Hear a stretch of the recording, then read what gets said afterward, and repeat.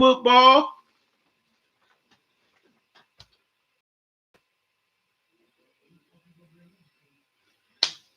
All right, I had a connection issue. Let me do this again. Hey, what's up, good people? I'm QC. Welcome to a brand new Talkin and Grubbin live stream. And tonight is an extended holiday edition of Dinner and Sunday Night Football. Tonight we got Kansas City Chiefs taking on the Chicago Bears at Soldier Field in Chicago, aka the Windy City. You know, you got Pat Mahomes against Khalil Mack. This is going to be one nice matchup.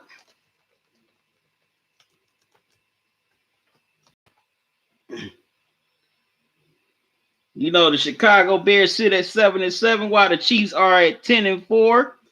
They've clinched the AFC West.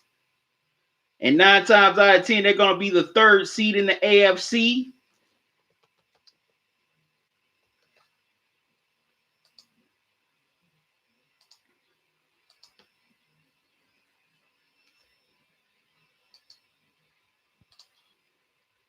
Also, my apology for the minor late start. Also, tonight is going to be the last week for the Talkin and Grubbin holiday giveaway. I'm giving away some big prizes.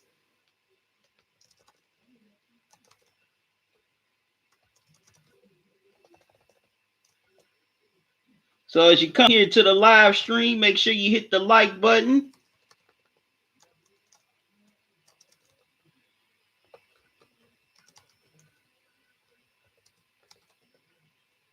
Also, you can donate to the channel via Cash App or PayPal. I'm about to give y'all a PayPal link right now.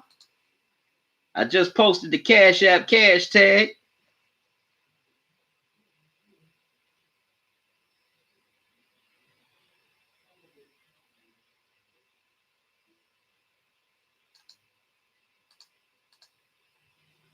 All right. As y'all coming to the live stream, hit the like button. Also, you can buy Talkin and Grubbin merchandise at our store on teespring.com.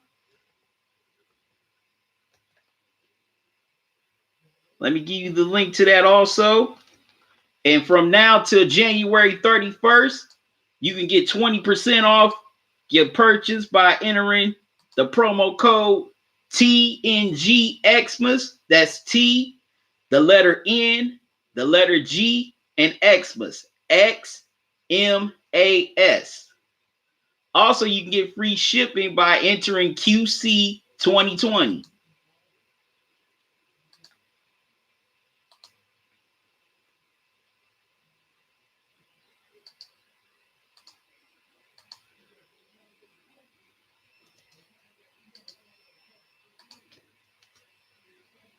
Okay, that's the Teespring link.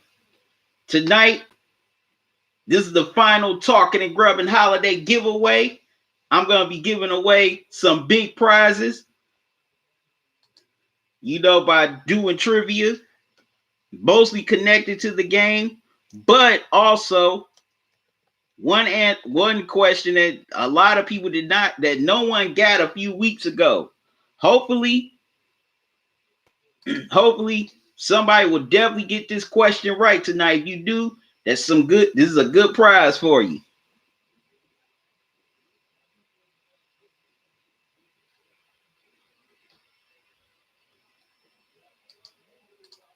So I want to know, how's everybody doing? How's your Sunday going?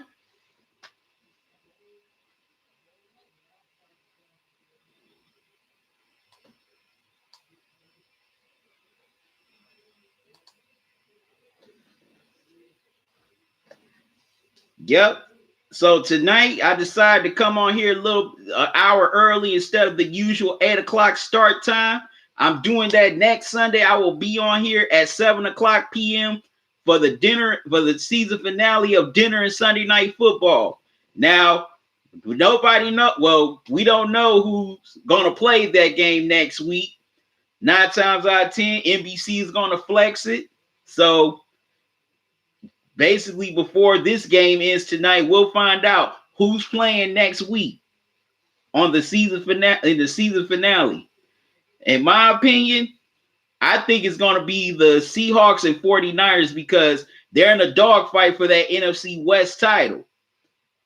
So whoever wins that game next Sunday, one's going to be the number one seed overall in the NFC, while the other team is going to be the fifth seed, and they're going to have to go play Dallas in Dallas wild card weekend, which I think is a bunch of BS because Dallas may get, or whoever wins that NFC East is going to get in barely 500 with a 8-8 record, 9-7, or even 7-9.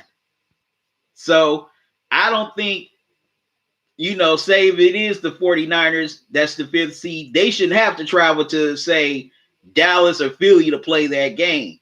Philly or Dallas should have to go out to Santa Clara. It's not in San Francisco anymore. Go out to Santa Clara and play that game. But that's just my opinion. Oh, also, let me give y'all the promo code.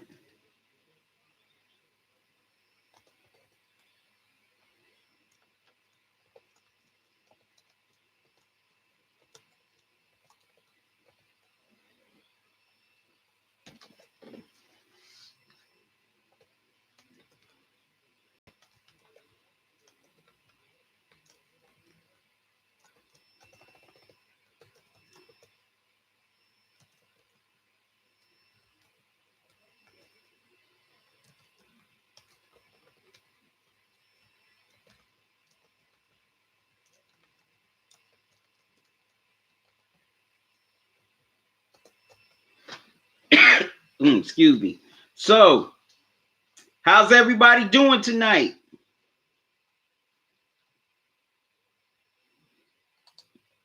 How's your Sunday going? My Sunday's going good.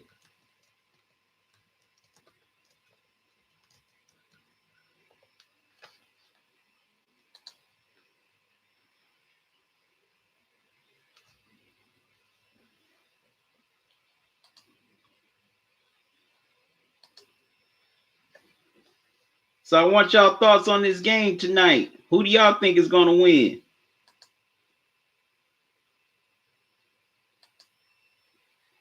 And also at the Teespring store, I got t-shirts for men and women. Also, excuse me, hoodies, coffee mugs, and so much more. So definitely check out the Talkin and Grubbin store at teespring.com. You'll find all good things. Hey, fellas, if you got that special lady in your life, you could get a t-shirt or a hoodie for her.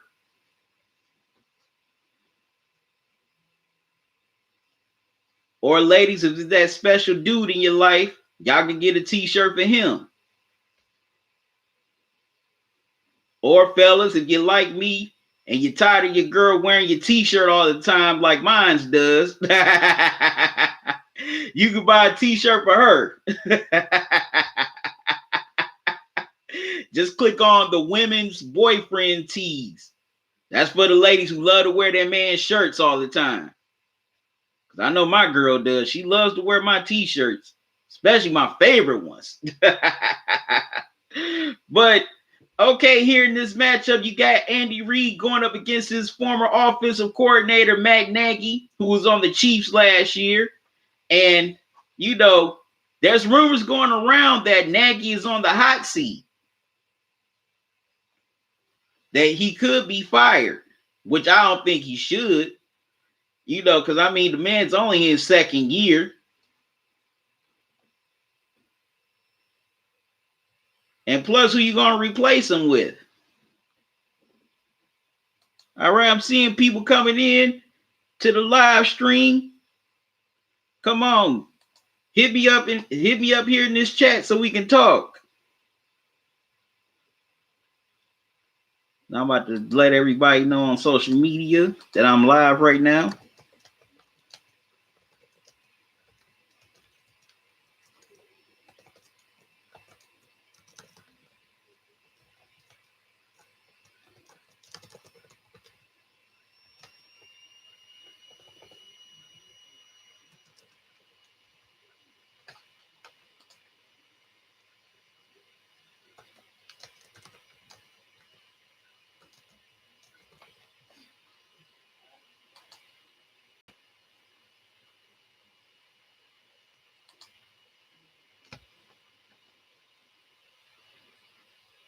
Just sharing, letting everybody know I'm live right now.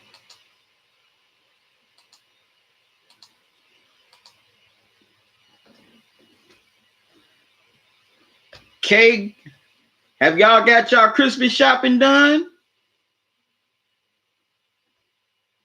Y'all ready for Christmas? I know I'm definitely ready for Christmas. I'm also ready to give away these prizes to y'all.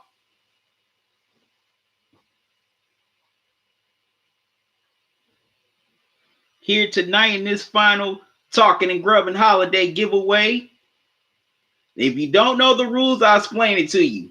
One winner per entry, meaning if you win tonight, if you win a prize here tonight, that means you're automatically eliminated. You cannot, you are no longer in the running for the remaining prizes. Excuse me. Also, no family, friends, or affiliates of the host of Talking and Grubbin Media, which is me, are not eligible. So to any of my family and friends who's watching this channel, no, you cannot win any prizes here tonight.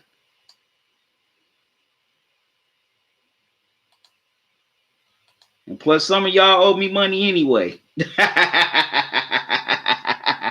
So those are the two rules.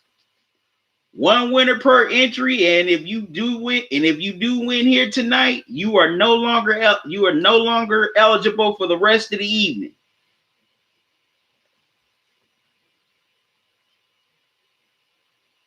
I want to give other people an opportunity to win.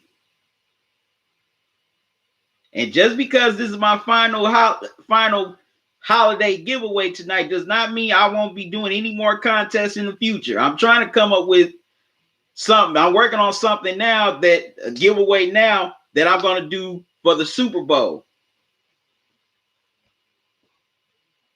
So I'm getting that concept together right now.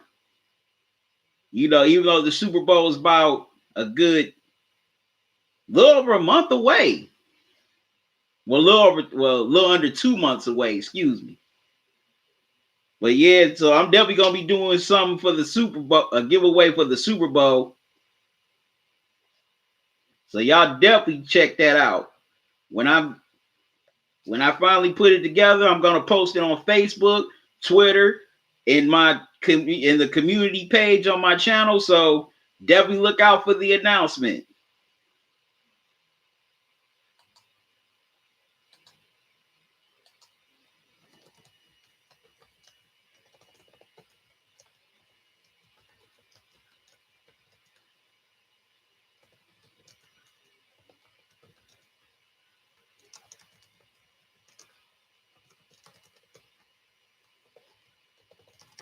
So for those who are joining me here, I want to know, what's your plans for the holiday? What are y'all planning on grubbing on? Are y'all gonna watch the NBA games? I know I'm definitely gonna watch the NBA games. Can't wait to watch LeBron and Kawhi go at it in the hallway series with the Clippers and the Lakers.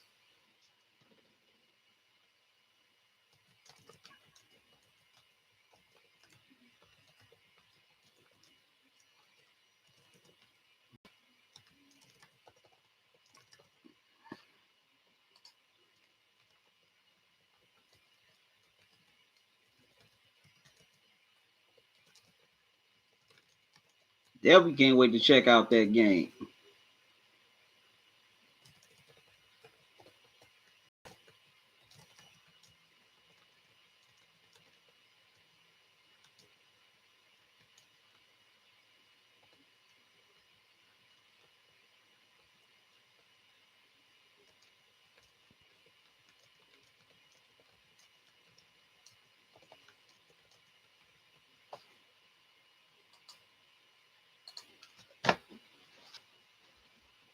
All right. Almost done sharing with everybody on social media, getting the word out that I'm live.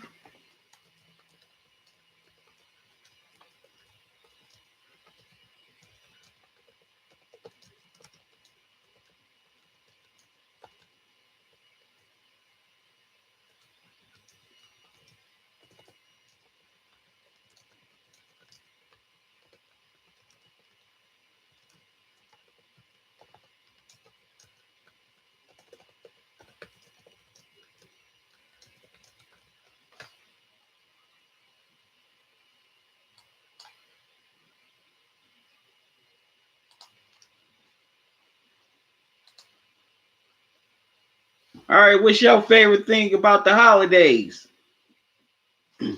Let me know here in the chat. What does the holidays mean to you?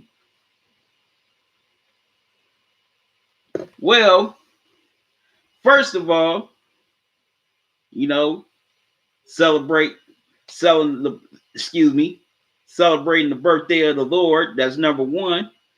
Also, spending time with family and friends that we hardly get a chance to spend time with. Just laughing, talking, cracking jokes. Catching up with everybody. Yeah, even though we all are on Facebook together, but it doesn't beat just being next to each other, looking at each other, and just talking with each other. So that's what the holidays mean to me.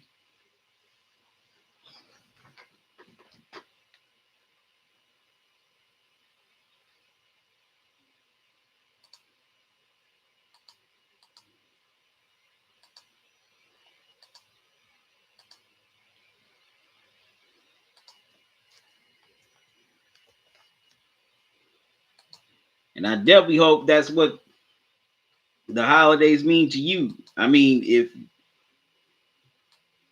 you do, believe, if you believe in God, hey, whatever you believe, I ain't knocking it. That's just what I believe. Maybe for those who don't have that belief that I have, maybe it's just another off day from work, and I can get with that too. Because I'm definitely glad to be off of work on Christmas. K showing Pat Mahomes as he's talking with Brett Favre. So Andy Reid, Brett Favre, Patrick Mahomes. Okay, got Andy Reid, Brett Favre, and Pat Mahomes. A lot of people forget Andy Reid worked with Mike Holmgren back in the day in Green Bay.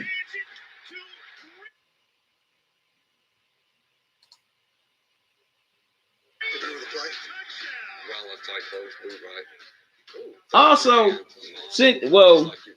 about Andy Reid.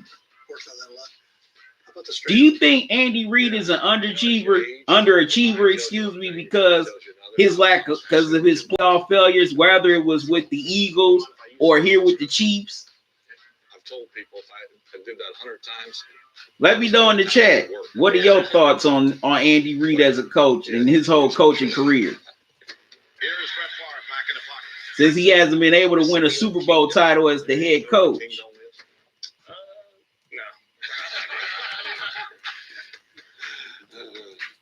Going to run the ball. Then he gets to the end zone.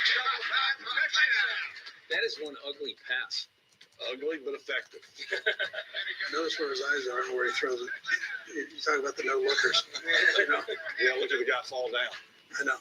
We're giving Patrick all kinds of ideas here. Oh, yeah. These are definitely things that might come out in the near future.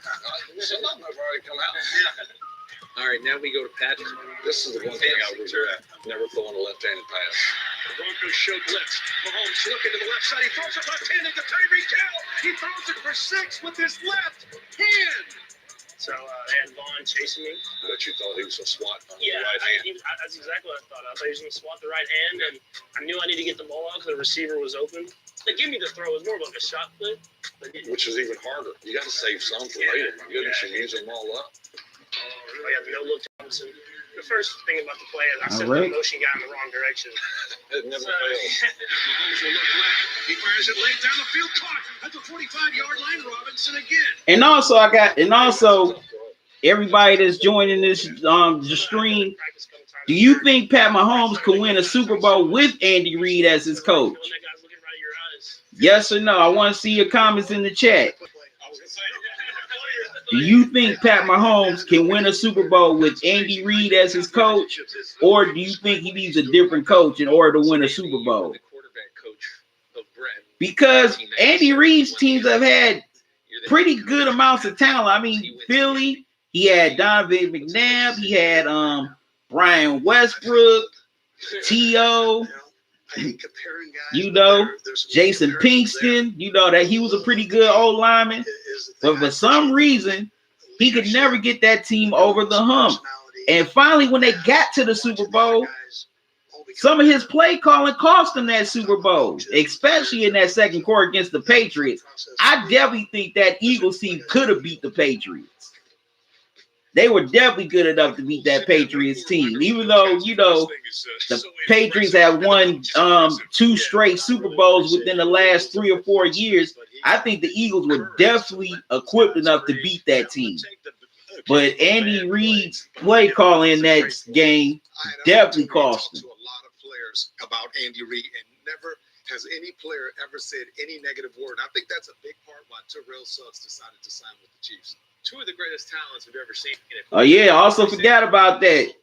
The Chiefs did claim Terrell Suggs off of waivers earlier this week. You know, he said that he was going to retire if he couldn't get back with the Ravens, but hey, he's still on a team that's a playoff team, so who knows?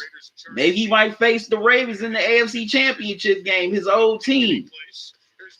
That would be interesting. Things have gone south, but they went well today. Hunter Renfro's back in the lineup.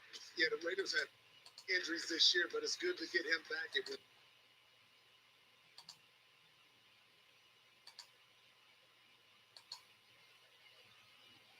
That would be definitely interesting to see. But I don't know, because the Chiefs, that defense is still a problem. That's the only thing that gives me questions about them in the playoffs. How will that defense respond? That's my only concern, is that defense.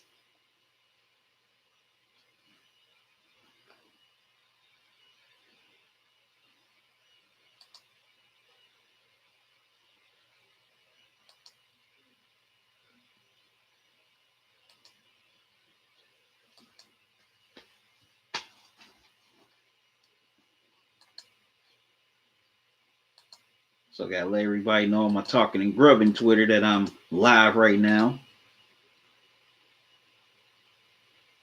Yep, but that's my only concern about the Chiefs is that defense. Now, I think Terrell Suggs, that's a pretty nice pickup. You get that veteran leadership, that veteran presence on the team on the defensive line. But you know, Terrell Suggs, he's past his prime, and within the next year or two, I think he's going to retire. That's just my personal opinion. You just never know. Okay, I'm seeing people coming into the live stream. Come on, I want to see your comments here in the chat. How you doing? How's your Sunday going? Also, if you missed it, I've been asking some questions. First of all, first question, do you think Pat Mahomes can win a Super Bowl with Andy Reid as his coach, or do you think he needs a different coach? Also, how do you feel about the Chiefs in the playoffs? What questions do you have about them? Or questions, excuse me. Like I was saying before, I have questions about their defense. And also, if you can also donate to me via Super Chat. I forgot to mention that earlier. My apologies. You know, because Andy Reid has had a lot of talented teams in his coaching career, and he couldn't get those teams over the hump. Especially with the teams he had in Philly, you know, throughout most of the 2000s. Contributes to both joint and skin symptoms. It's proven to help relieve pain, stop further irreversible joint damage, and clear skin in many adults. Humira is the #1 prescribed biologic for psoriatic arthritis. Humira can lower your ability to fight infections. Serious and sometimes fatal infections, including tuberculosis and cancers, including lymphoma, have happened, as have blood, liver, and nervous system problems, serious allergic reactions, and new or worsening heart failure. Tell your doctor if you've been to areas where certain fungal infections are common, and if you've had TB, hepatitis B, are prone to infections, or have flu-like symptoms or sores. Don't start Humira if you have an infection. Ask your rheumatologist about Humira. Go to Humira.com to see proof in action. Gonzo, you got my gift. Yeah, Kermit, thanks for the portal. All right, there we go. Oh, yeah. But tonight, there's going to be trip. Like I said, for tonight in the final Talking and Grubbin holiday giveaway, I'm going to be asking trivia questions, 2 pertaining to tonight's game.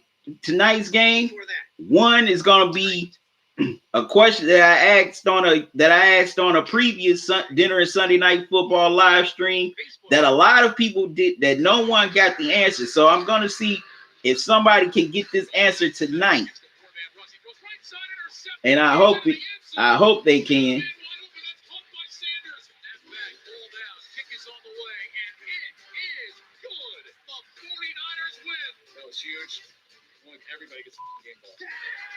Wow, the 49ers won. Winston drops the throw. Short pass left side intercepted. His 4th pick that he's thrown in this game. And that should put him on ice. Congratulations on that win right there. Burkhead bouncing off a tackle and into the end zone for a go-ahead touchdown. Showing all the games from yesterday.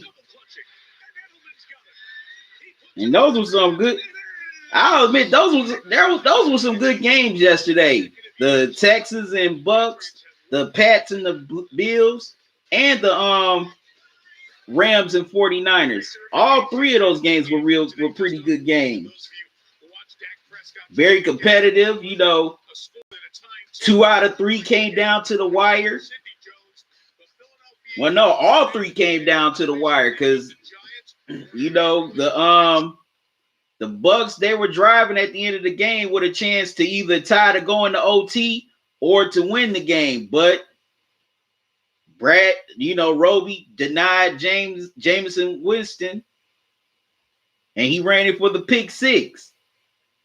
So all 3 games from Saturday afternoon, Saturday night were great games on the NFL Network.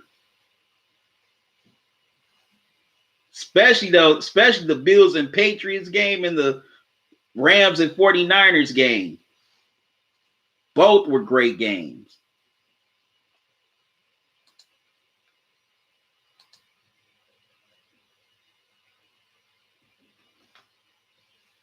Yes, they were. Yes, they were. But let's focus on tonight with this Sunday night football. Now with the Bears, a lot of people now are definitely, soured out on Mitch Trubisky, who, who's from my home state, Ohio. He's a Minard guy. But a lot of people feel that they should move on from Trubisky. Steelers Respect 90. What's up, man? Thank you for joining me. How you doing? How's your Sunday? You ready for the holiday?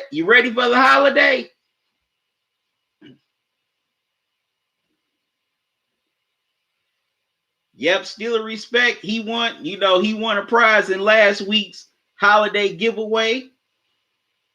Definitely gonna be giving you that sending that prize to you soon, Steeler Respect. So how's everything going?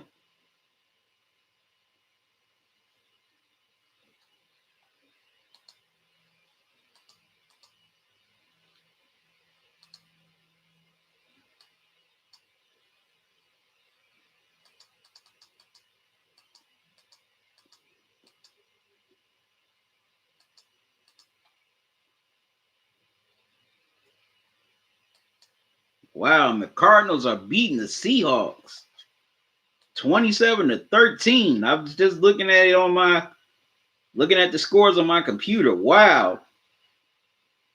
Whoever bet any money on the Seahawks today definitely lost some money.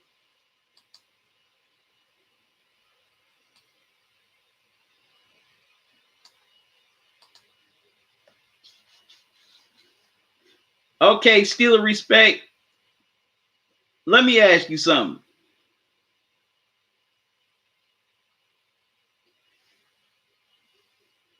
Will the 49ers have home field? It looks like, possibly. Yeah, possibly they could have home field. Matter of fact, let me see. Okay, the Seahawks. Okay, they would drop to 11-4. So 49ers 12-3. So yeah, they could. So I think it's very possible that 49ers have home field, and maybe here with this loss by the Seahawks, they could have just wrapped up the NFC West. You know, after they beat the Rams last night at home in a real close battle.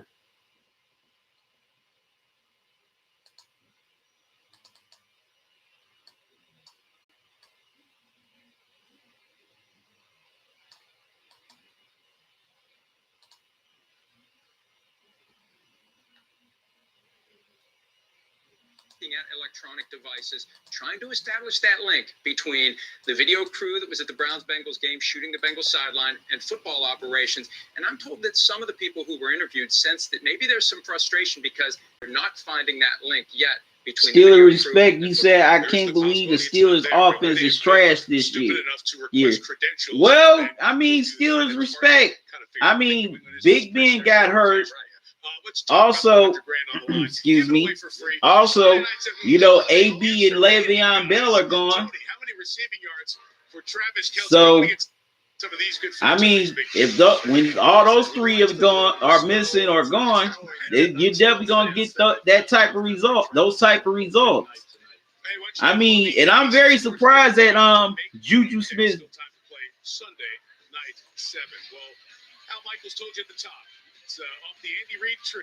And I'm very surprised that Juju Smith-Schuster, you know, didn't take the reins this year from, you know, AB. Now, James Conner, I give him a little bit of a pass because he's been injured most of the season. Yep, that's right. Joe Steelers lost to the Jets today.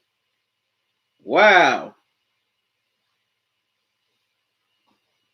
But yeah, the Steelers are definitely gonna have to do something offensively in the offseason.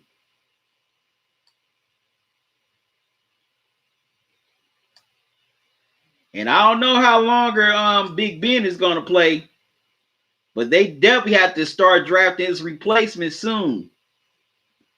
I mean, Duck Hodges has been pretty solid, but who knows?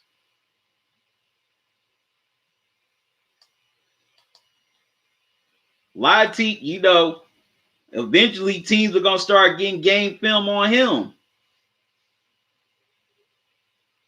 So now the Steelers, now the Steelers respect. Your Steelers have lost 2 in a row.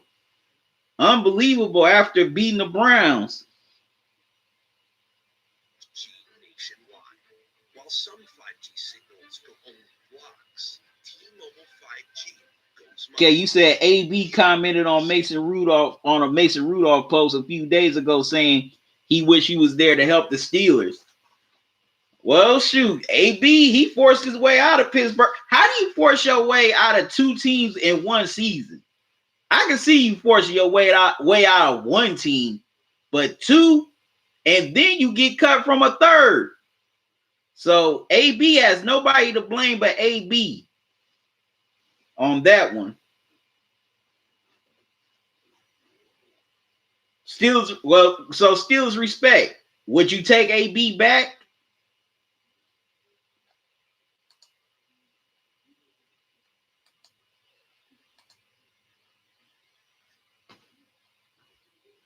Gonna get to Grubbin in a minute.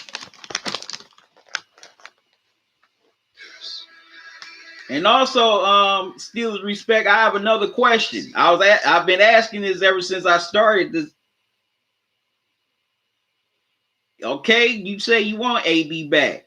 Okay, I got another question for you. Steelers respect. This pertains to tonight's game. Do you think Pat Mahomes can win a Super Bowl with Andy Reid as his coach? No, excellent. I can't show the pregame because of copyright restrictions. If I show any pregame or game clips, then I'll be suspended from live streaming for months, and that could cause my channel to be taken down. So no, I can't do that. That's why you see me commenting on the game and giving my takes on the game. But you know, the NFL and also since this is a Sunday night game, NBC won't allow it.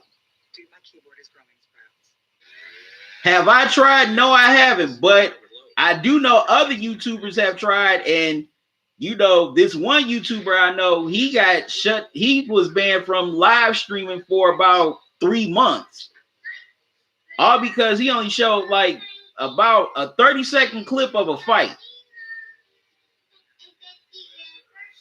All those little 30 seconds got him banned from live streaming for months. Okay, Steelers respect 90. You said Patrick Mahomes is a great player and he will win a future Super Bowl. But as long as Andy Reid is there, as long as Andy Reid is there, they want to win. So Steelers respect. You think Pat Mahomes will win a Super Bowl with Andy Reid as his coach? How young is he? His kid pictures from Christmas are color videos. That look recent too. The shade under HD. You'll see Mahomes in action on Sunday Night Football against the Bears in a little bit. All right, let's get back to the highlights here. New Orleans and Tennessee. Import on both sides for both teams in the AFC and the AFC playoff picture. Big start for the Titans, up 2 scores. A.J. Brown, the second one. Yeah, no Derrick Henry, so find another stud to give the ball to in the run game. A little toss reverse, and A.J. Brown. All right, and keeping with the holiday spirit, I decided to grub on some of these white cheddar Cheeto snowflakes tonight. If you haven't tried these yet, you definitely need to try. You need to get to your local store and try it. They're only going to be available for a limited time only. Pour some in this bowl. Got all different kinds of snowflakes. All right, there we go. Got my bowl full. Okay, Steelers respect. You said no. They should get rid of Andy Reid. They had the opportunity to go to the Super Bowl last year. Yeah, I agree. Andy Reid definitely cost the Chiefs that AFC Championship game.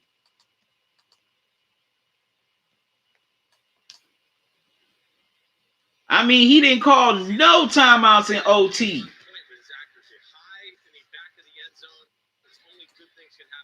Andy Reid did not call any timeouts in that AFC Championship game, and his defense ended up getting worn out on that drive where Tom Brady led the Patriots down the field and scored the game-winning touchdown.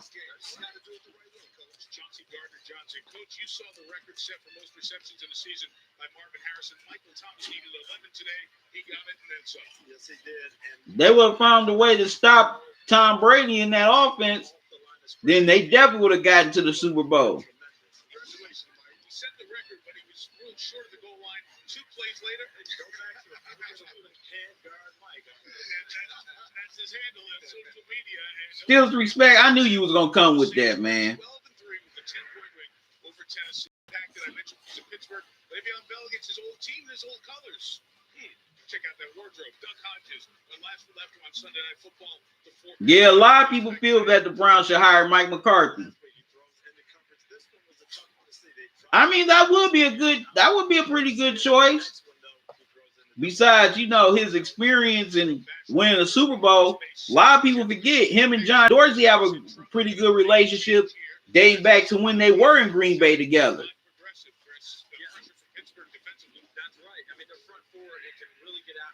The Jets have dominated the first half. TJ Watt gets a strip sack fumble, and you're going, okay, well, hopefully the Jets can hold him to a field goal. And then I don't know what they do for the life of me. Mason Rudolph comes in the game, but Rodney, we don't understand the approach for the defense. Besides fixing the head coach, the Browns also have to fix the culture as well. That's why I've been telling people. They gotta fix the culture. Otherwise, they're gonna be in the same boat once again. Teams who have success at least have a culture. Whether it's the Patriots, Steelers, Ravens, Packers, Saints, Seahawks, you know, 49ers.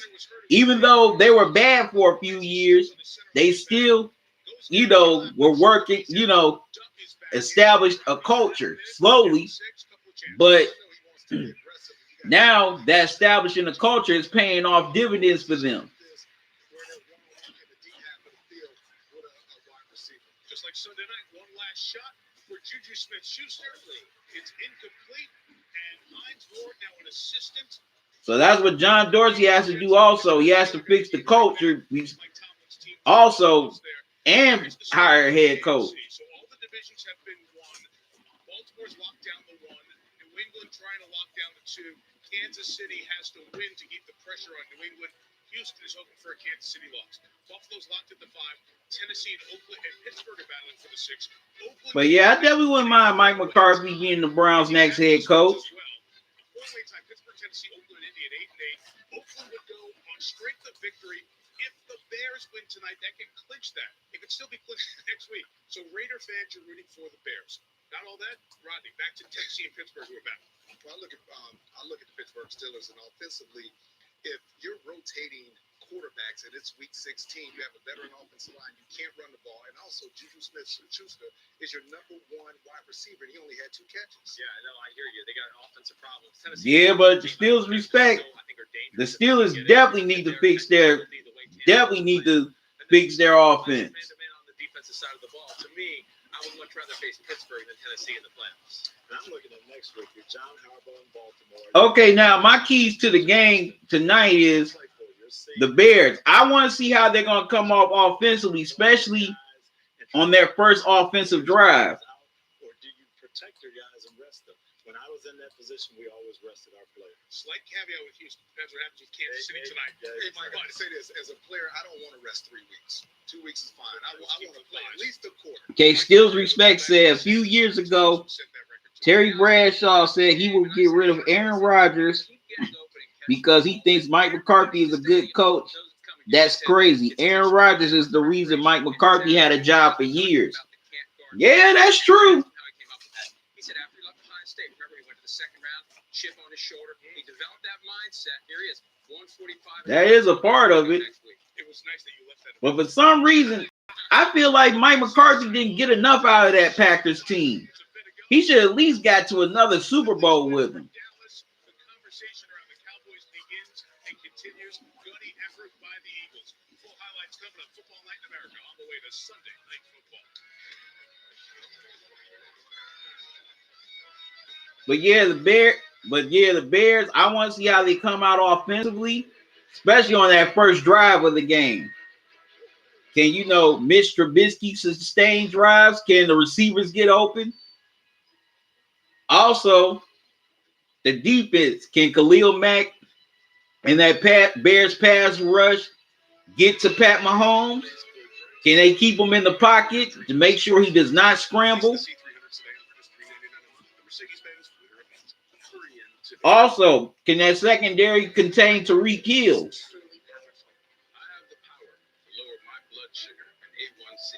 Yeah, I agree. Steelers Respect. That would be very hard to replace Aaron Rodgers. Trulicity is for people with type 2 diabetes. It's not insulin. I take it once a week.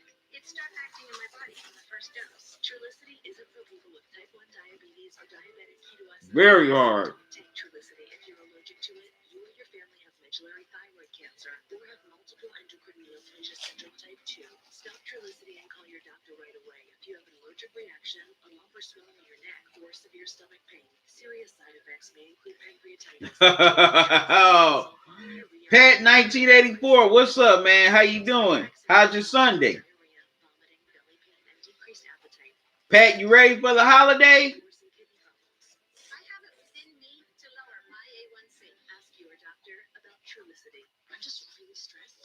I haven't gotten any of my holiday shopping done. Hey, man, Pat, I'm just here. How did you do that? Here chilling, live streaming here with y'all on this dinner Sunday Night Football. Okay, Steelers Respect, you said John Gruden, the coach for the Raiders, made a dumb decision trading away Khalil Mack. I agree. I still can't figure why he made that move.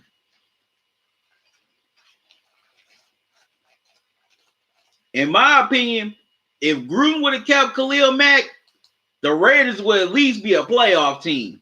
I don't know if they would have won the AFC West, but they definitely would be a playoff team, or they'd be fighting for a playoff spot right now if they kept Khalil Mack.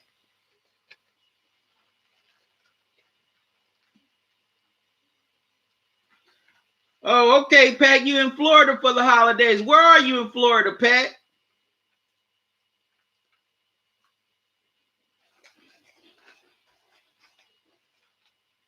So, Pat, you're visiting the fam down in Florida for the holidays. That's good. That's cool. Oop.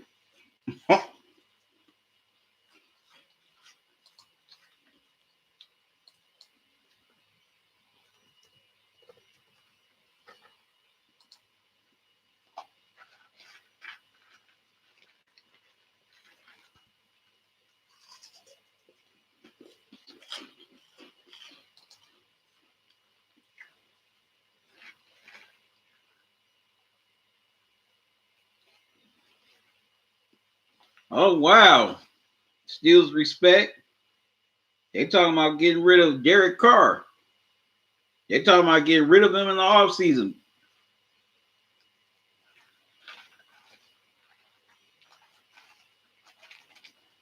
Wow. Now, that's some news to me. I thought he was John Gruden's guy. But Mark Davis should not have gave John Gruden that power over the roster.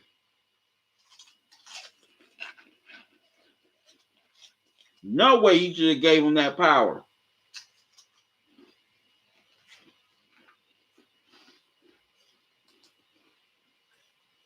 Just like I don't know why Adam Gates has,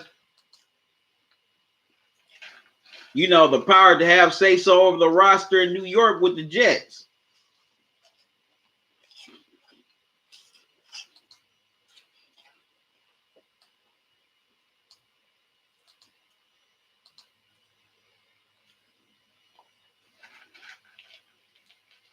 If it's not too much trouble, a bone for my dog Patrick. Thank you, Santa. You better watch out. You better not cry. Not all that easy to find holiday cheer with Chicago sports fans. That means Chiefs fans right there. Okay, Steelers respect. You said if Bill Belichick coached the Steelers, would have six rings. Oh, Pat. Well, Pat, let me ask Pat, how you feel about your Cowboys today? Well, after today, excuse me. I'm not trying to troll or add salt on no wounds. I'm just asking, why you feel that the Cowboys lost that game to the Eagles. If you still here in the chat, if you still here, I want to know your take on that game.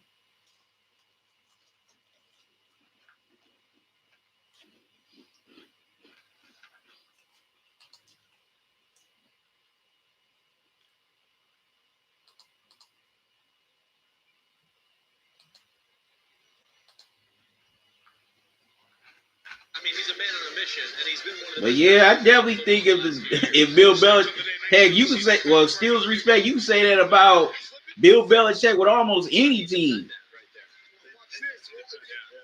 Larry Fitzgerald, terrific. And another touchdown taken away on replay. 21-7 will be the building lead for the Cardinals.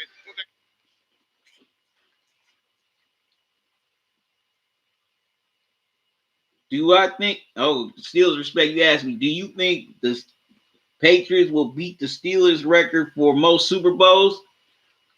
It's a possibility. Definitely a possibility. Tom Brady, Tom Brady, he's starting to break down. But here is Drake, the touchdown run. Arizona goes to the Great Northwest and beats.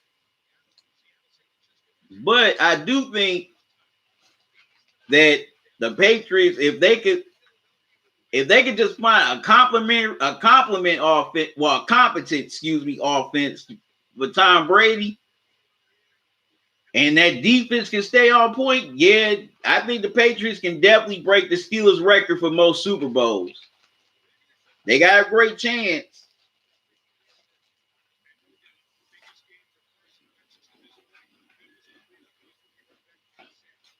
All right, so who you got winning this game tonight between the Bears and the Chiefs?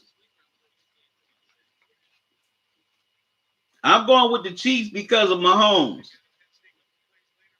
Because I definitely don't trust Mr. Trubisky.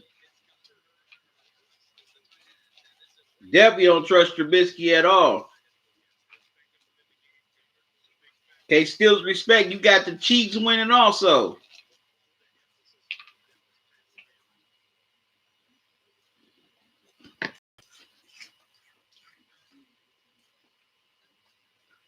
Plus, the Chiefs still have something to play for because they can still catch New England for that number 2 seed in the AFC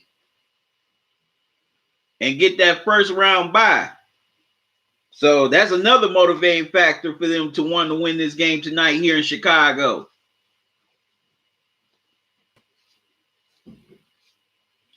You know, to keep the pressure on New England, to make sure that everything does not get sorted until the last week of the season, which is next Sunday.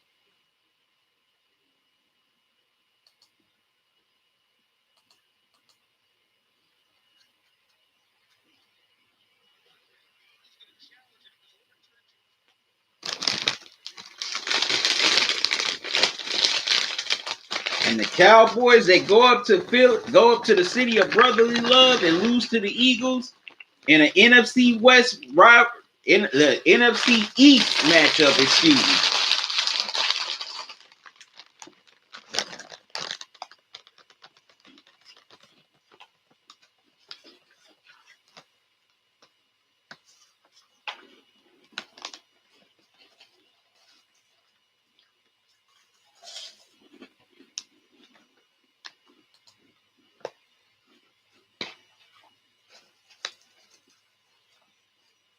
But yeah, I definitely think the Chiefs are going to try to keep the pressure on the Patriots for the number 2 seed in the AFC.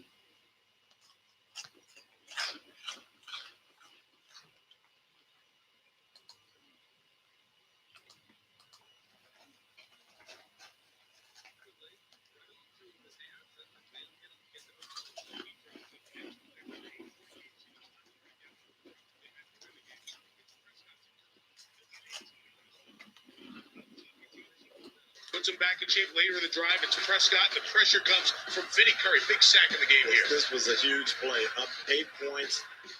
The defensive line needed to step up. Oh, wow. Steelers respect. So now we'll get the Bears are in talks. They're in talks of signing Trubisky to an extension. I don't see why. And you can't base it on last year of them, winning the NFC North and making the playoffs because, in my opinion, they didn't make the playoffs because of Mitch Trubisky. They made the playoffs in spite of Trubisky. Everybody knows that last year, that defense got them into the playoffs. Philadelphia, and obviously the reverse would get Dallas the division title. Huge implications, Minnesota, Green Bay for seeding, and actually the Bears should have won that playoff game against the Eagles. It could mean something in terms of home field. Seattle, San Francisco is the Sunday night game. If you didn't hear, that was announced earlier today. The Cowboys are very disappointed. They blew the chance to control things, but I would tell them, go out and win next week because Philadelphia going to New York. I promise you, New York can put up points on that Philadelphia defense. To me, I look at Amari Cooper and he doesn't show up when you need him most. If you're a number 1 receiver, you need to show up. He didn't have any catches against the Patriots. He had 1 against the Rams. He had 4 today for 24 yards. You need your number 1 receiver that you gave up a first-round pick to step up. Yeah, there's a lot of guys that haven't stepped up for them. I look at Seattle, guys, and just go, I don't know what to expect there. I don't know if the offense is creative enough. Their defense. Yep, that's right. If you're Amari Cooper, you definitely got to show up when you're the number 1 receiver. A team that can be a little annoying in the playoffs. I don't know if I could sit here and say they're going to make a serious Super Bowl run.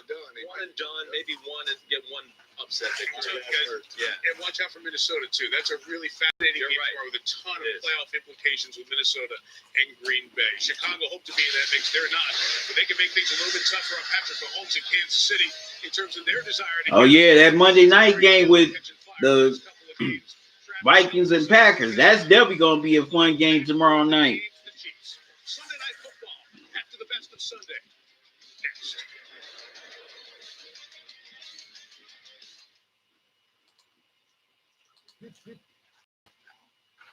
Definitely going to be interesting. Okay, I'm seeing people join the live stream. Make sure you hit the like button. Also, I want to know what's your comments. Well, leave your comments here about tonight's game. Who you think will win? Also, who you think is going to be the deciding factor in the, well, what's going to be the deciding factor, and which player you think is going to be the most factor in the game?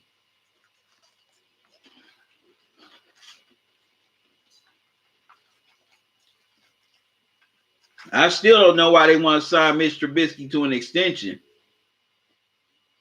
In my opinion, I think the Bears should definitely call the Panthers and ask about Cam Newton.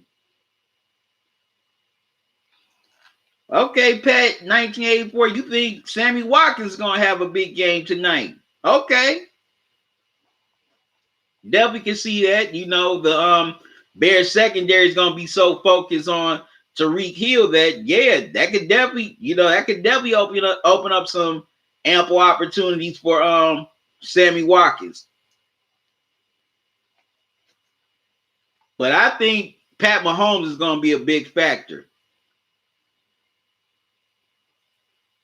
I think he's definitely going to be the main factor in this game.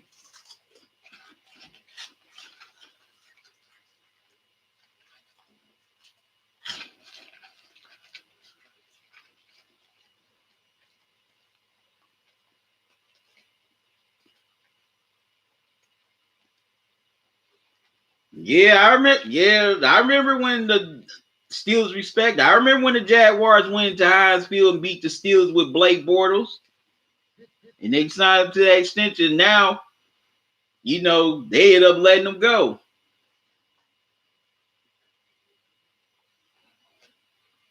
But to me, that, you know, what the Jaguars had a couple years ago, I knew for some reason that was not going to last. You know, they made that run to the AFC Championship game because they had a pretty good defense. And also, they made that run in spite of Blake Bortles, not because of him. That wild card game against the Bills, he did not have a good game. The defense bailed him out in that game. If the Bears could have, not the Bears, excuse me. If the Bills could have engineered enough offense to get down the field and score a touchdown, it would have been over for the Jaguars in that game. And Blake Bortles only had one great game in the playoffs, and that was against the Steelers.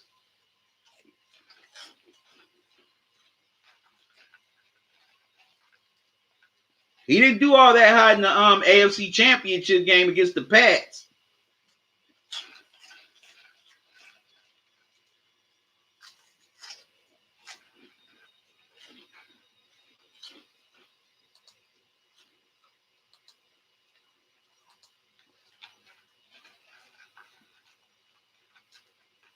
But yeah, with the Bears, this offseason, they definitely have to focus on offense. They have to.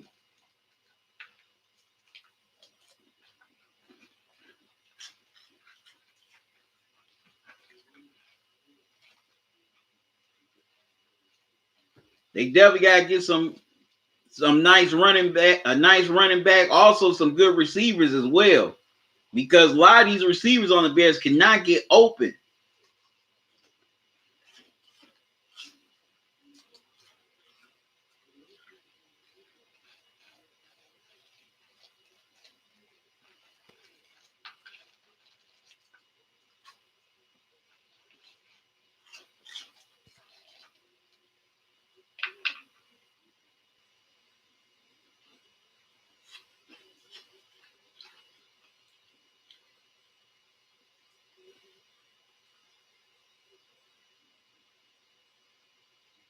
Okay, the Saints knock off the Titans.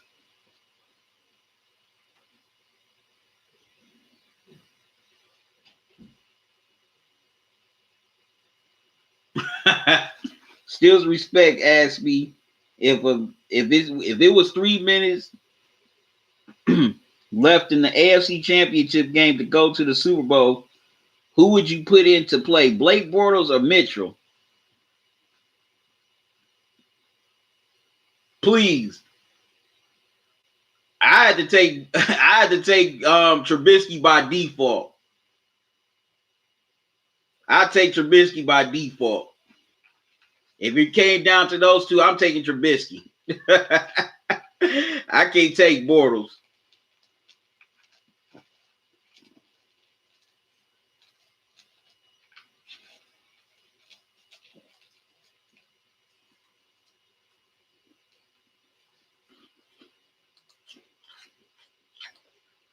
Yeah, but I definitely would rather take my chances with Mitch Trubisky. Brought to you by Lowe's. We'll start with Liam McHugh in Chicago. Mike, we'll start with America's pick. 82% of America siding with Kansas City on this one. We're just a few days away from Christmas, so you know I'm rolling with the big man in red. That's right. I'm rolling with Andy Reid. I'm taking Kansas City. Chiefs win this game. Chris, who you got? Well, I like Andy Reid, but I like Patrick Mahomes better, and I'm rolling with him, okay? 27-17 Chiefs. Yeah, I think Andy Reid, when he plays his former assistants, I think he takes real good notes when Give he's me a working with sec. these guys. Give me a second, y'all. I'll be back. Comes up against him. I got the Chiefs too. I'm a division leader. I'm going with a division leader. Kansas City. What do you think tonight? What a weasel. I think Facts, man. It is facts. You got it. You got that. I think this game, neither coach wants to run the ball. They're going to throw it. So if you're going to throw, it's going to be Trubisky versus Mahomes. I've got to take Patrick Mahomes in Kansas You City. can't try to get in the shootout against these guys, but if you're the Bears defense, you have to try to create a couple turnovers if you want to win. There's no way I'm going with the Bears. I'm going with Kansas City, Mike. So we're all with America on Kansas City. Those are tonight's winners, brought to you by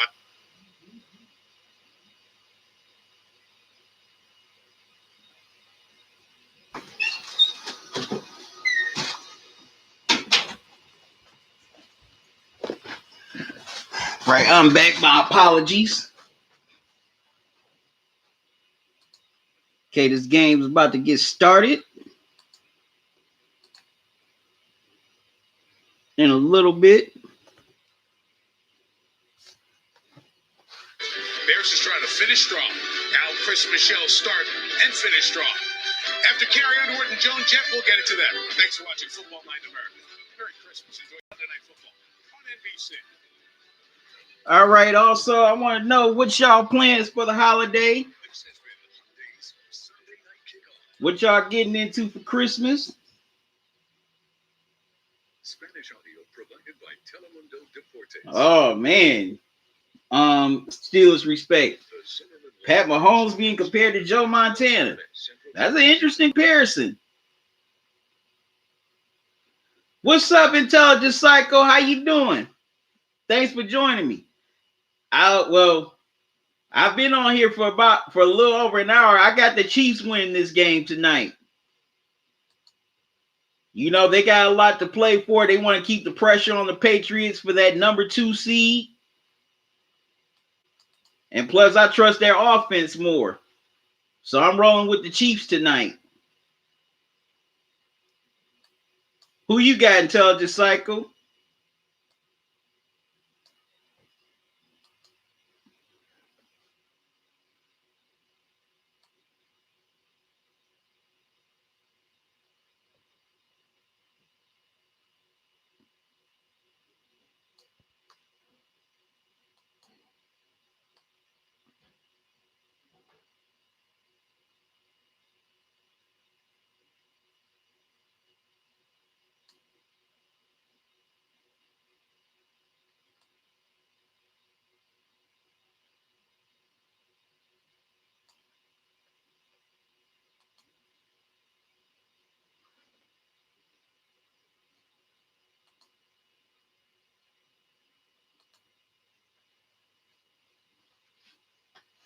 So Intelligent Cycle, who you got winning this game tonight? As the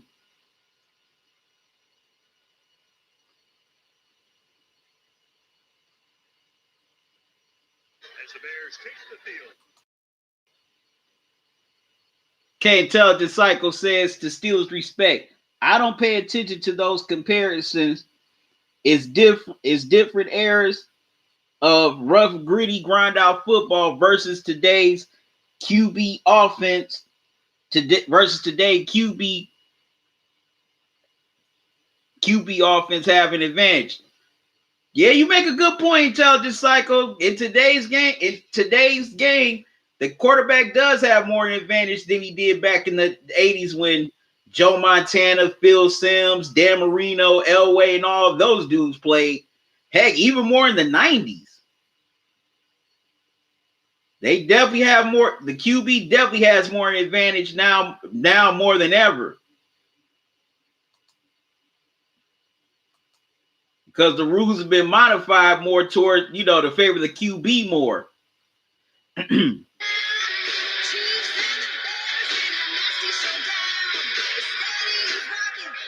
Okay, Steelers Respect says a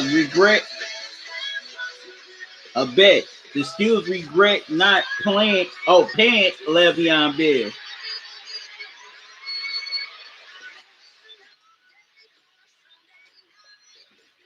Yeah, I agree, Steelers Respect. I think the Steelers definitely regret not paying Le'Veon Bell, which I don't understand. I never figured that out. Why they did not want to give that man his money.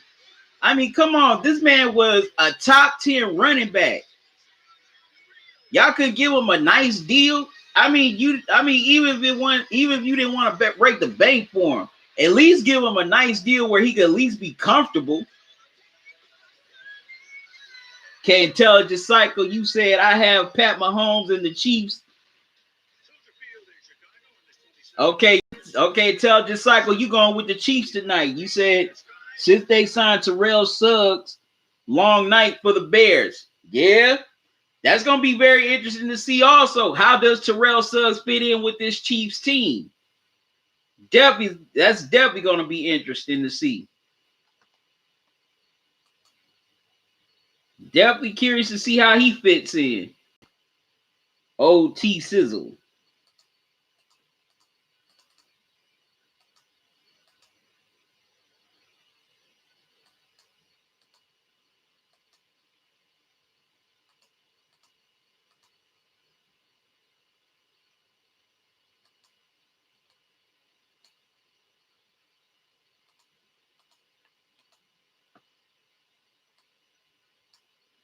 It's gonna be very interesting to see how they fit in old T Sizzle.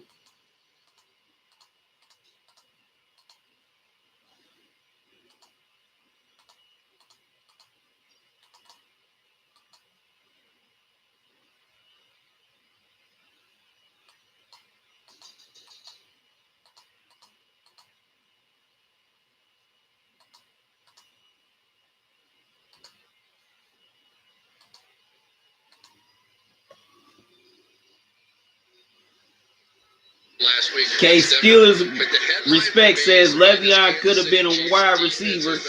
Intelligent Cycle says game now over the past month, and now they add Terrell Suggs. They have a chance. Plenty of subclass, plenty of stars tonight in the Windy City. Chicago. Okay, Intelligent Cycle. I'm definitely welcome for that delivery.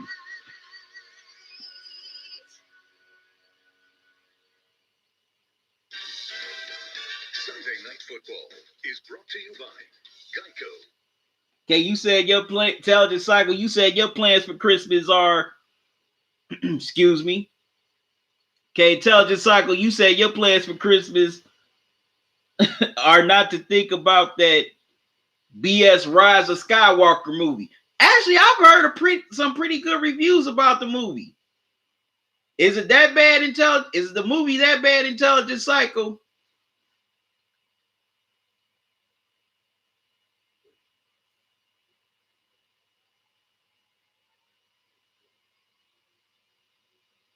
And Steelers Respect, that would be interesting to see. Le'Veon Bell switch from running back to wide receiver. Because actually Le'Veon does have some pretty nice hands. He can catch the ball pretty good. New oven-baked pastas. For a limited time, only at Olive Garden. Julie means more to me than anything. And I wanted to ask you before I ask her. Which I don't know why that Mike Tomlin and the Steelers coaching staff didn't incorporate it more while he was there. That was always something that made me wonder. Why didn't the Steelers incorporate that more with Bell? Also, Steelers respect what you getting into for the holiday. What's your plans?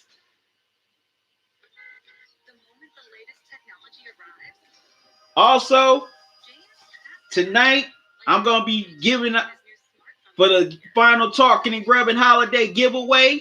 I'm going to be reading 3 trivia questions. The first one will be read at the 2-minute warning of the second quarter. The next question will be given in the third quarter. And the final question is going to be given in the fourth quarter. So the first question will be read at the 2-minute warning of the second quarter. Okay, Steelers respect. You visiting family for the holidays? Are you visiting, your family and still in your hometown, or you're going out of town for the holidays?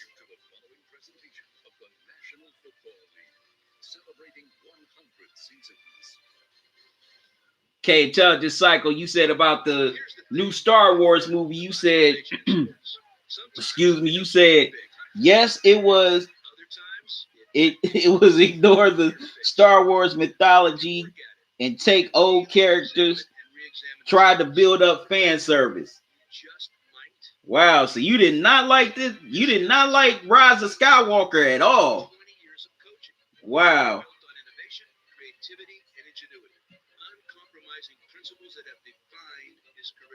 Even though I'm not the biggest Star Wars fan in the world, I had thought about going to see that movie though. And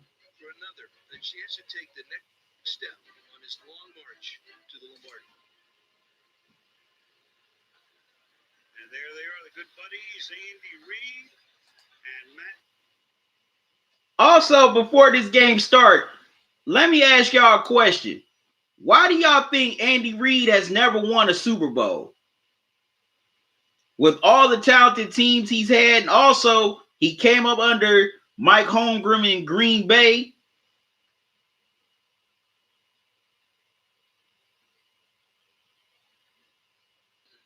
Okay, Intelligence Cycle, you said you're going to visit your family in town, plus enjoy some good grubs. I definitely agree.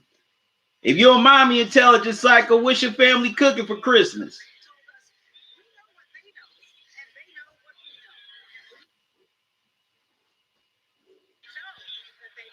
Okay, Steelers respect. You say Andy Reid always failed at the big moments. I definitely agree with that. He's definitely failed in big moments. I was saying earlier that Super Bowl against the Patriots, his play calling in that second quarter cost the Eagles that Super Bowl, in my opinion. Because that was still a close game for the most part. But his play calling was just so suspect in that game.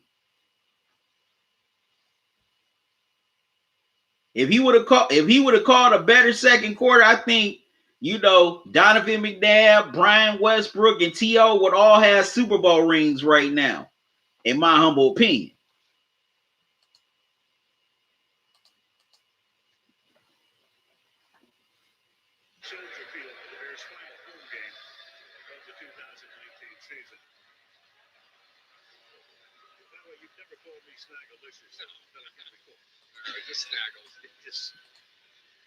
Harrison Butker to kick off. KC won the toss. KC won the toss. They elected to defer, so the Bears will get their first crack on offense tonight. Number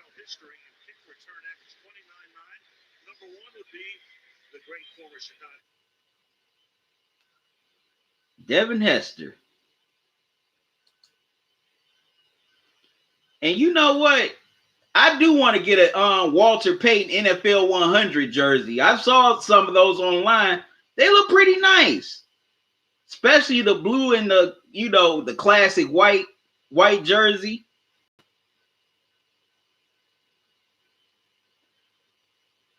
Steelers respect. You said name the worst head coach of all time. Are you talking about worst head coach or you just talk, or are you talking about coaches who, you know, had success with their teams but could never lead them to the promised land? Rick H says, Ray Perkins.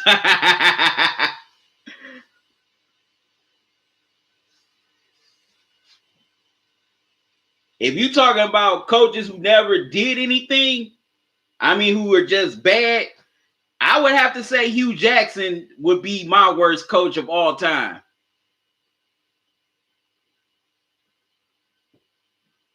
That's just me. Who do you think is who do you think is the worst coach of all time? Steelers respect.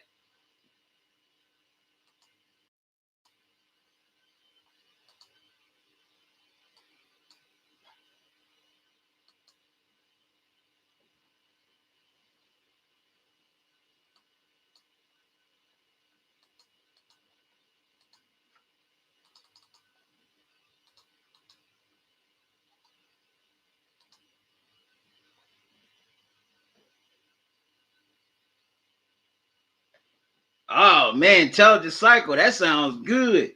I ain't know. I'm not big on dressing, but everything else, definitely. Intelligent Cycle, man, you gonna make me get out this chair and run all the way to Indianapolis right now. Intelligent Cycle, save me a plate, man. All right.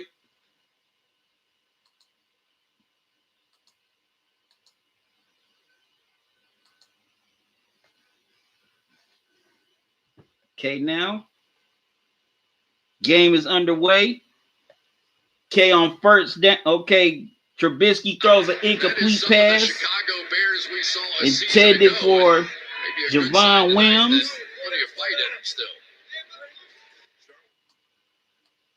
On first down.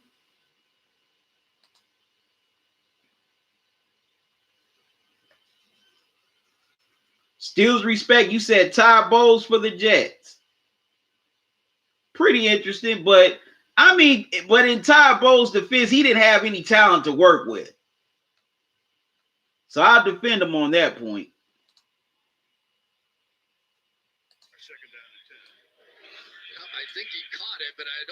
Okay, Trubisky threw an incomplete pass, and it was almost picked off. But luckily, the Chiefs' corner did not have both feet in bounds to secure the interception. So Trubisky was very lucky that he was not picked.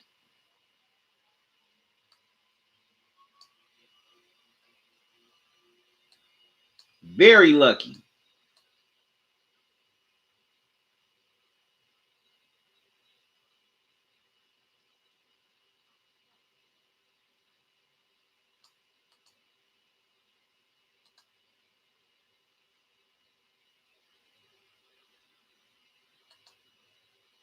Part of the whole thing. Okay, Intelligent Cycle, you said Andy Reid is too conservative and doesn't take as much chances. That's why he hasn't won a Super Bowl. Yeah, I agree. And Mitch Trubisky rushes for a first down, running for 8 yards. And the Bears are already at midfield. But yeah, I agree, Intelligent Psycho. Andy Reid definitely does not take enough chances or enough risks, especially in big games.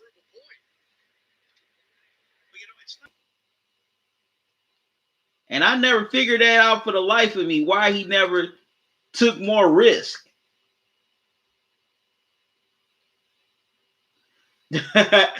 Steelers respect says I wish that Bill Cowher came out of retirement to coach the Steelers. Nah, man. Steelers respect Bill Cowher. He loves that job too much at CBS NFL Today. I don't think he's coming out of retirement anytime soon.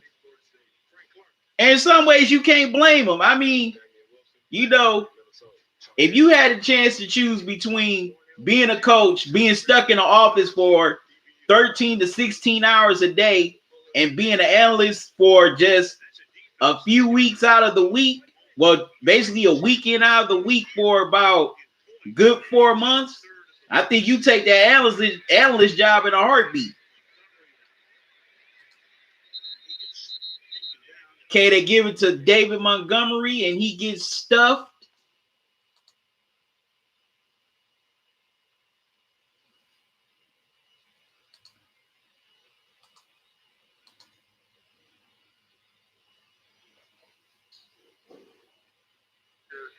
See what you have kind of defense now. Wow, Trubisky's in trouble. Tries to get away. And Frank Clark and the Chiefs defense force him out of bounds. And Terrell Suggs with the pressure. Old T-Sizzle.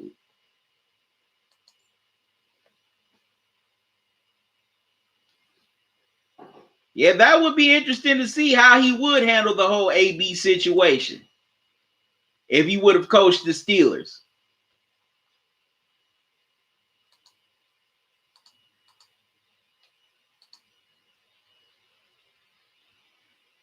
Okay, as Mitch Trubisky gets sacked, so it was 4th and 21. The Bears had to punt, and the Chiefs will start at the 19-yard line as Pat Mahomes and the Chiefs offense, gets their first crack of the night. That was a bad offensive possession by the Bears.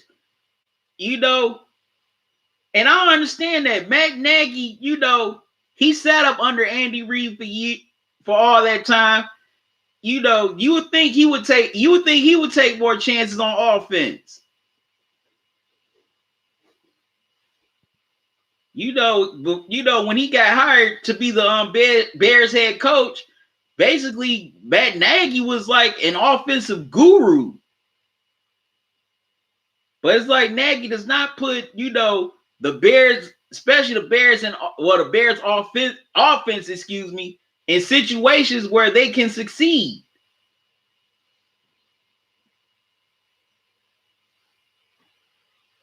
Steelers respect. I only got 2 words on your question of Blake Bortles. Hell no. That man will never be a starting quarterback in the NFL again.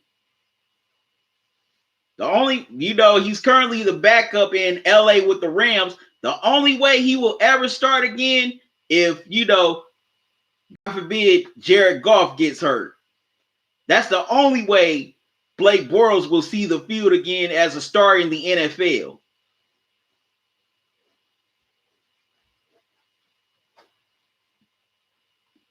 Nope, never again.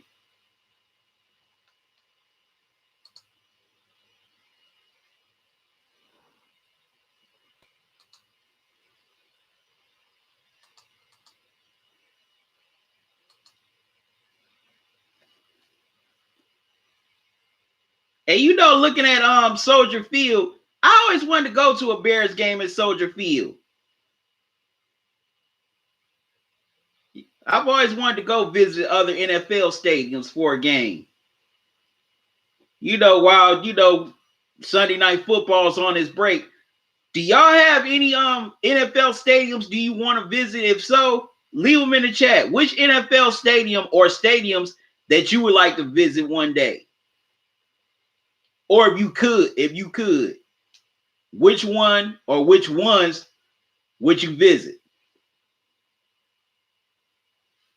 No, Steelers respect. I don't think Johnny's getting back in the NFL either.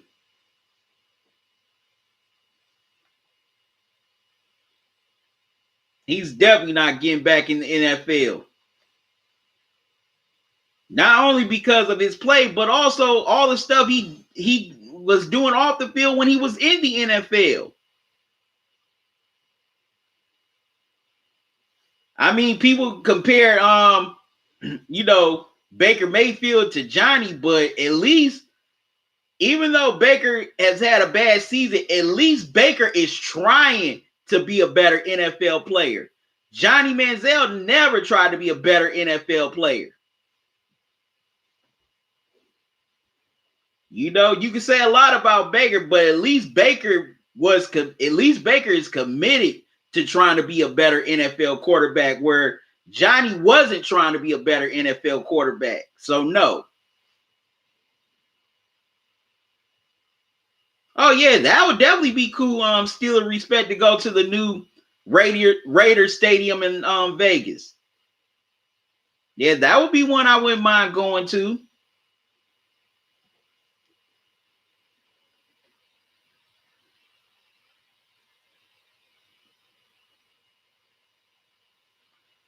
Okay, Rick H, you said you've been to the old Buck Stadium, Raymond James, the Orange Bowl, the Metrodome, the Citrus Bowl. Okay, so Rick H, what was your favorite stadium out of all of them? Steel's Respect says Tim Tebow was better than Blake Bortles and Johnny Manziel. Definitely agree on that one.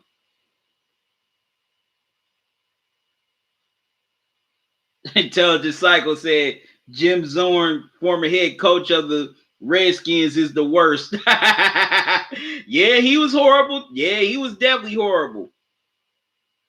Okay, Rick James. Okay, excuse me, Rick H. You said Raymond James Stadium is the favorite one you visit. Okay, cool.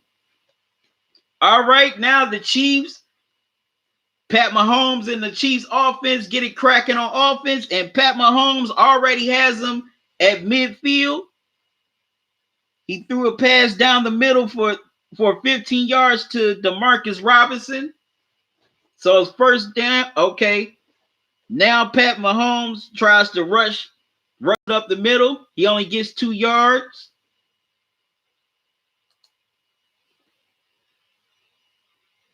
Okay, Rick H, I got you. You said Raymond James is your favorite stadium. Rick H, I'm sorry. I keep on. Rick James.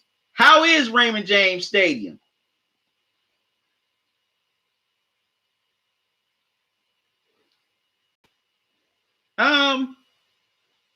Shoot, Tim Tebow can help definitely the Bears. He can also help. No, I'm not gonna say the Jets. I ain't ready to write off Sam Darnold yet. But Tim Tebow could definitely help some teams Steelers respect, but he could definitely help the Bears out.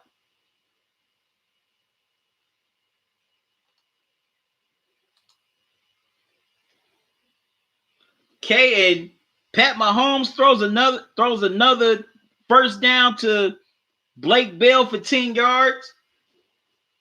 That's definitely a stadium I would love to visit, is Arrowhead. I would want to visit Soldier Field because mainly, I want to visit Soldier Field mainly because I have an affinity for Chicago. I love visiting Chicago. That is one of my favorite cities to visit. So, definitely next season, I hope I can go to Soldier Field for a game. Also, definitely will want to hit up, go to Green Bay and visit Lambeau Field because that's historic, that's iconic. Also, I would want to visit Heinz Field. Intelligent Cycle says Johnny Manziel was an attention seeker and overhyped to the fullest. Definitely agree on that. Definitely agree with you on that about Johnny Manziel, Intelligent Psycho. Okay, another stadium I wouldn't mind visiting.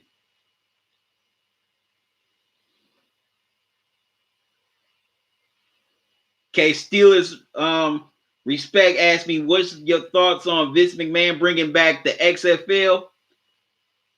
Actually, that's pretty interesting that he's bringing that back. Also XFL revolutionized a few things that's being used currently in the NFL, like the sky cam. Before that, you didn't see the sky cam, flying all around on the field. But Vince McMahon, revolutionized that. Also, revolutionized all the close-ups of the sidelines. Miking up coaches and players. So some of the stuff that was in the XFL is now being used in the NFL. Okay, Rick H., you said Raymond Jones Stadium has a great atmosphere, easy parking, easy to get around. Okay, any concession you can think of.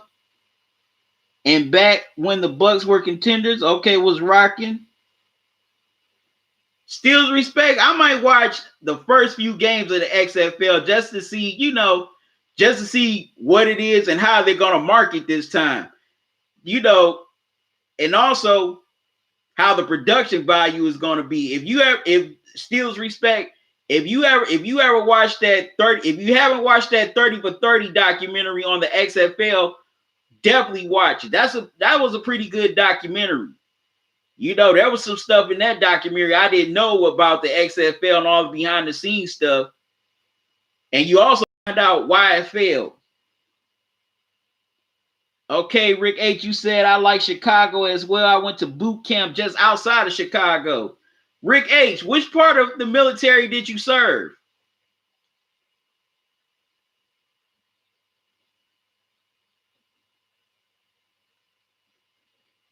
Yeah, I also heard that Steelers respect. I heard about Johnny playing, trying to play in the XFL. All right, the Chiefs keep driving down the field. As they're at the 22-yard line. Okay, Pat Mahomes threw an incomplete pass that was intended for Charvarius Ward. But the Chiefs are driving down the field quickly here in this first quarter. And they're trying to score. Intelligence Cycle, you said they all suck. Tebow, Bortles, Manziel, all the major praise and hype for those guys. I blame on Skip along with ESPN, and Stephen A takes blame for overhype of Manziel. Okay, Rick H., you served in the U.S. Navy, went to boot camp in Great Lakes, Illinois. Well, Rick H., thank you for your service. How long did you serve in the Navy? Okay, Steelers, respect. Do you watch Canadian football, the CFL? No, I haven't really sat down and watched any CFL games, Steelers respect.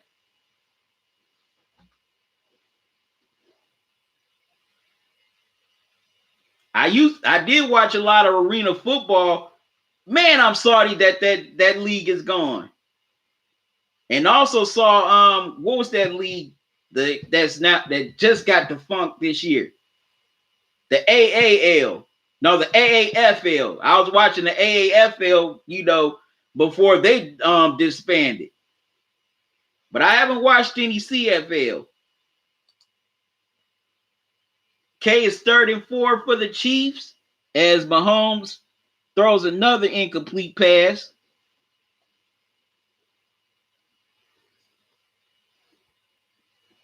Okay, so can the Chiefs keep the drive alive to get a first down to get into the end zone, or will they have to settle for a field goal?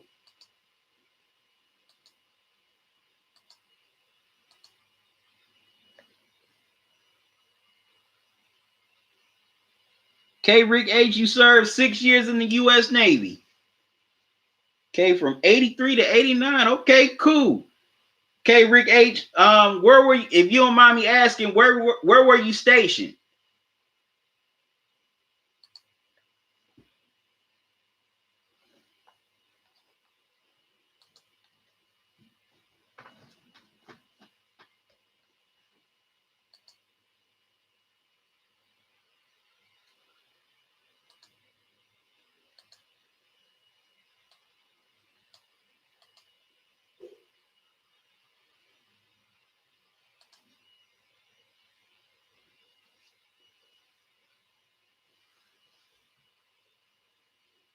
Okay, looks like the Chiefs called a timeout.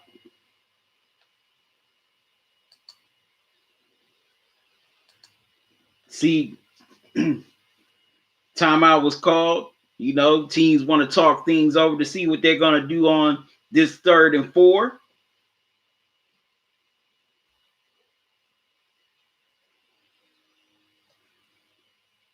Also, I wouldn't mind visiting. Of course, yeah, definitely would want to go to Gillette. Definitely would want to go to Gillette. Also, definitely want to visit the 49ers Stadium. I've always, I always wanted to visit Seattle Stadium as well. I always like that. I always like the whole look of Seattle, of the Seahawks Stadium.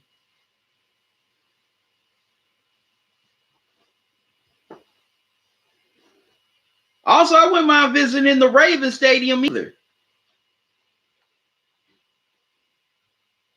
Up in Baltimore. So definitely gotta make some plans for next year to do that. To see which stadiums I want to visit. K Rick H, you said I went to A school in excuse me, Virginia, deployed in the USS out of Norfolk,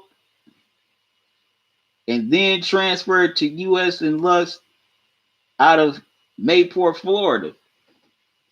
Now, that's pretty interesting, Rick H. That's very interesting. Okay, so the Chiefs are near the red zone. They're at the 12-yard line. And now they're trying to punch it in for the touchdown.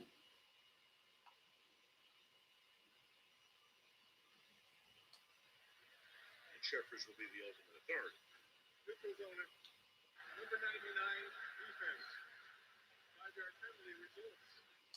And the Chiefs got the first down thanks to a neutral zone infraction on Lynch.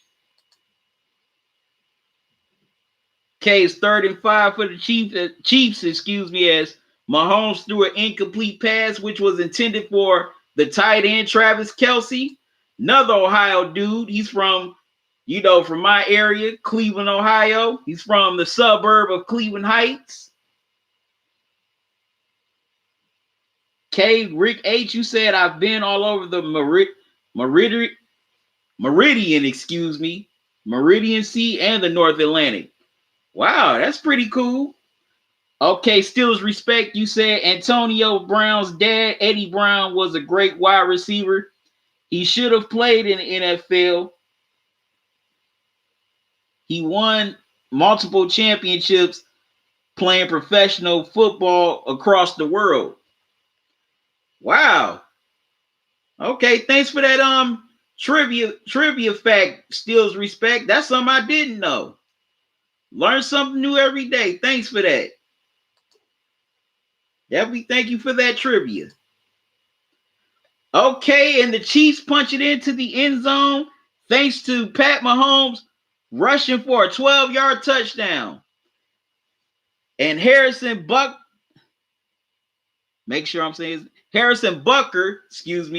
kicks the extra point, so the Chiefs draw first blood as they lead 7-0. And that was a real good touchdown drive engineered by the Chiefs. They held the ball for about a good 5 to 6 minutes on that drive. Okay, you also said you've been to France, Turkey, Italy, Spain, Greece, Lebanon, Holland, Germany, Switzerland, Pakistan, Afghanistan, and Bahrain. I hope I said that last country right. But yes, the Chiefs draw first blood and they lead 7-0 late in the first quarter.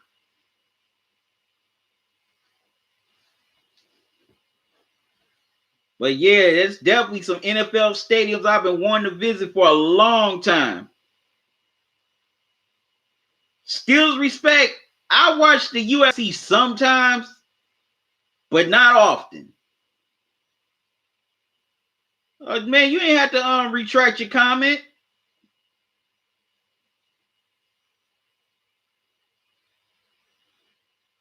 Yep, I don't watch the UFC very often. Steelers respect. I watch it sometimes, but not a whole lot.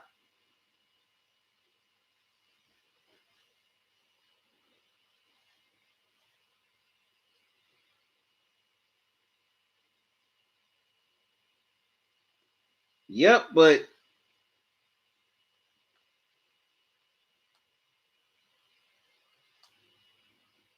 now let's see what the Bears are going to do on offense. Let's see how they respond.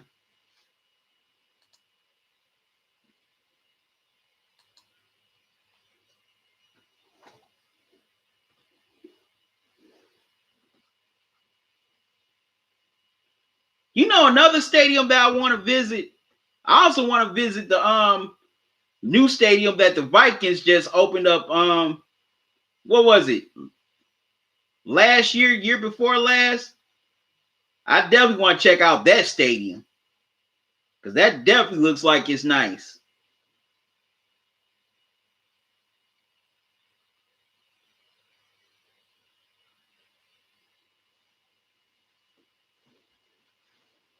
Claude Bishop, what's up, man? How you doing? Thanks for joining me.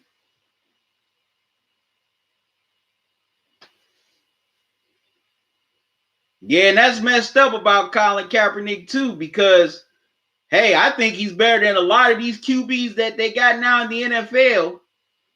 And he also showed in his workout video, you know, that he can still play.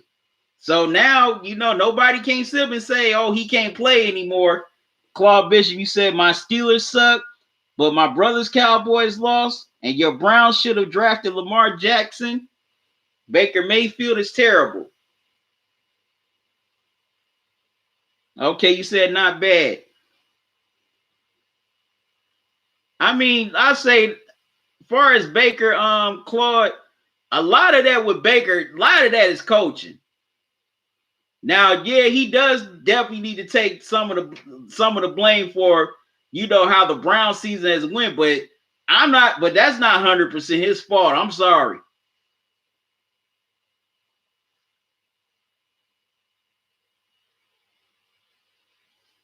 I think they definitely need to get rid of the coaching staff for the Browns, Claude Bishop.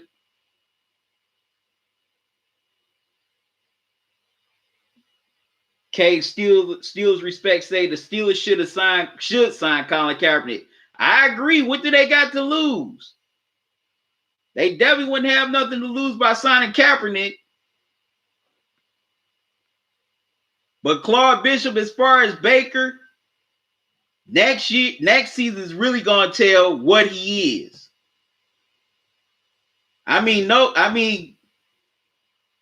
Give me a second. Let me get back to the game. Okay. The Bears, they're at the 20. They're on 3rd and 8. Okay, Mr. Trubisky threw an incomplete pass intended for Allen Robertson. So it's 3rd and 8 at the 20.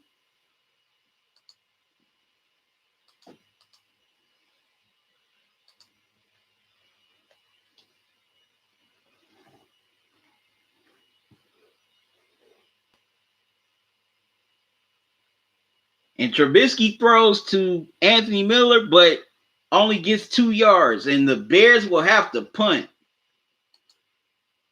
Another terrible offensive drive by the Bears. Now, Claude Bishop, back to you. You know, well, I always say this. Just about every quarterback does not come into their first or second year and just have success. Very, very few do.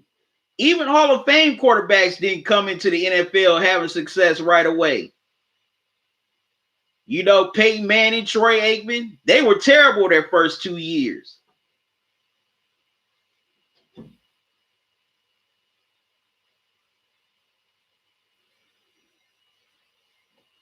Well, Rick H, yeah, of course he wasn't. He's not going to be near game ready because, I mean, he's been out of the league for about 3 or 4 years. Of course, you're not going to be game ready, but I mean, if he were to get with a team and he, you know, if the training staff, you know, works on his conditioning, also sets up his diet for him, you know, he would at least be about at least a good 70% game ready, you know, on opening day. Steelers respect says, Claude, you sound dumb. Colin Kaepernick is not better than Big Ben. Claude Bishop said what has done over the last 2 years.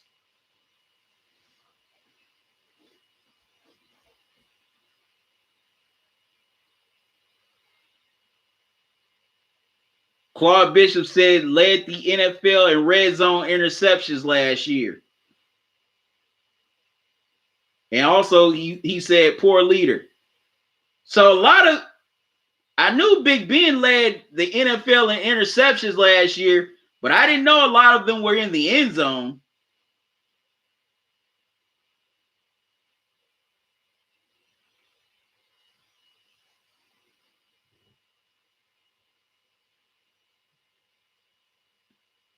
Okay, Steele's respect. Colin Kaepernick wasn't that good.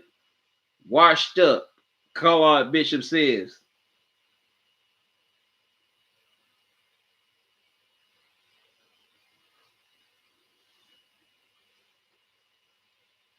Okay, Claude Bishop said terrible in 2 games this year. Steele's respect. And Colin Kaepernick's defense, that dude had no talent around him. He didn't have no pretty. Yeah, I ain't talking about superstar wide receivers. Kaepernick didn't even have pretty good wide receivers or even just good wide receivers. If he would have even remotely had that, then he would have been all right. Plus, the coach he had in his last year, that coach was terrible. Now, he definitely should be on the worst coach of all time list, in my opinion.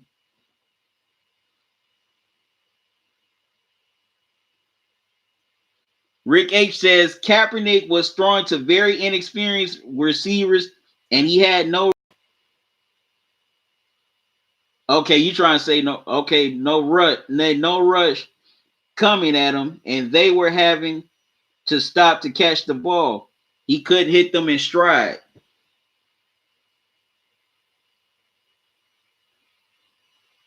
Steelers respect Big Ben is way better than Colin Kaepernick.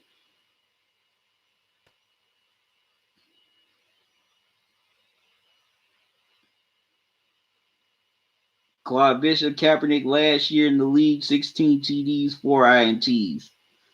Okay, Rick H., you were referring to not hitting wide receivers in stride at his workout. Well, of course he's not gonna hit him in stride right away, like I said. I mean, he's been out. I mean, he hasn't played a game in a few years, so of course he's gonna be a little rusty. But say if he would have got signed to a team, with the off season and whatnot, he would have had a chance to, work on that, especially if he had the right coaching staff around him.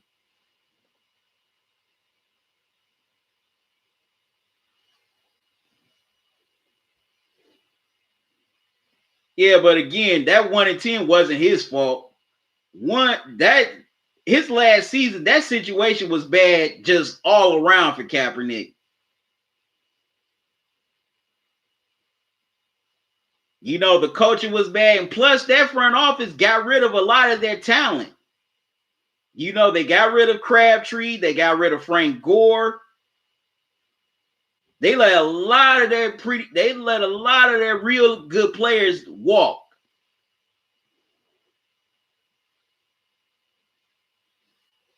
So I don't put all that on Colin Kaepernick. All right, now the Chiefs get it back, and they're driving down the field once again. It's 1st and 10 at the 48-yard line. Okay, Pat Mahomes threw an incomplete pass, but the Chiefs got flagged for a penalty. Damian Williams rushed for about a 6-yard gain, so 2nd and 4 at the 46-yard line.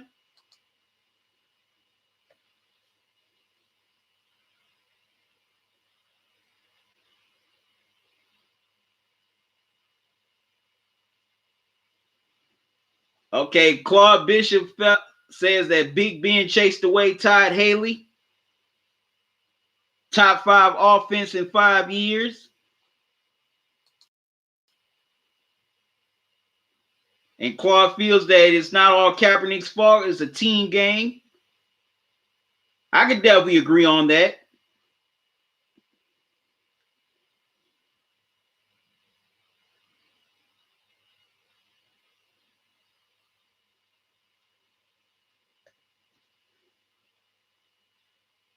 Okay, so Claude Bishop feels that Colin Kaepernick is better than Big Ben, and Rick H and Steelers Respect feel that no, he isn't. I think Colin Kaepernick is a pretty solid quarterback. He's a pretty good quarterback. He may not be a superstar quarterback, but I definitely think he could definitely help teams win. I mean, come on, this man did go to 2 NFC championship games and a Super Bowl. And I know people are going to say, well, you know, he got there because he had a great defense. Well, hell, Trent Dilfer is the worst QB to ever win a Super Bowl. You know, nobody don't ever say that he only won a Super Bowl because he had a great defense to back him up. As a matter of fact, I've always felt this way. Whoever was the offensive line, whoever was on that offensive line in 2000 when they won the Super Bowl, everybody on that team should be in the Hall of Fame for protecting his sorry behind.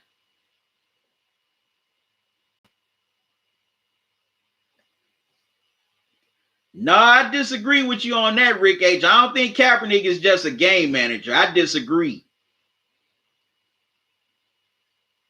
And Claude Bishop feels that Big Ben is a horrible, terrible leader who is not accountable for his own actions.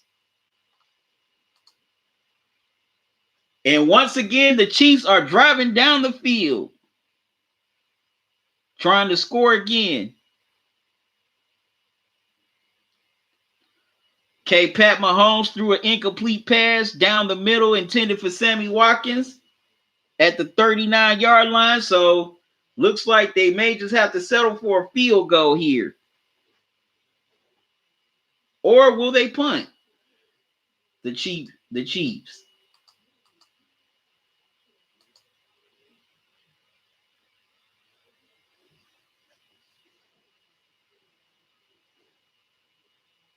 Yeah, but there's a lot of QBs that's playing in the NFL that are way worse than Colin Kaepernick. Prime example, Blake Bortles. That dude is garbage, and he still has an NFL deal.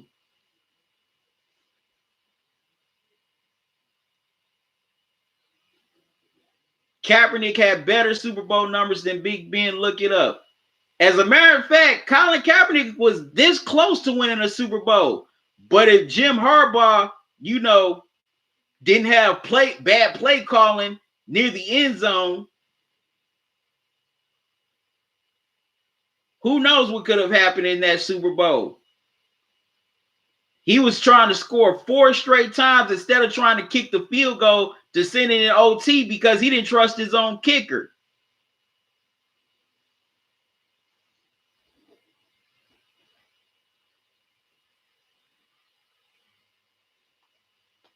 Yep, that's why Colin Kaepernick lost Steelers Respect. It was because of Jim Harbaugh that he lost, not because he lost, not because of him. I never blamed Colin Kaepernick for losing that Super Bowl. That was on Jim Harbaugh. Jim Harbaugh should have went for the field goal to tie to send it into overtime, but instead he kept on trying to score 4 straight times in the end zone.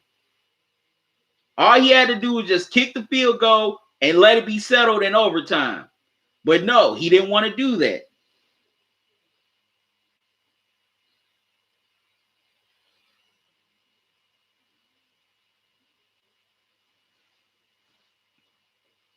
Okay, Rick H says, I'm not a Steelers fan or a fan of Kaepernick. I'm just a guy who played and coached football on 4 levels for many years before and after my military service. I call it like I see it. Like I said, there are a lot of worse quarterbacks there's a lot. You could do a lot worse outside of Kaepernick.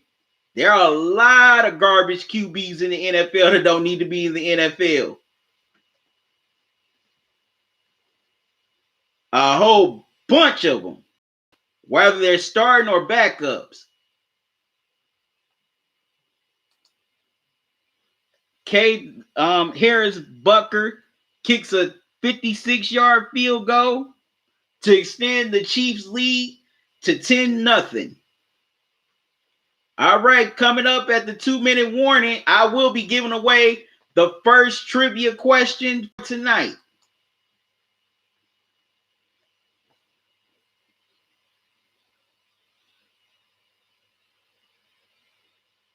Okay, Rick H says, I'm 55 years old and feel every bit of it. All right, 55. All right, go ahead, Rick. Okay, Steelers Respect said Cam was great in 2011. Claude Bishop said you missed Colin Kaepernick's message, police brutality, of why he was kneeling. And also, the whole kneeling for the anthem, kneeling during the anthem, to me, a lot of people blew that out of proportion. That's the most peaceful thing you can do. It's not like he burned the flag or anything. And also, the NFL did a crappy job of handling the whole situation. What Roger Goodell and the whole media relations staff should have done, they should have put out, an email to NBC, CBS, excuse me, ESPN, and said, do not show players kneeling during the national anthem. If they would have done that, then there wouldn't have been any controversy or backlash. NFL did that. That's the NFL's fault because they didn't handle it right. When it comes to situations like this or any crimes NFL players do, Roger Goodell has done a terrible job of handling those situations as commissioner, in my opinion.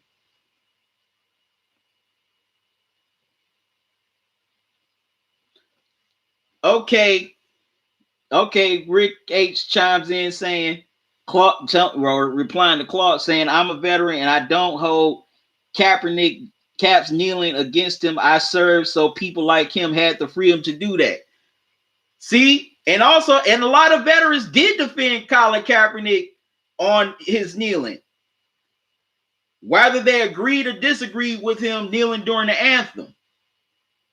Most veterans supported Kaepernick, kneeling over police brutality, and there were some vets who disagreed with them kneeling during the anthem, but they also said, hey, he has a right to do it. I fought for him to do that. Well, so he can have that right, excuse me.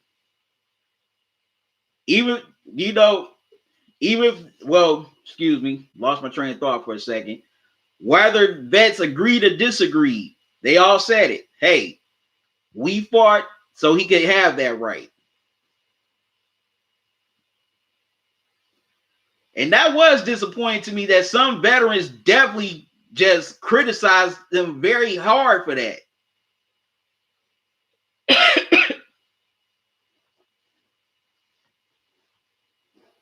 Because that's how I looked at it. I said, well, didn't y'all fight for that right, for him to have that right?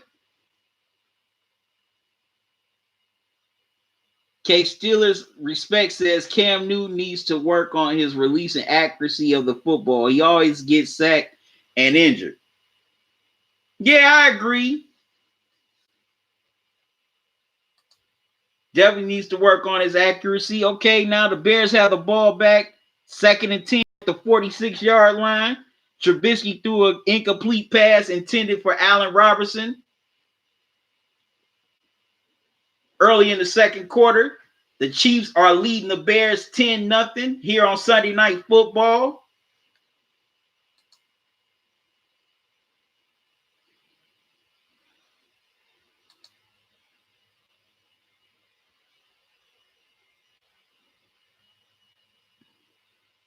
Okay, they give it to David Montgomery. He rushes it for 1-yard gain. Okay, Claude Bishop says he wished Cam Newton was on the Steelers. Well, Intelligent Psycho, there was a debate here on Colin Kaepernick, whether he should, be picked up by an NFL team. A couple of the fellas here said that he shouldn't, but Claude Bishop, he defended, saying why Colin Kaepernick should be picked up by an NFL team.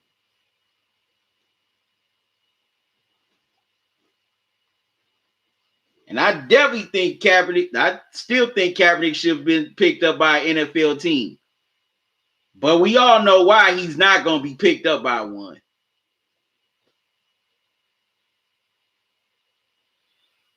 Claude Bishop says Cam won MVP in the league. Ben never came close.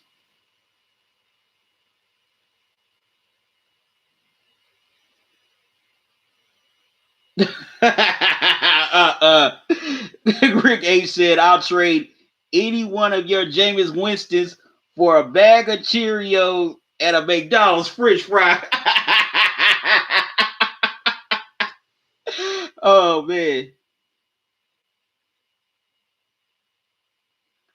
Okay, Tell This Cycle said, no issue with him kneeling at all. My thing is the effect, the plan after him kneeling. Where's the end goal?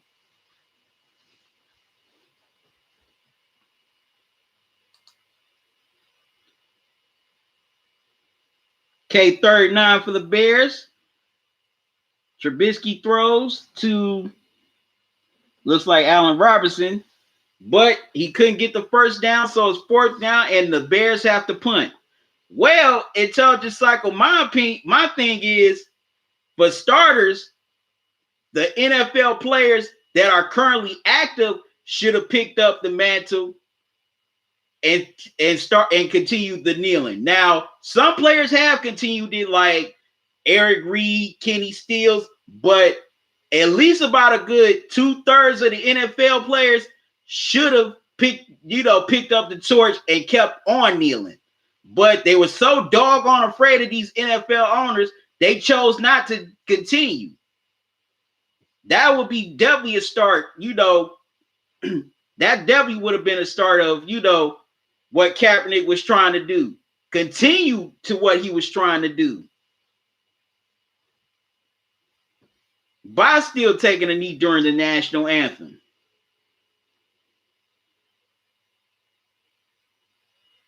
Okay, Stills respect. Colin Kaepernick should be signed.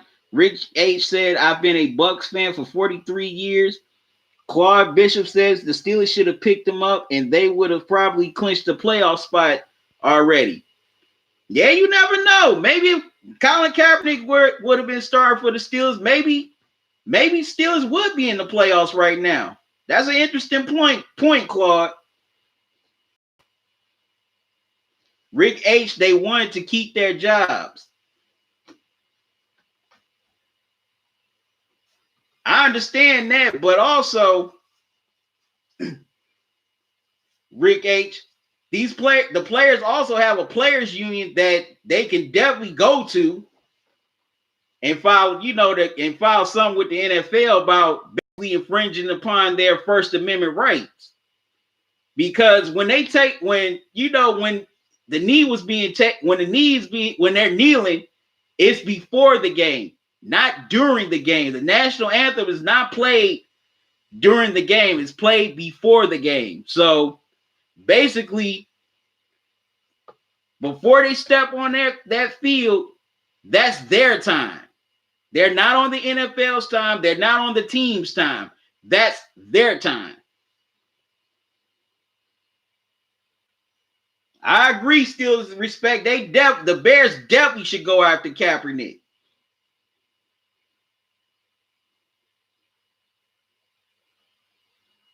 Wow, Claude Bishop says hopefully the Bucks trade for Big Ben since Bruce Arians the coach down there. Nah, I don't think the Steelers are gonna trade Big Ben, Bruce. I mean, Claude, I'm sorry. Okay, Bucks are franchise tagging Winston next year and keeping him, unfortunately. Wow. Wow, Rick H. I thought they would get rid of Jameis Winston.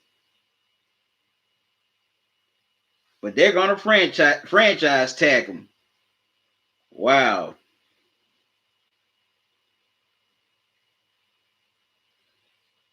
Claude Bishop said Mason Rudolph and Duck Hodges are terrible. So is Big Ben.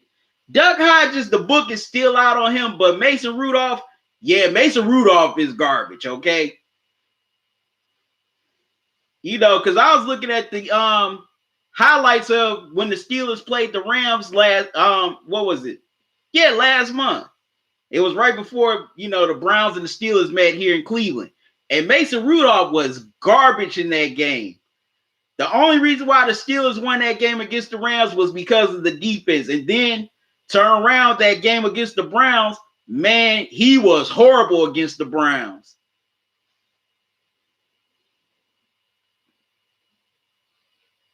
Okay, Carl Bishop said we need a QB bad.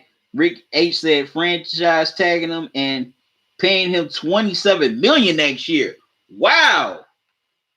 Jameis Winston is gonna get that type of money next year. Wow. For a franchise tag? Unbelievable.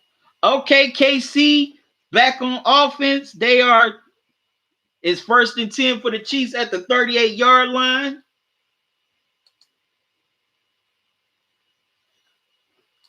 As they lead it 10-0. Pat Mahomes completed a pass to Tyreek Hill for 13 yards.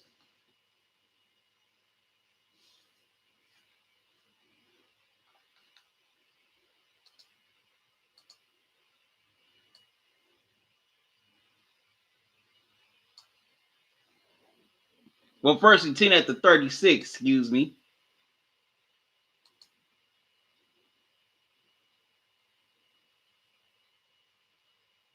Yeah, I know, Rick H. That is the pay for a franchise QB.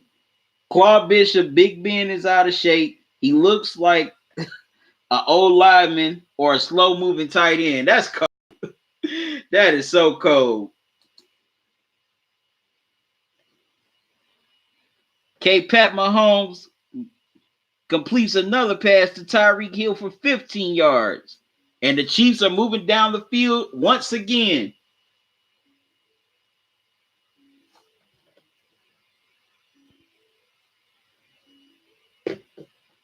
Now 2nd and 9 as Mahomes threw a pass to Travis Kelce, but Kelce could only get 1 yard. Steelers respect. Do you think the Patriots are going back to the Super Bowl? I mean, it's a possibility they can because they do have the defense, but I have questions about that offense. If they could be competent offensively in the playoffs, they have a pretty good chance of going back to the Super Bowl.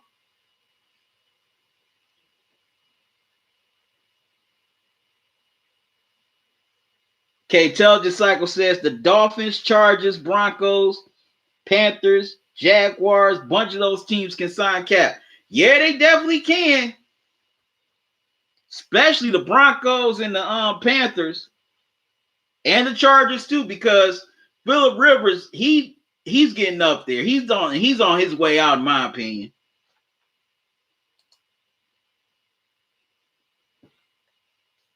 Okay, 2nd and 9 at the 48-yard line for the Chiefs.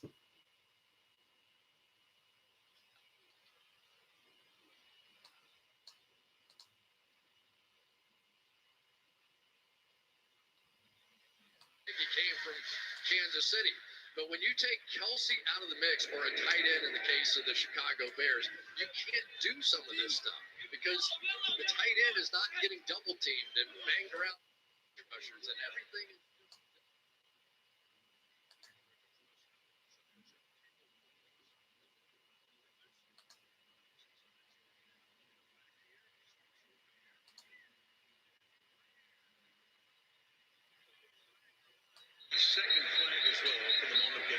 Okay, Spencer Ware rushes up the middle for a 1st down, but there's a flag on the play. And already the Chiefs are moving back, which is a fairly decent indication as to who this will be called against.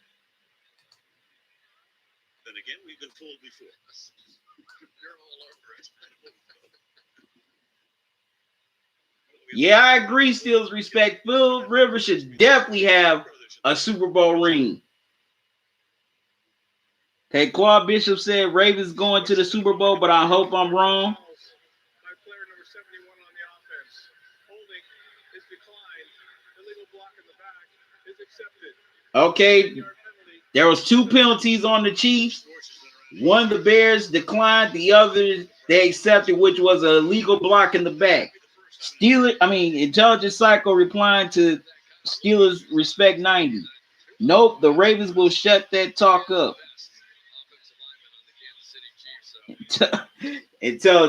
Claude Bishop says Intelligence Cycle forgot about the Steelers signing Colin Kaepernick. All right, coming up shortly, I will be giving away, I will be reading the first question of the night, 2nd and 19. They throw it to Sammy Watkins, and he gets about a good 5 or 6 yards, but another flag is thrown on the play.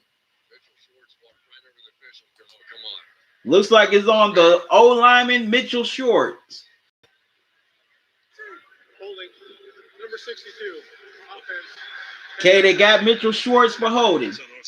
No, Austin Wright, excuse me. Austin Ryder. Okay, Steelers 90 says, I hope the Patriots go back to the Super Bowl to piss off Ravens fans. Claude Bishop says, Rivers has always been terrible in the playoffs. So Steelers respect, you like me. You don't like Ravens fans either.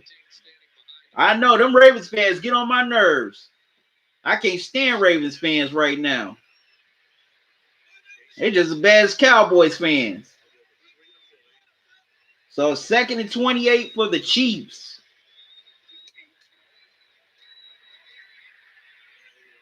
Wow. Okay. Pat Mahomes gets it to Damian Williams as he eludes the sack. Looks like he only got about a good 8. Well, Damian Williams only got an 8-yard run, so it's 3rd and 16 for the Chiefs. Intelligence Cycle said that Claude Steelers need a bunch of help on the offensive end. Rick H says this year it's the Niners fans getting on my nerves. Why you say the Niners fans are getting on your nerves, Rick H? Okay, 3rd and 16 for the Chiefs. Okay, flag is down once again.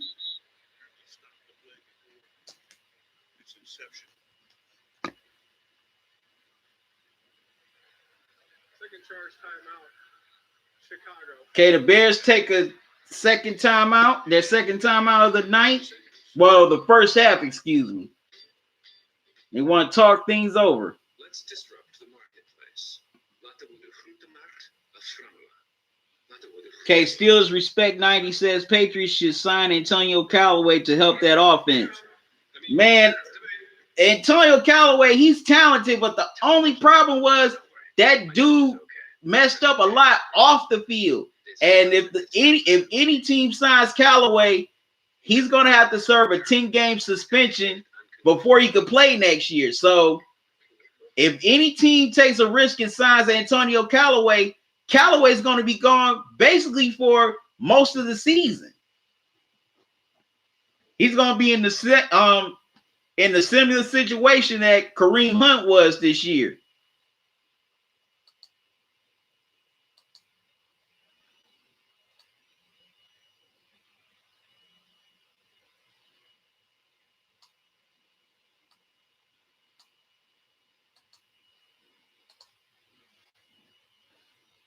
Okay, Rick H said because last year when the Niners were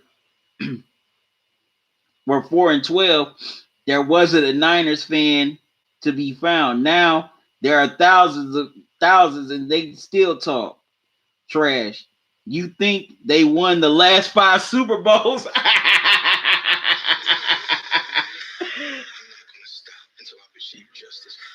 You mean Oh yeah. Yeah, I know. Yeah, I ran across some 49ers YouTubers. And they've definitely been talking mad trash.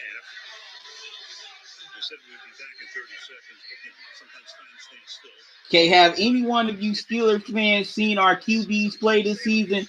That's including Big Ben. Realistically, say Cap wouldn't be better than that product. Stop kidding yourselves.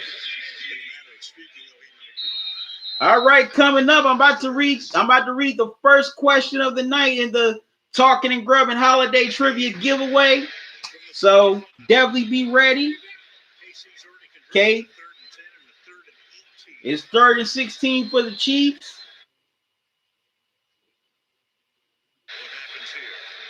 Okay, Mahomes dancing, throws,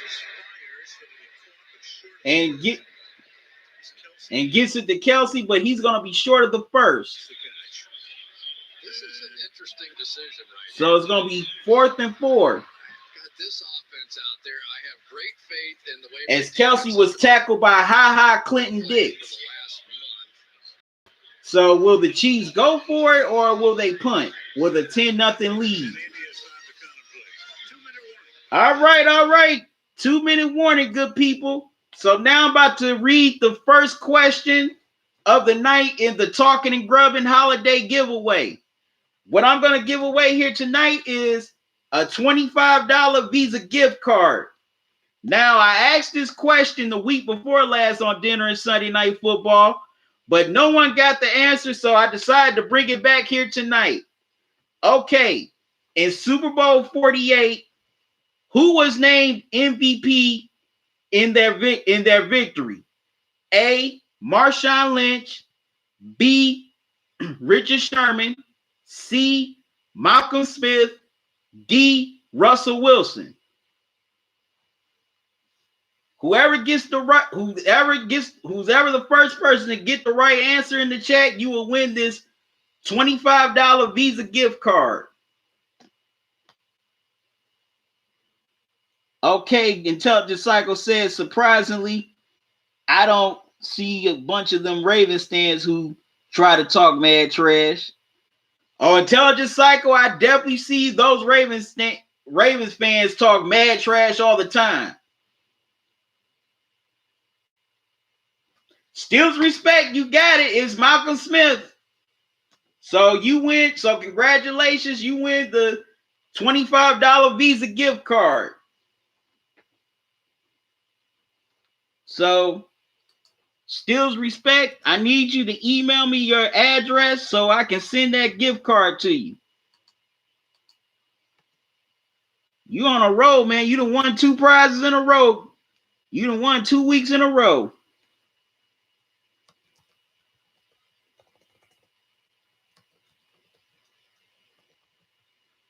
Yes, it was Malcolm Smith that Claude Bishop, you too late, man. Stills respect beat you to it. So it was Malcolm Smith that won MVP of Super Bowl 48.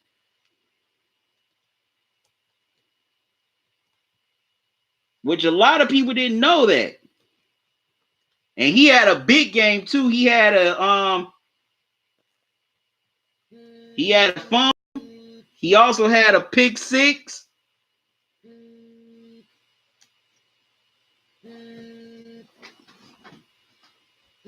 And he also had some tackles in that game. So he came up big. He was one of the main reasons why that Seahawks, a big factor why the Seahawks dominated in that Super Bowl. But the next trivia question will be read at the 3rd minute mark, in the 3rd quarter. The next question that I read, the next trivia question that I read in the 3rd quarter. And the final question of the night will be read in the 4th quarter. But congratulations to Stills Respect again for winning the $25 Visa gift card. So that's 2 weeks in a row that he's won. So y'all, but to the others, Don't feel bad. You still got a chance to win 2 prizes here tonight in this final Talking and Grubbin holiday giveaway.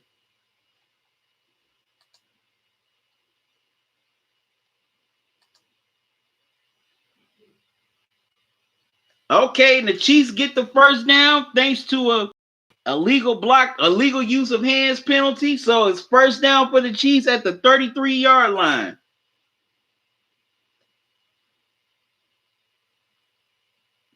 Claude Bishop, man, you still got a chance to win 2 more prizes here tonight.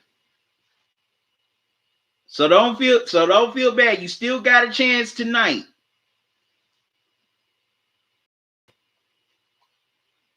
So the Chiefs keep the drive alive.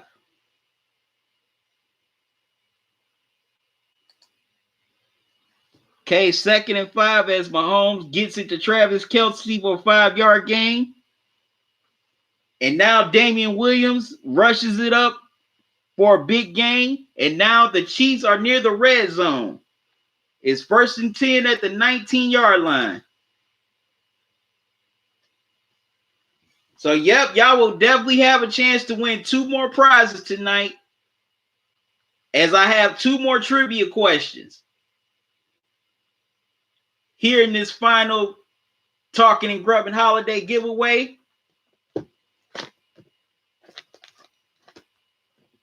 I've definitely enjoyed giving away these prizes to y'all.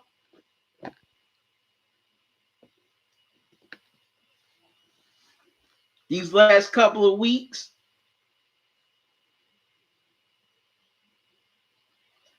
Claude Bishop, I was grubbing on some of these snowflake Cheetos earlier. But I'm about to get some dessert soon. So I'm going to go pick that. So I'm going to be picking that up in a minute.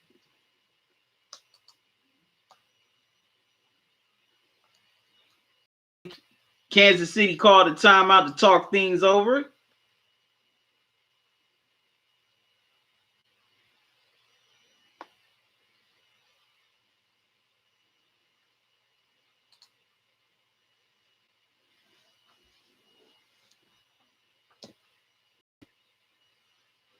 And also, well, at halftime of this game, I also want to, this is dinner to Sunday Night Football. We got the college football playoffs coming up this weekend. We're going to see who finally is going to play in the national championship in New Orleans. So at halftime, I want y'all to give y'all takes on both games. Because I plan on working on, preview videos for both games. Hopefully sometime this week. Steelers respect. I haven't checked my emails yet. I'll check your email in a little while.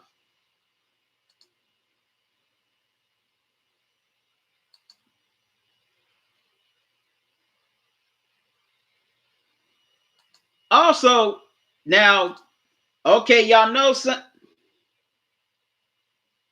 Okay, Rick H, you say it's gonna be LSU versus Clemson in the championship. Okay, Rick H, why do you feel that way? Why do you think it's gonna be LSU and Clemson?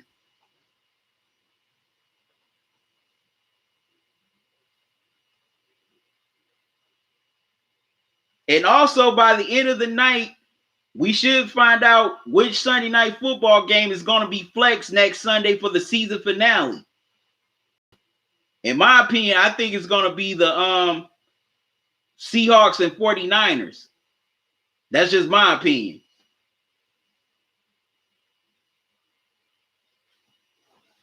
I could be wrong. Could be another game that gets flexed, but I bet my last dollar is going to be the Seahawks and 49ers. That's just my opinion. But I could be wrong.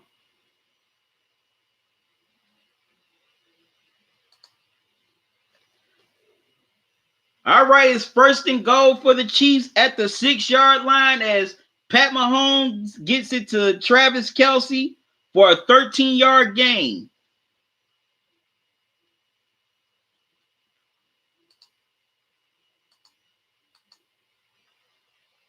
And Mahomes gets it to Travis Kelce for the touchdown, and the Chiefs extend their lead to 16-0. Wow.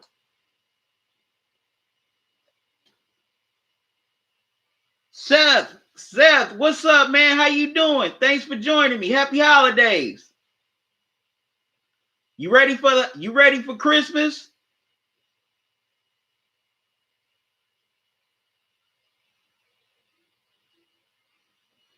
Okay, Rick H, you feel Ohio State is overrated. They haven't played anyone. The ranked teams they played were fluff to improve Ohio State's strength of schedule. Well, hell, we can say that Clemson ain't played nobody. The ACC is weak. Claude Bishop says it's the year of the Buckeyes. We could definitely say that about Clemson. Clemson never plays anybody.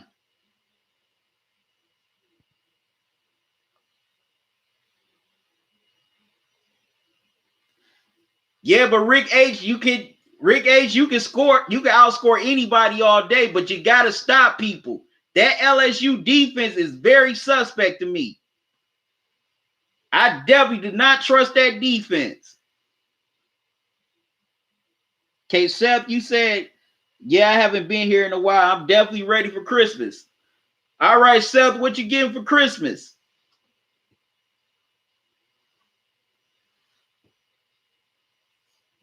And plus, some of those teams that LSU beat to me were overhyped, like Georgia. Georgia to me was always an overhyped team. It seemed like the committee only put Georgia in the top 4 because they wanted 2 SEC teams in the playoffs again.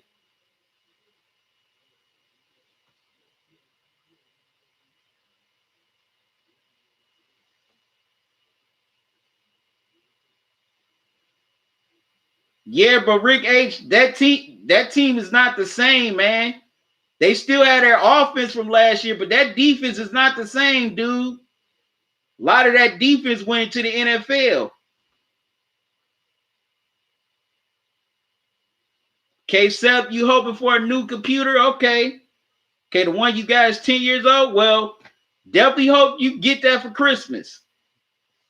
Definitely hope you get that computer for Christmas.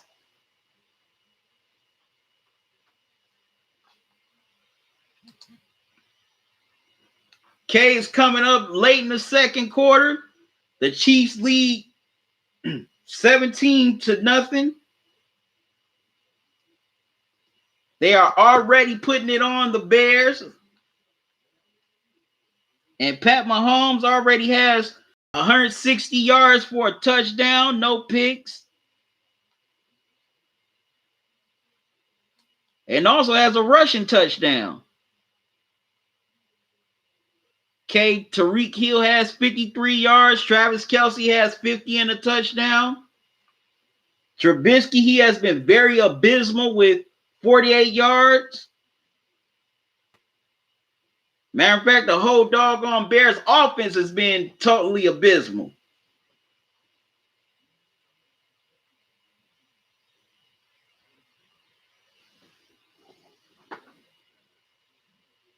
Yeah, they definitely agree. Claude Bishop, they could have had either Mahomes or Deshaun Watson. But they moved all the way up to get Trubisky. Unbelievable. Okay, Rick H says that LSU beat Georgia, Alabama. But to me, they weren't one. Alabama is not good this year. I'm sorry.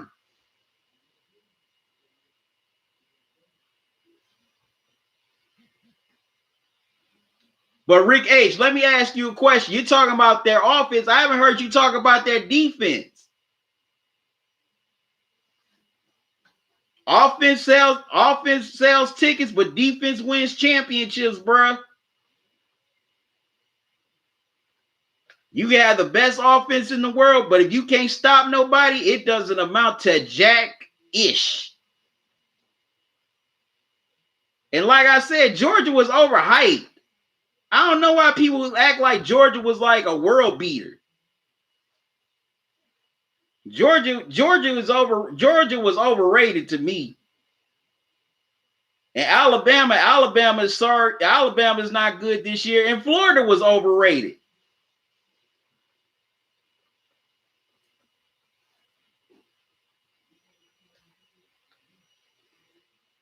And also, Ohio State had a better winning percentage against top 25 teams.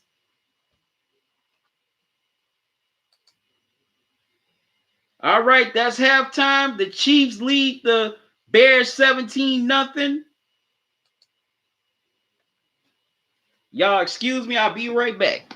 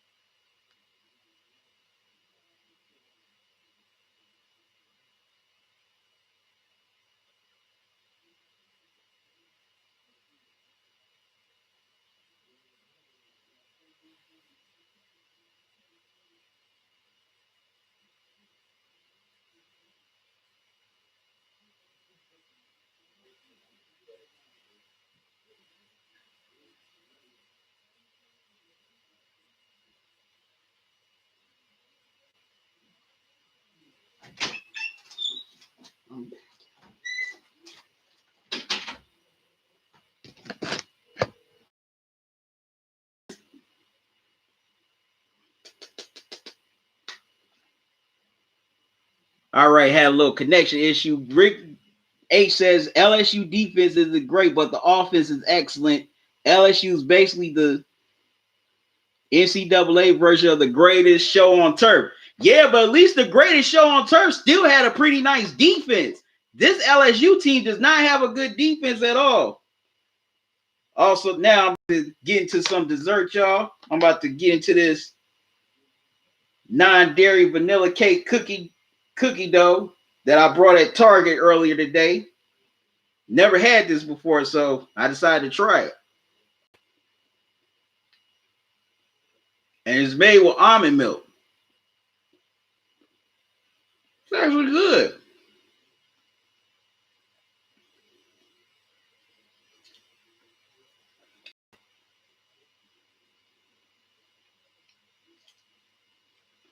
But yeah, Rick H, I can't. I'm sorry. That's the only thing that makes me have reservations about LSU is their defense.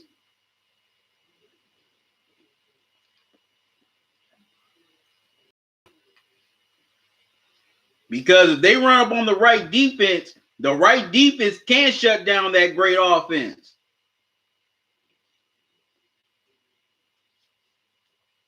Matter of fact, in the national championship game a few years ago, Ohio State's defense shut down that high potent Oregon offense. And they were moving and grooving all year.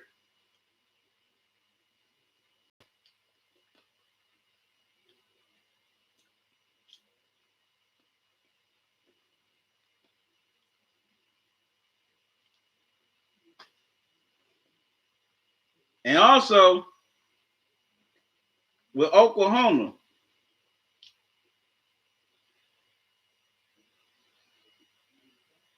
I have questions about their defense as well.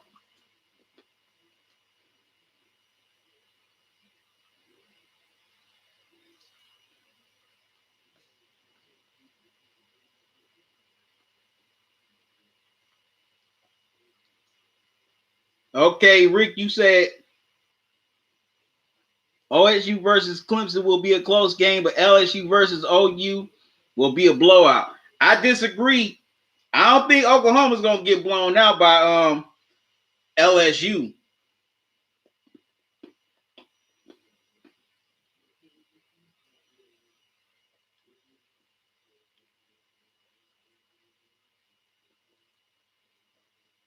Definitely don't think that's gonna be a blowout.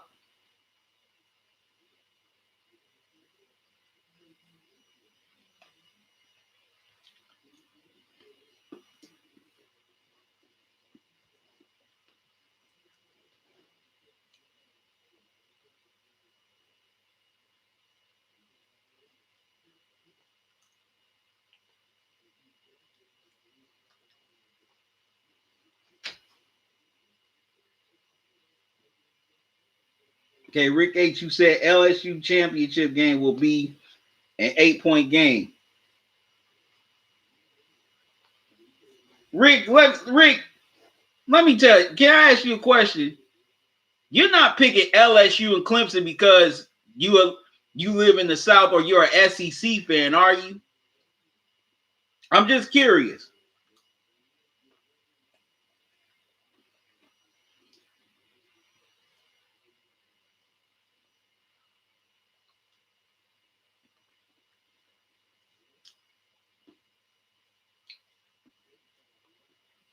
Now, my take on this first half with the Chiefs and Bears, the Bears cannot sustain no doggone offense to save their life. They can't manufacture, any kind of drives.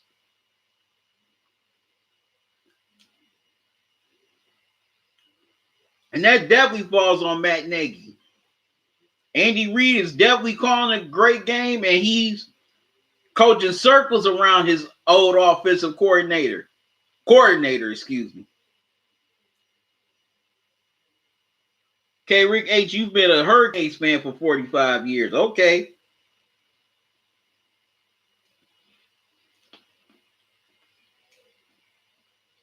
Okay, you hate SEC teams and you hate Clemson. Okay, well, since you're a Hurricanes fan, Claude says, brother, you're getting it in. This is actually some good ice cream. This is my first time trying this. Yeah, they had on sale at Target. Or as the rich people say, Target. But Rick H, I got a question for you also, since you're a Hurricanes fan. Do you feel the Hurricanes were robbed in that 2003 national championship game against Ohio State?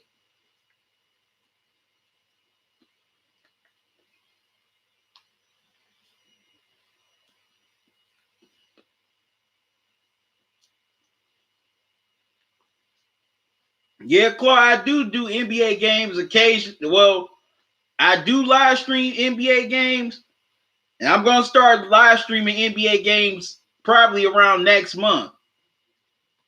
Because I definitely want to live stream some of the ABC Saturday primetime games.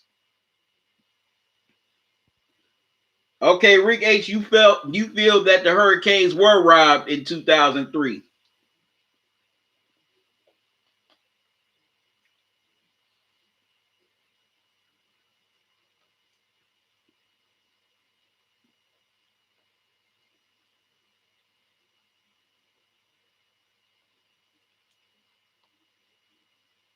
Do you think that no call put a lid on the Hurricanes' national championship contention?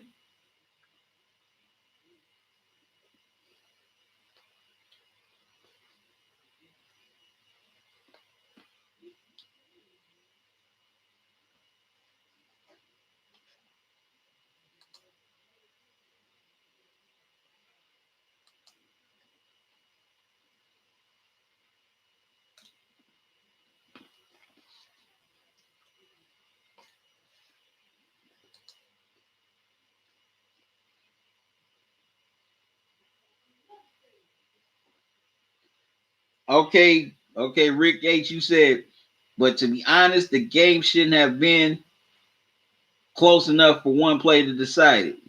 Still is respect. Yo. Okay, Rick H says, I missed the last question. What was it again? My wife was talking to. Okay. Do you think the no call, well, the pass interference call against the Hurricanes, do you think that put a lid on the Hurricanes championship hopes going forward?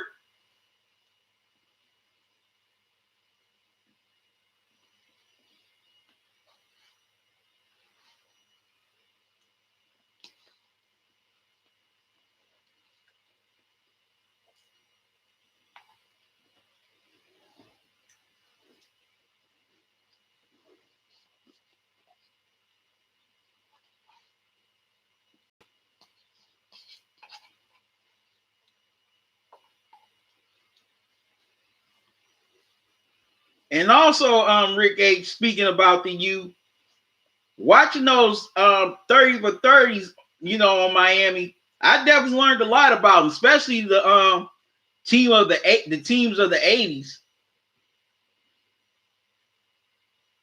Okay, you said not really. There were a lot of other factors.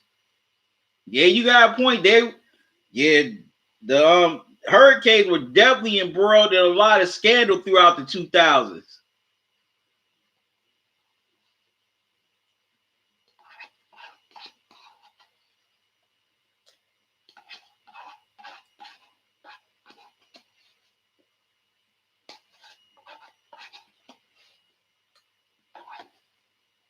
Man, that ice cream was good. When I go back to try, I'm gonna have to get some more of that ice cream. That ice cream was good. Very good.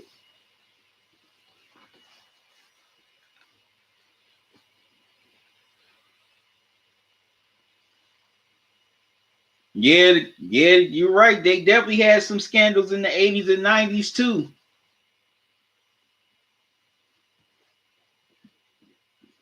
Of course, excuse me, was always a scandal within college sports is players taking money, which in a roundabout way, I can't blame players taking money from boosters and rich donors because the NCAA doesn't let them have jobs.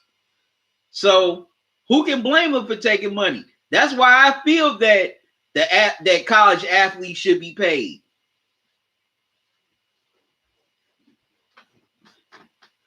The NCAA does not want to pay college athletes, but come on.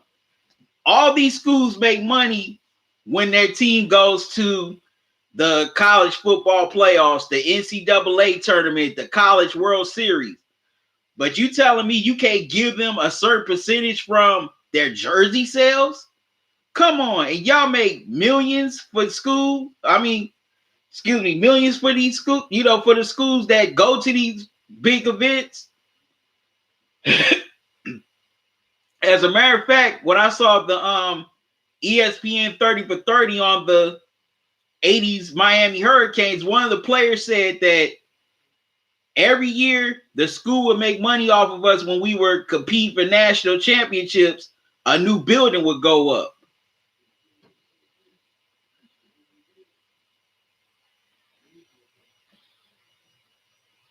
Yeah, I know they were never busted for taking money. And it was always drugs and recruiting issues. But, I was just referring to the documentary about the 80s Hurricanes where they interviewed one of the players who had a kid at that time, around that time, saying that he had no money to take care of his son. So he had to take money from boosters and, people on the street, that were offering money just so he could support his son. Now, that shouldn't be that way. If if you're a college athlete and you have a kid, let alone yourself to support, no way that man should have been in that position to where he could not support his son. Okay, Claude Bishop, you said it cost them the game and it was the worst call in college football history, but I hate Miami. Okay, Rick H said in the 90s, NCAA teams were getting $12 million for going to a top 5 bowl game. Yeah, you're right. Now, okay, the college football playoffs is this weekend. Okay, we got LSU, Ohio State, Clemson, and Oklahoma. Just imagine how much money that all 4 of those teams are going to get for just being in these college football playoffs this weekend. And imagine how much more they're going to get. Well, which 2 schools is going to get more money for going to the national championship game?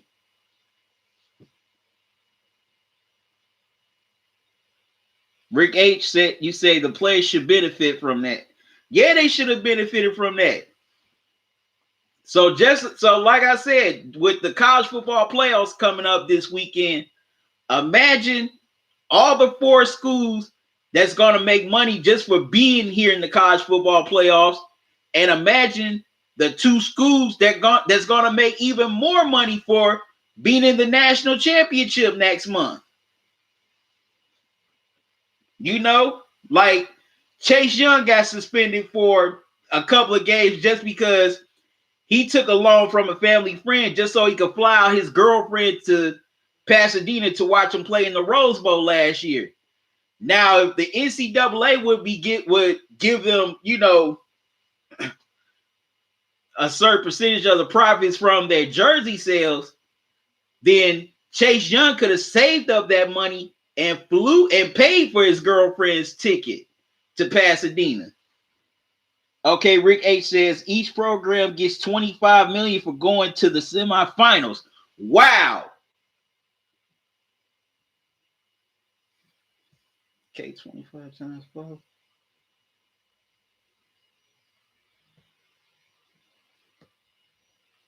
So this weekend, these 4 schools are going to make $80 million total from going to from just being in the college football playoffs semifinals round.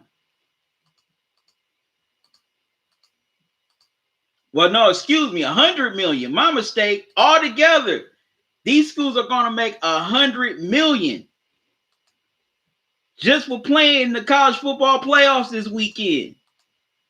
Altogether, $25 million apiece.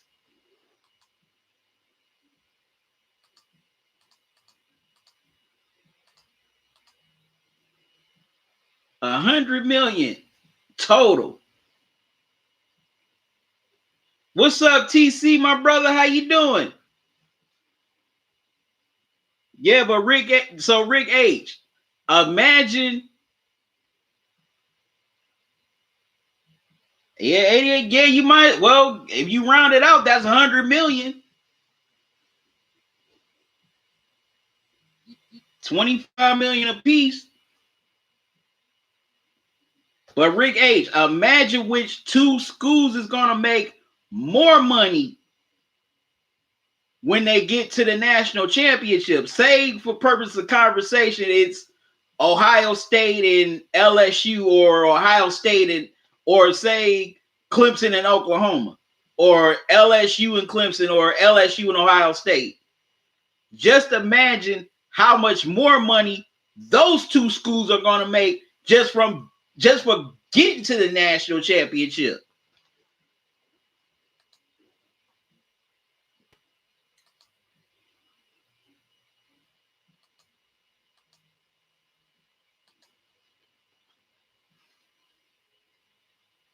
Rick H, is $22 million for each school going to the national championship game?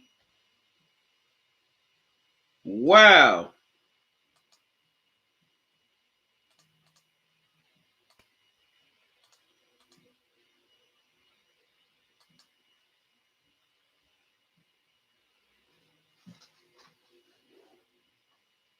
But they can at least give players a stipend of from the jersey sales. Come on now, they can at least give them a stipend.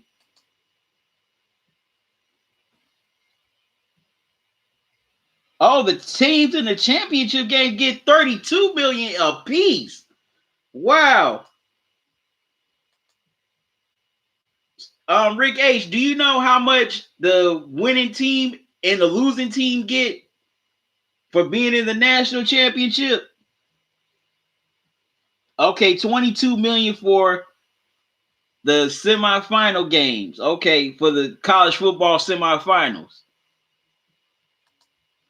I'm gonna have to look that up to see if there's a winning share and a losing share, or do those teams get that just get that money just for going to the national championship? They get all that money, but you telling me you can at least give the players like a little stipend of their own jersey sales, their name, their likeness is on the on the school gear, but you can't give them at least that much. Work to do eager to get to that weight to keep competing. Also a long way to go.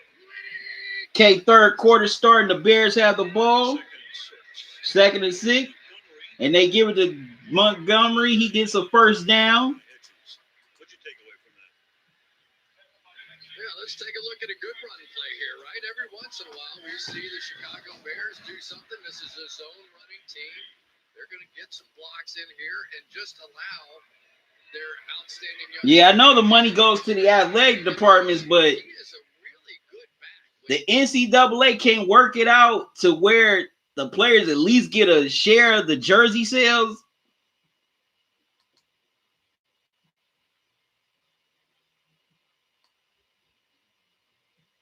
That's just horrible.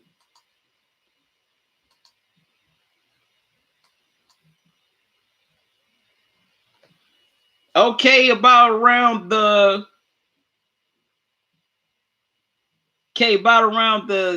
6:30 mark, I will be giving the second question of the night in the Talkin and Grubbin holiday giveaway. Y'all stay tuned for that.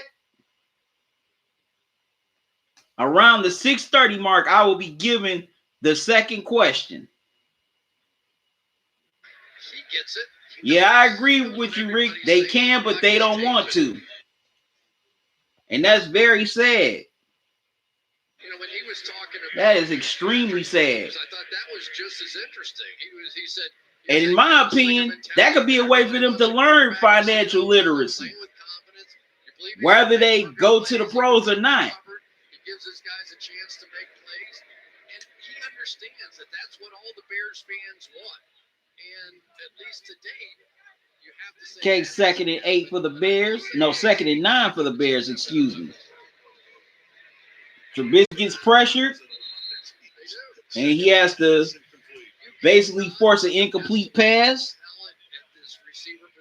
Okay, Rick, you said that's how Texas A&M can pay Jimbo Fisher $10 million a year to coach. That's another thing. All these coaches get buku contracts. Like, okay, Nick Saban, for example. I know Nick Saban has made at least between 75 to 90 million while being at Alabama. I can guarantee that he's made that much money. Heck, it's probably even more.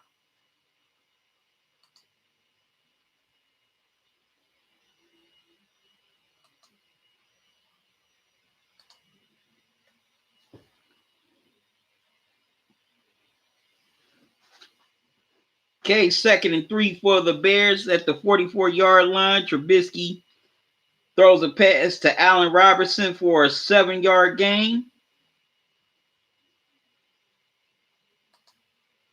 49ers got Garoppolo, so maybe. Always a little mystery that played to the 49ers' favor. Watch this play here by Allen Robinson. Just the release off. Yeah, Clemson pays Dabo Sweeney $12 million a year. Well, of course, Bama ain't gonna disclose how much they pay Nick Saban, but I know it's a buku contract. I can tell you that much. I know they're paying Nick Saban a hell of a lot of money, especially with all the success he's had over the last 10 years at Alabama. So I know Nick Saban is getting paid a lot of loot. Nick Saban has mad paper.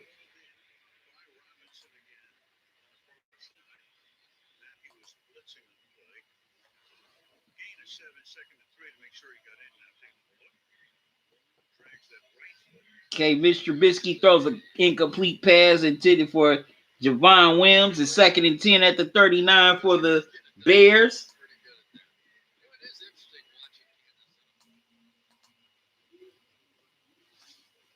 Yep, you cannot tell me that Alabama didn't give Nick Saban a handsome contract.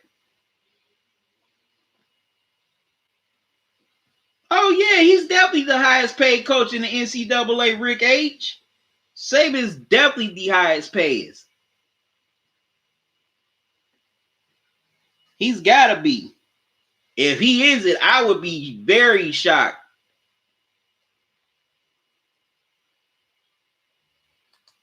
I would definitely be shocked by that.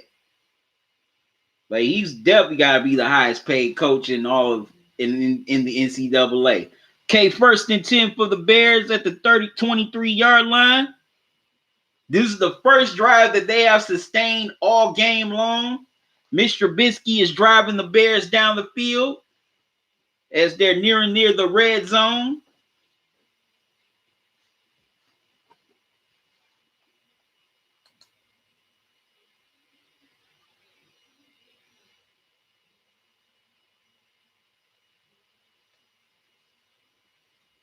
Yeah, but man, the NCAA does not treat their athletes right.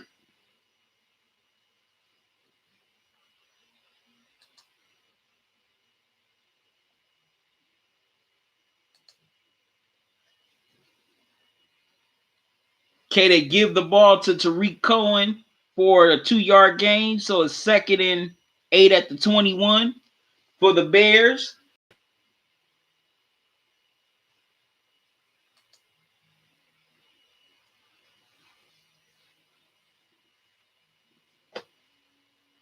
Yeah, but man, that's just, man, I still can't get over that. Excuse me. Man, I hope I'm not coming down with a cold. Because if I am next for the season finale on during Sunday Night Football next Sunday, I'm gonna be sitting up here grubbing on some Progresso chicken noodle soup. They drinking some Theraflu. Steelers respect 90. Mitchell is trash. Okay, 2nd and goal for the Bears at the 5-yard line. They gave it to David Montgomery on first and goal, but no gain. Yeah, Mr. Trubisky has definitely been terrible. Steelers respect. He has not played good at all this season. FJ, what's up, man? How you doing?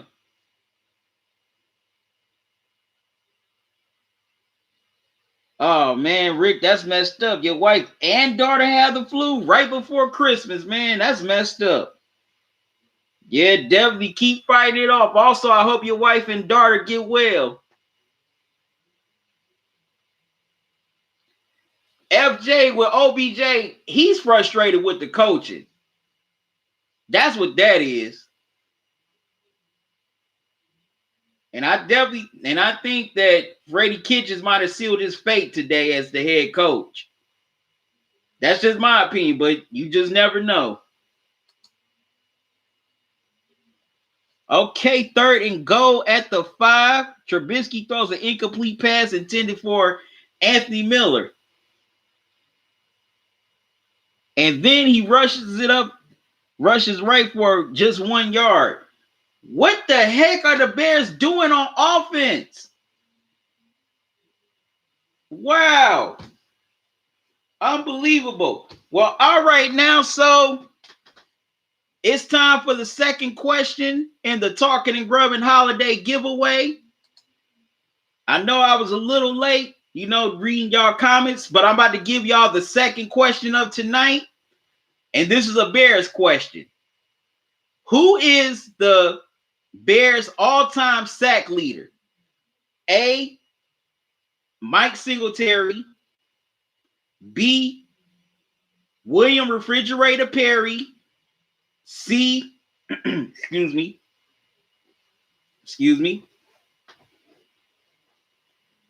C, Ron Rivera. Yes, Ron Rivera, who just got fired by the Carolina Panthers. He was on that 85 Bears team. Or D, Richard Dent. Who is the Bears all-time sack leader? A, Mike Singletary. B, William Refrigerator Perry. C, Ron Rivera. Or D, Richard Dent. If you get that, if whoever responds to the chat with the first person gets the correct answer, you win a $50 Amazon gift card. Steals respect, man. Steals respect. You cannot. No, you can't. I told you the rules. You cannot. If you already win here tonight, you cannot eat anymore tonight. So Rick H, congratulations. You got it right. It's Richard Dent. Richard Dent is the all-time sack leader in Bears history, and he was also the Super Bowl MVP in Super Bowl 20 against the Patriots. So Richard Dent, you win a $50 Amazon e-gift card, and also you get a Talkin and Grubbin t-shirt. So I need you to email me your information, your email address, and also your shirt size. So, yep, you win a Talkin and Grubbin t-shirt, and you also win the Amazon e-gift card. Well, $50 e-gift card. Congratulations.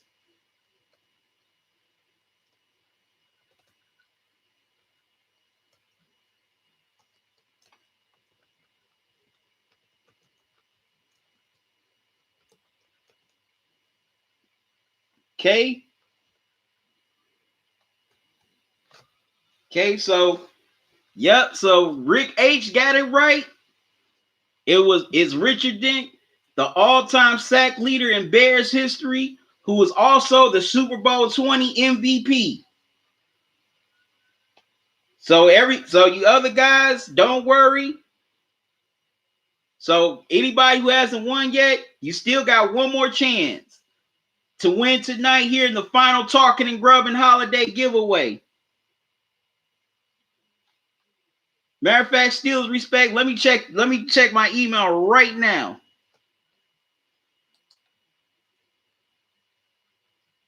Wow. The Bears did not get no points. Seriously. Wow.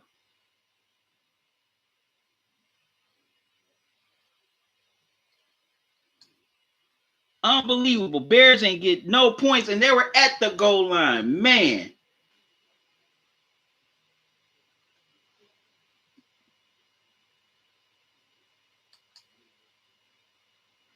Okay, Steals respect. I got your email, man. I see your info now.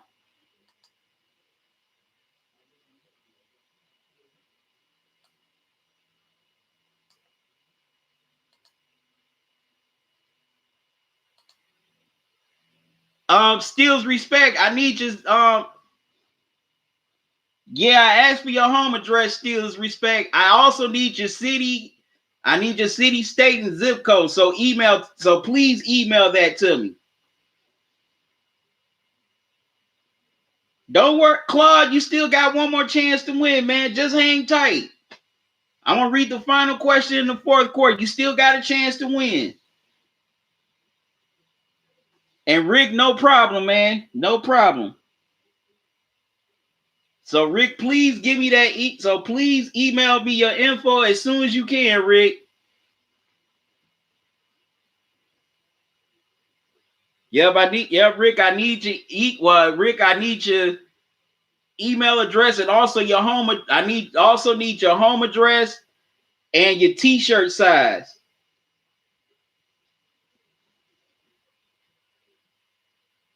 Yeah, but Claude, hang on tight. You still got one more chance to win. Just be sure you buy your computer, cell phone, tablet, whatever you use to watch this live stream. Okay, so it's third and Caden, the Chiefs couldn't take advantage of the turnover on downs, so they would have to punt.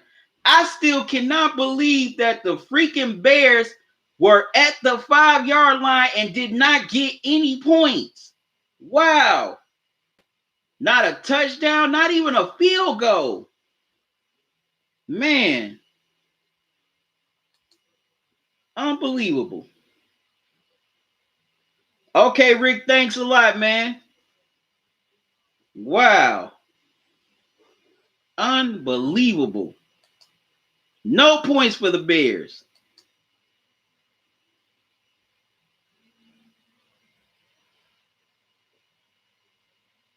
Okay, so now the Bears will start with pretty good field position at the 49-yard line.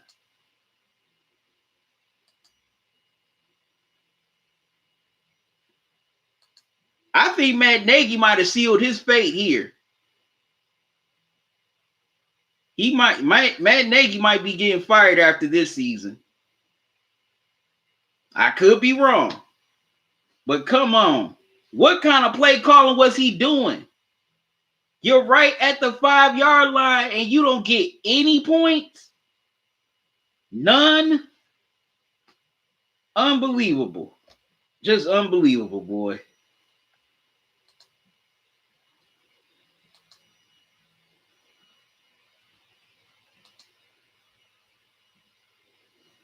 Unbelievable.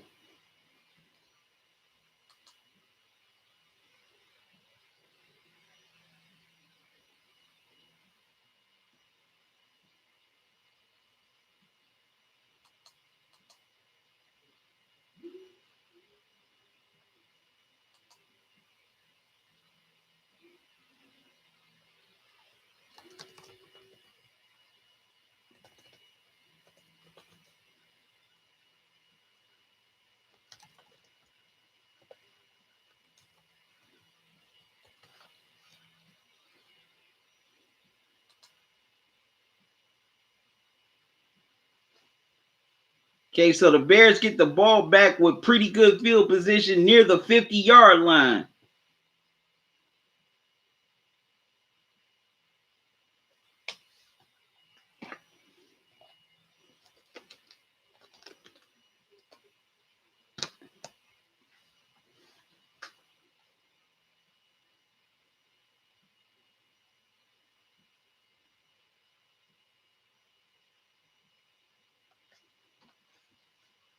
I'm still tripping over the fact that the Bears could not get anything.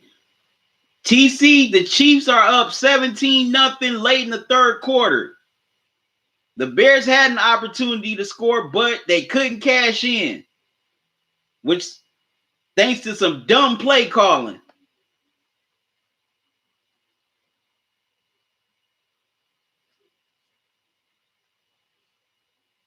So now the Bears get it back with decent field position.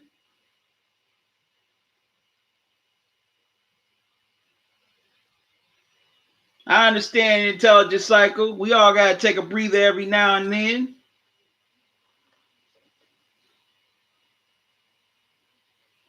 Mitch Trubisky gets it to Cordell Patterson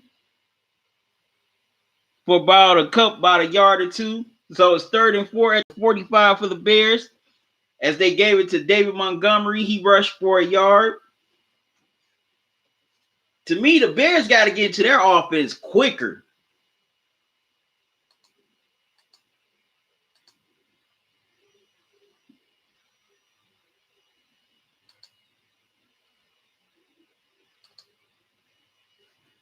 It's like they don't move quick enough on offense.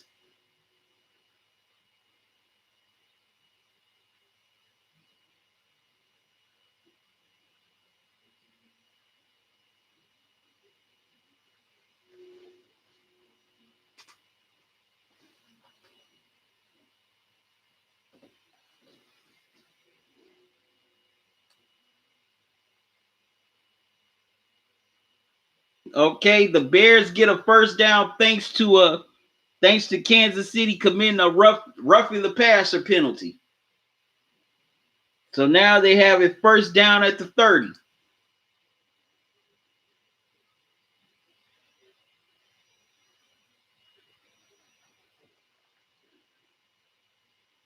Now, can they get some points out of it? So now can they cash in on the opportunity?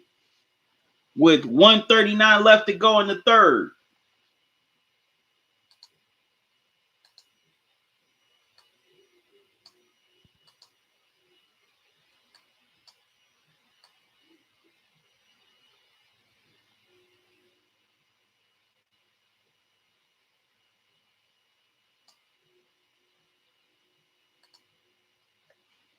Okay, they give it to David Montgomery. He rushes it, but gains no yards.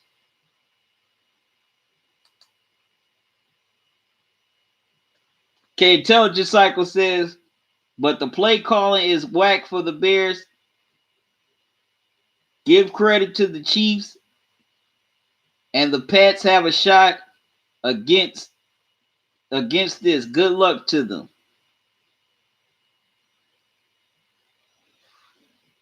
Yeah, you definitely got to give Andy Reid some credit for calling a good game so far. K is 3rd and 10 at the 30 as Trubisky throws an incomplete pass intended for Javon Wims. Man, stop throwing the ball to him. Stop throwing the ball to Wims. That dude ain't even been catching a cold tonight.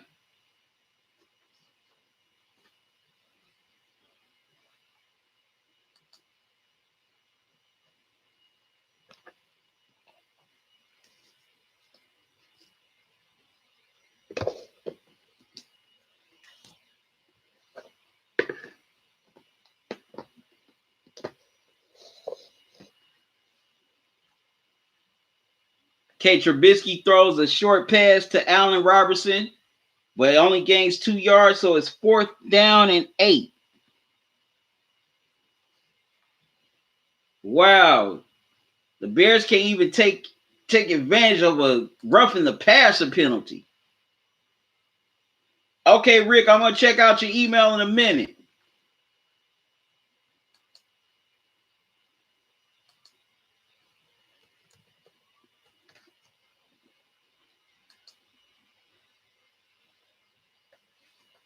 Okay, Eddie Pompeo kicks the field goal to cut the lead to 17-3 as the third quarter comes to an end. Man, that's unbelievable. The Bears had 2 opportunities to really score, but they couldn't cash in.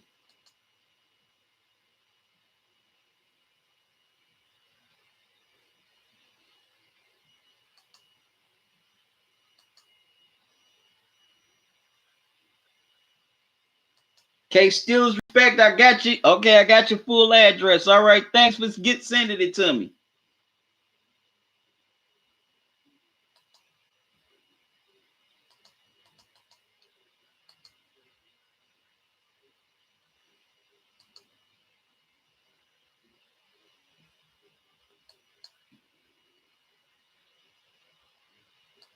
Okay, Rick, your email hasn't popped up yet. I don't see your email. Matter of fact,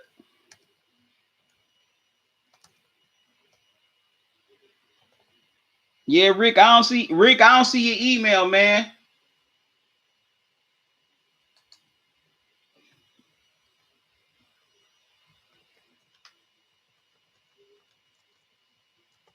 I'm just doing this to make I'm giving you my email address again to make sure I didn't type it in wrong.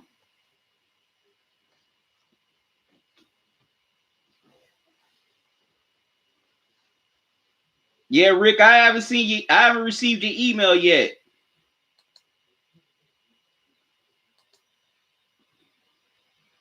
Okay, Rick, I just got your email. Okay.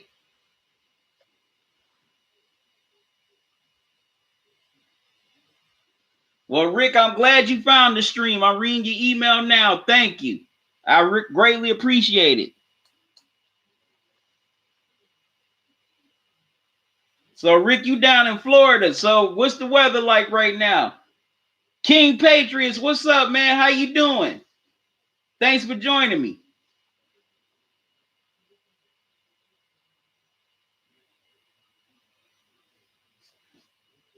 FJ, I'm definitely interested to see how the reboot of the XFL will be. I don't know about do any games yet. All depends, how the schedule shakes out. Oh, King Patriots, I always answer questions. As long as it's not anything dumb or crazy, I always answer questions. 70 degrees and rained all day. Take the 70 degrees, but I don't like the rain. I do not like rain. Heck, I even put up with snow before I put up with rain.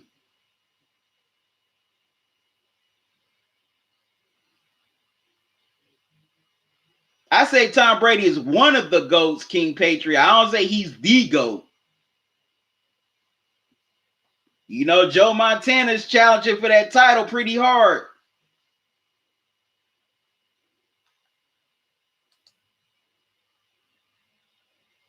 All right, now we starting in the fourth quarter. The Chiefs have the ball with the 17-3 lead. First and 10 at the 48. Pat Mahomes throws a pass to Tyreek Hill for 19 yards. They're trying to drive down the field to put this game away and keep the pressure on the Patriots for that second seed in the AFC. And King Patriots, what do you think about the Patriots' chances of repeating this year as Super Bowl champs? Okay, Rick H., you live about 45 minutes southwest of Orlando. All right, cool. Okay, cool.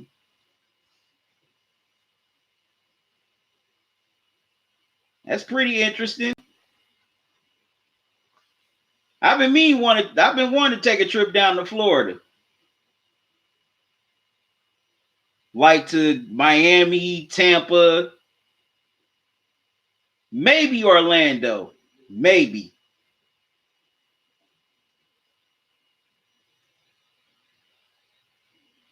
Okay, King Patriots, you feel strongly about the Pats repeating. Okay.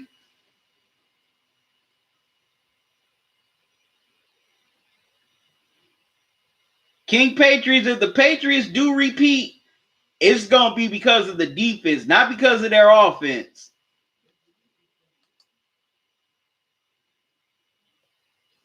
Okay, it's 3rd and 8 at the 50-yard line for the Chiefs. Okay, Damian Williams only rushed for 2 yards.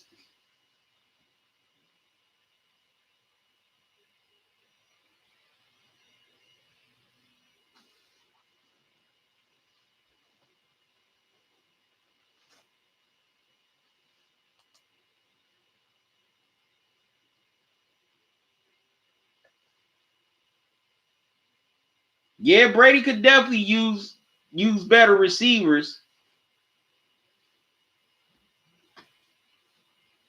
And also a better tight end, too. When Gronk retired, I don't know why the Patriots did not try to replace, try to get Tom Brady at least a decent tight end that he can throw to. All right, first down, Chiefs at the 32-yard line as Pat Mahomes throws a pass to Spencer Ware. Okay, 2nd and 5 as Spencer Ware rushes it for 5 yards.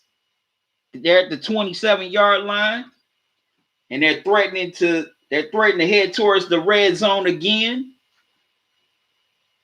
as they're trying to put this game away.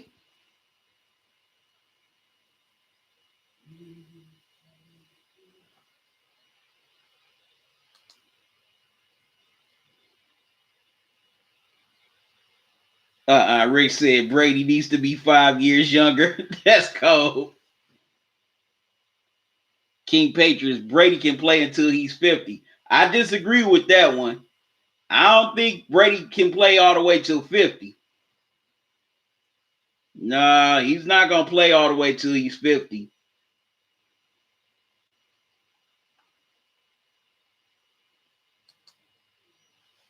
All right, 1st and 10 for the Chiefs at the 18-yard line.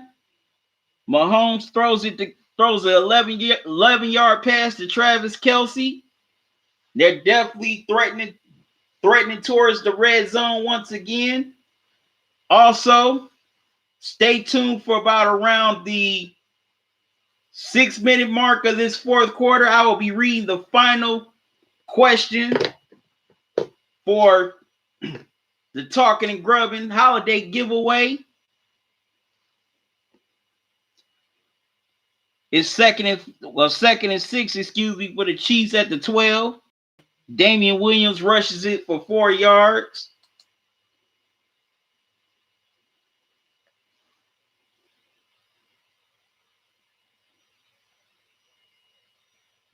King, I know you're not serious. King Patriots, Brady wants till 25. Claude Bishop, who do I think will win the NBA championship this year? Well, Claude, I did a video about almost 2 weeks ago. I predicted that the Lakers will win the championship this year. King Patriot says if Brady is still playing good at a good level at 45, he can play until 50. No, you can't, King Patriots. I'm sorry. The more years Brady plays, the more age sets in. He's not going to be able to play until 50.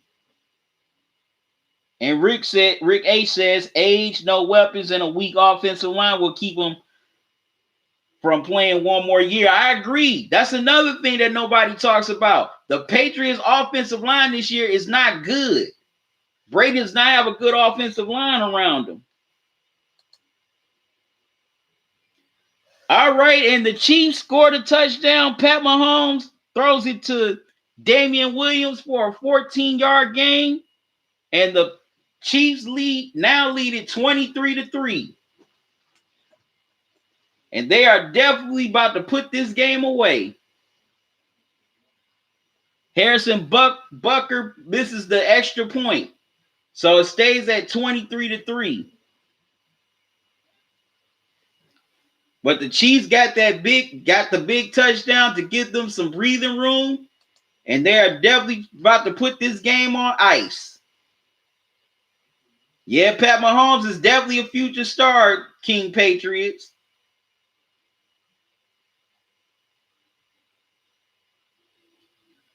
Yeah, but King Patriots, if Brady wants to play a few more years, they have to get a better O-line around him. Otherwise, he's going to be gone, after next season or the season after that.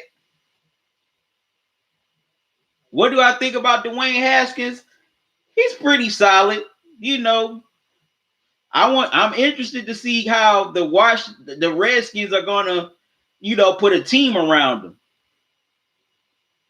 But if they can put the right, team around him, Dwayne Haskins can definitely shine in the NFL.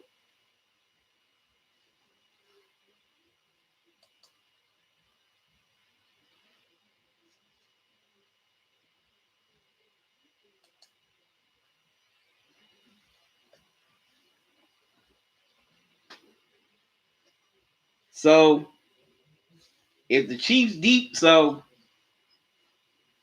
if the Chiefs can hold on, they would definitely put some pressure on the Patriots for that number 2 seed in the AFC.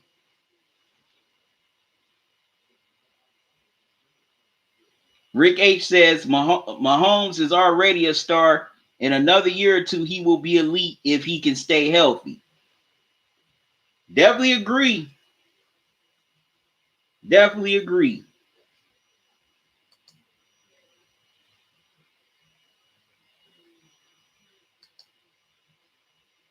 He could definitely be elite in about another year or two.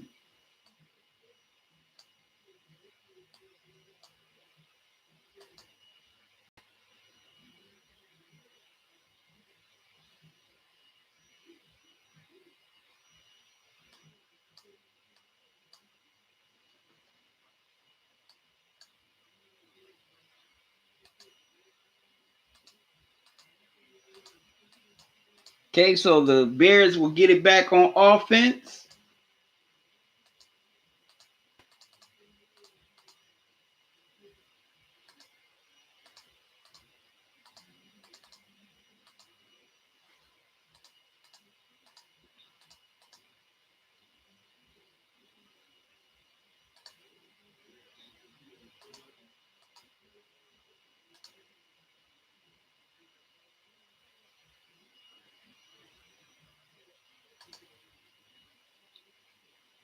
All right, it's 1st and 10 for the Bears at the 25-yard line.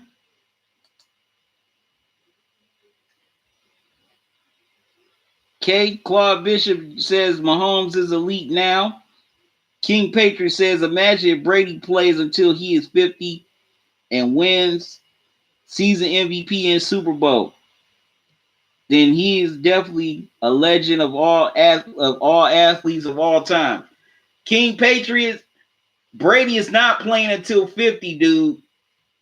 I mean, come on, Michael Jordan is, arguably the greatest, if not one of the greatest NBA players of all time, and he couldn't even get to 40.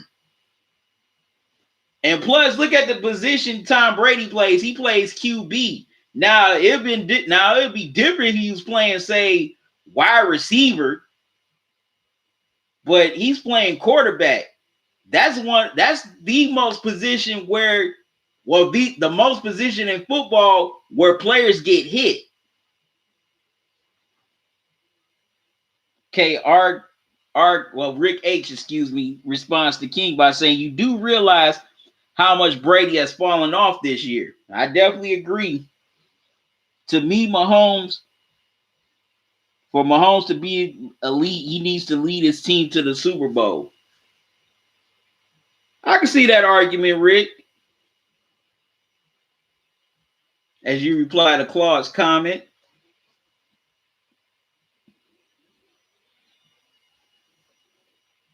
Okay, 2nd and 17.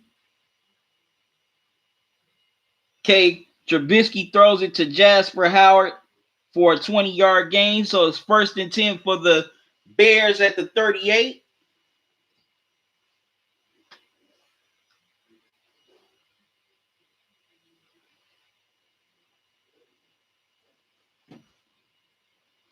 Trubisky throws an incomplete pass intended for Javon Wims. Why does he keep on throwing to him?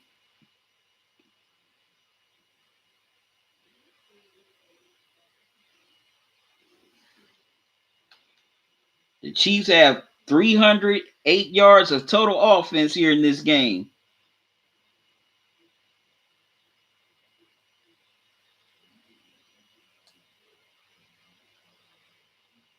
$233 yards passing, 75 yards rushing.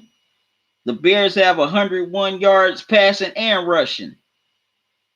Okay, 2nd and 10 for the Bears. Okay, in about 2 minutes, little less than 2 minutes, I will be giving the final trivia question of the night to give away the last prize in the Talkin and Grubbin holiday giveaway.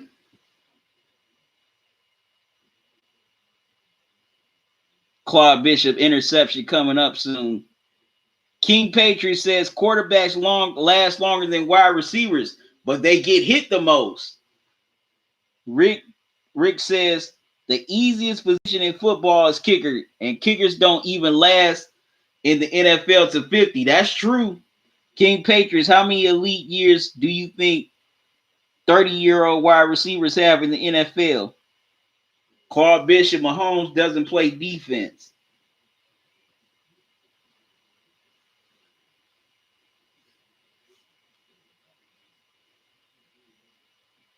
Not too much long, King Patriots. Because their body takes a toll from all that catching, running. Okay, the Bears get a first down thanks to a Chiefs 11-yard penalty call for pass interference. So they have first down at the 46-yard line.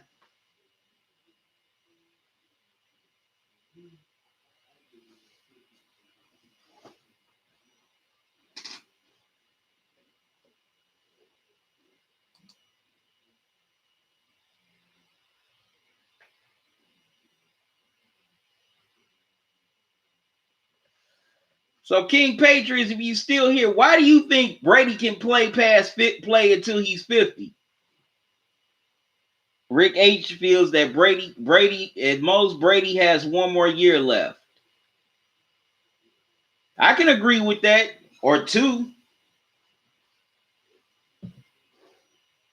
King Patriots, like the old saying goes, Father Time is undefeated.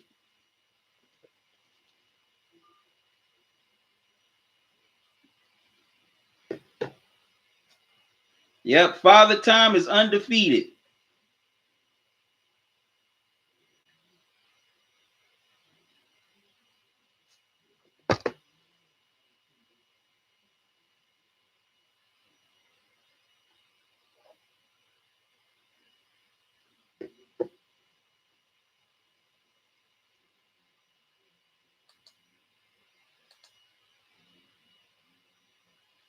Okay, first and 10 for the Bears at the 41-yard line.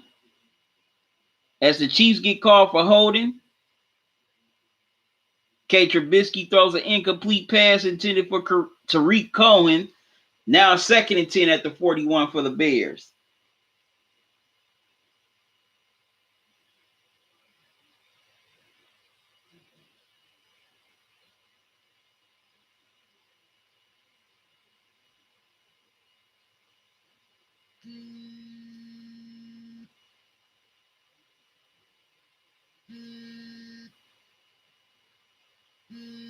Okay, third and 10 for the Bears. Mr. Trubisky throws another, third and 10, excuse me.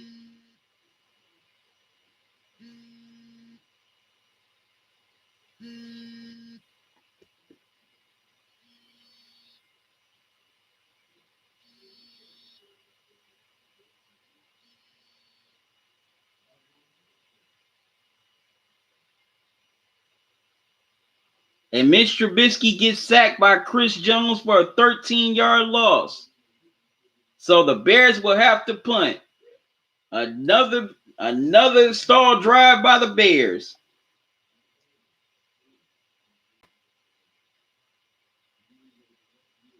King Patriots, that was different times, different eras.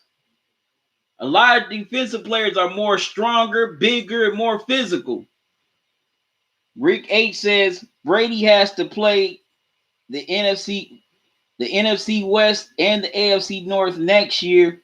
Several good defenses. It will be his last year. Actually, Brady played the AFC North this year, Rick H.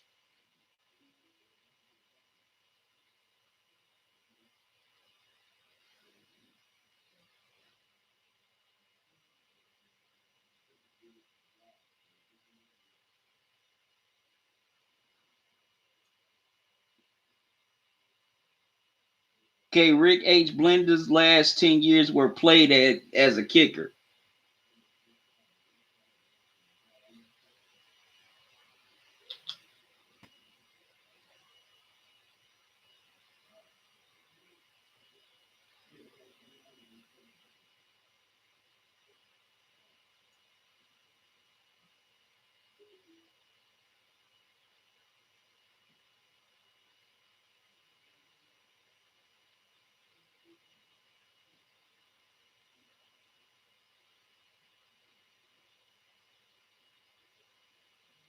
Okay, King Patriot says defensive backs back then were stronger and dangerous. People did steroids. George Blanda played quarterback at 48. But that doesn't mean Brady's going to play quarterback at 48.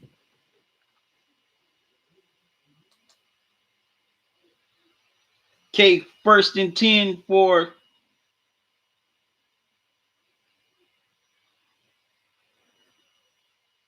the Chiefs at the 43.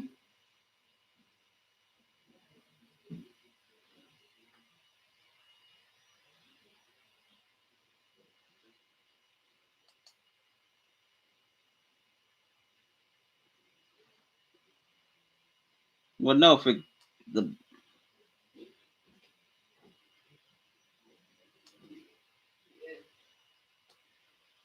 Bears, I'm sorry.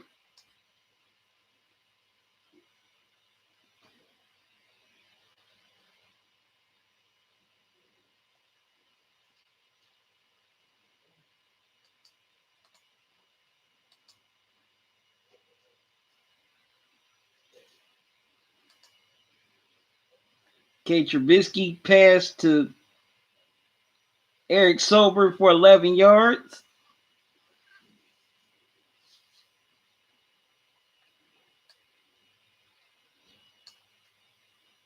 Okay, in 2 minutes, I'm going to be giving the final question in the Talkin and Grubbin holiday giveaway.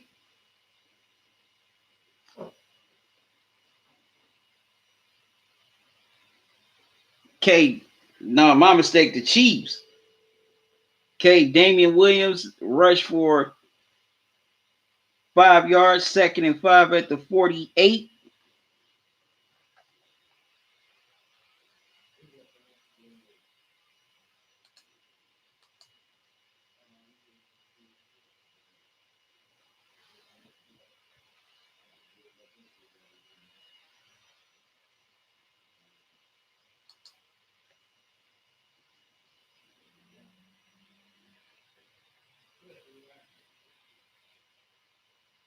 Okay, okay. Damian Williams rushes for 8 yards and a first down at the 44-yard line.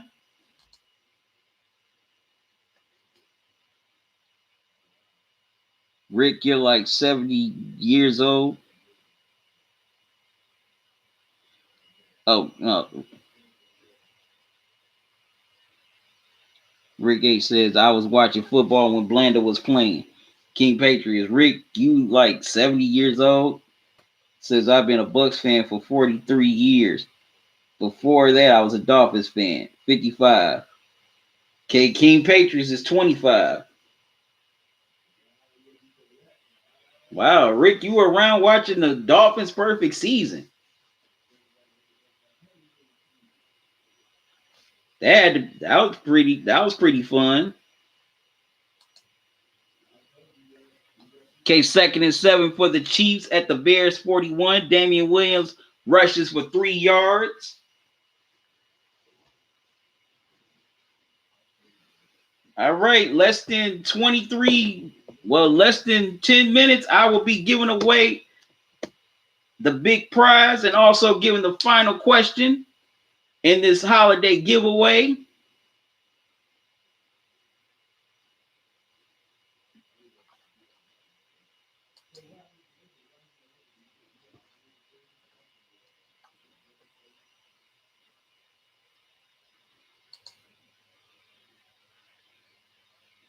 Excuse me, 2-yard game.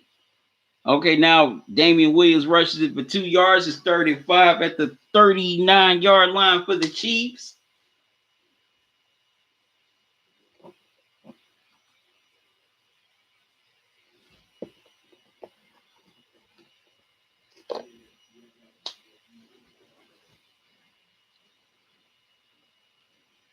Wow, 1st and 10 for the Chiefs as at the 28-yard line as Pat Mahomes passes to Sammy Watkins for 11 yards. All right.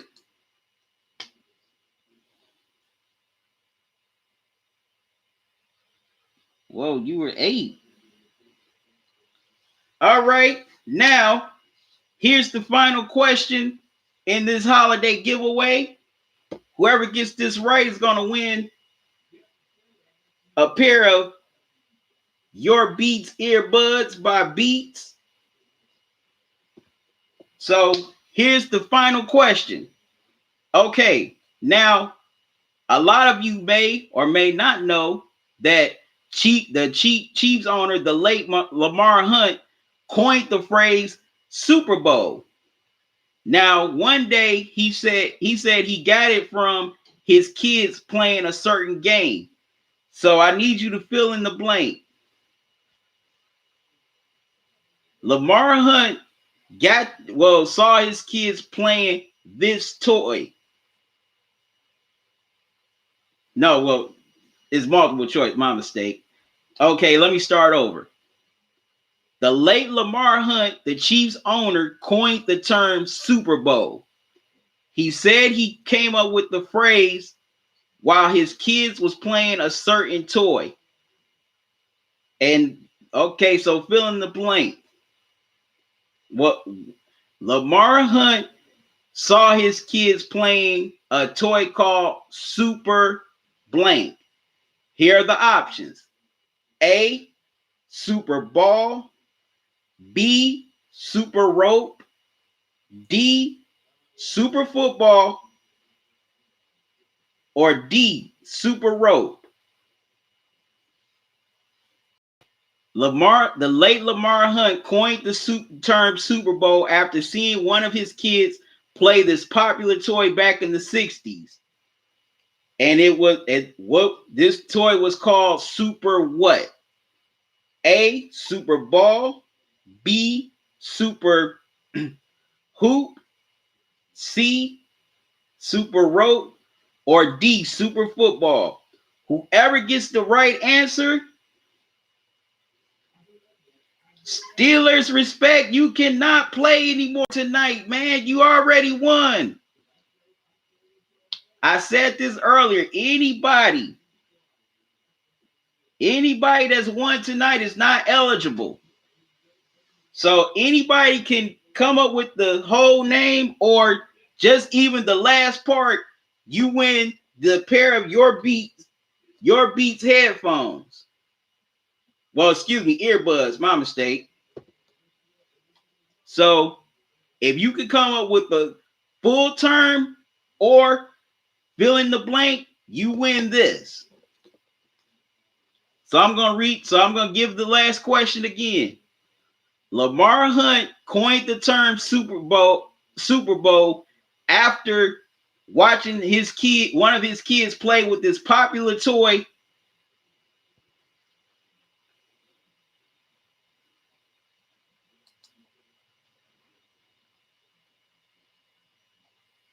Yep, Claude, you got it right.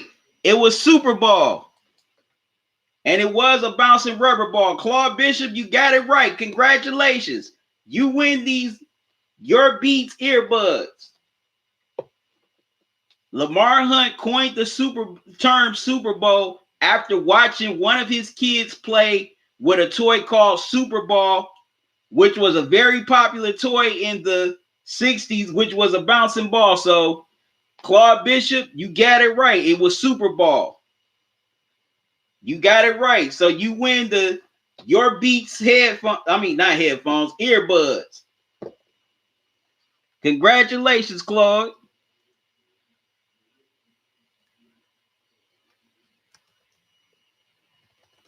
And that's why we know the term Super Bowl today. That's how the term Super Bowl was born. And also,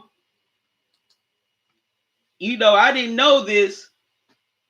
Lamar Hunt just wanted that to be a temporary name. He didn't want Super Bowl to be the permanent name. It was just supposed to be temporary, but it just gained so much popularity, it stuck.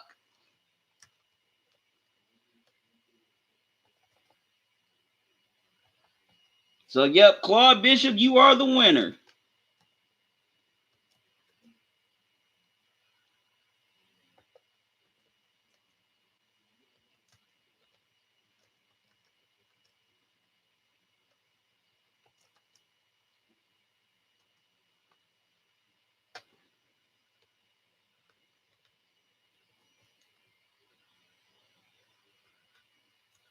Claude, you already won, man.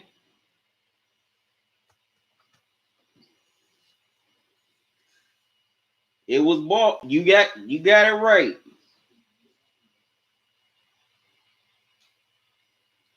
That's right, Rick H. Hunt coined it when the Chiefs and the Packers played in Super Bowl one.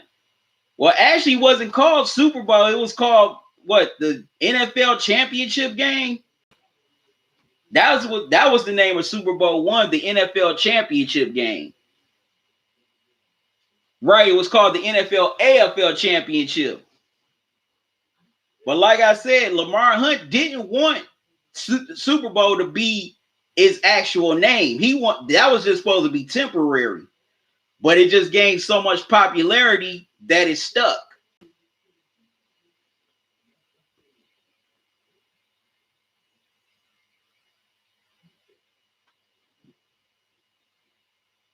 Yeah, but America just latched on to that name, Super Bowl, and that's how it stuck, and that's how we became the no. Well, that's how it became. Well, Super Bowl became the name and the event we all love today. So, Claude, please email me your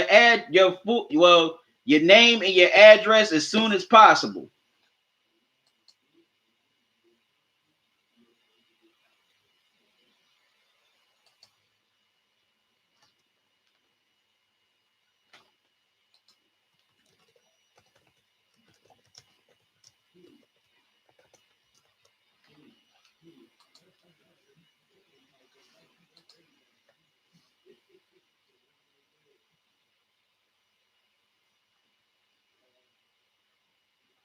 Right? Very true, Rick.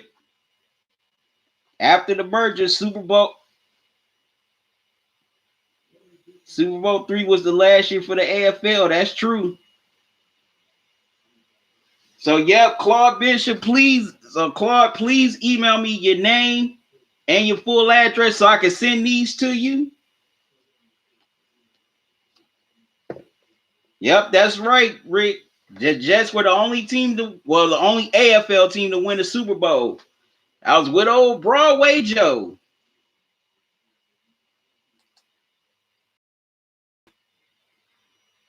Okay, the Chiefs are threatening again in the zone, trying to keep their foot on the pedal.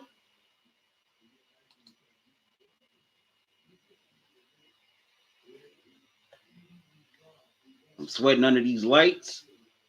Also, Rick, I just sent you a reply. I need your full name also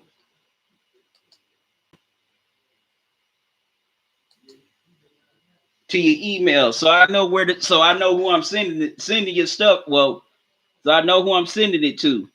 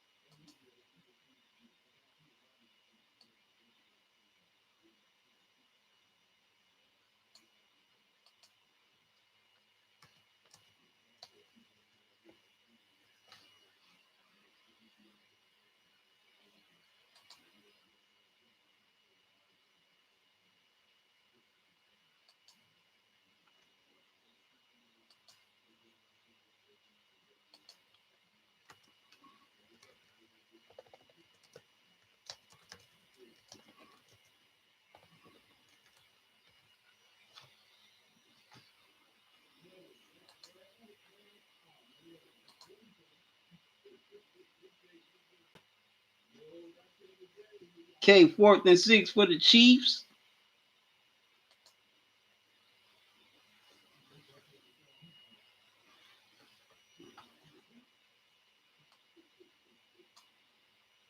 Rick, I meant to send it to me in the email.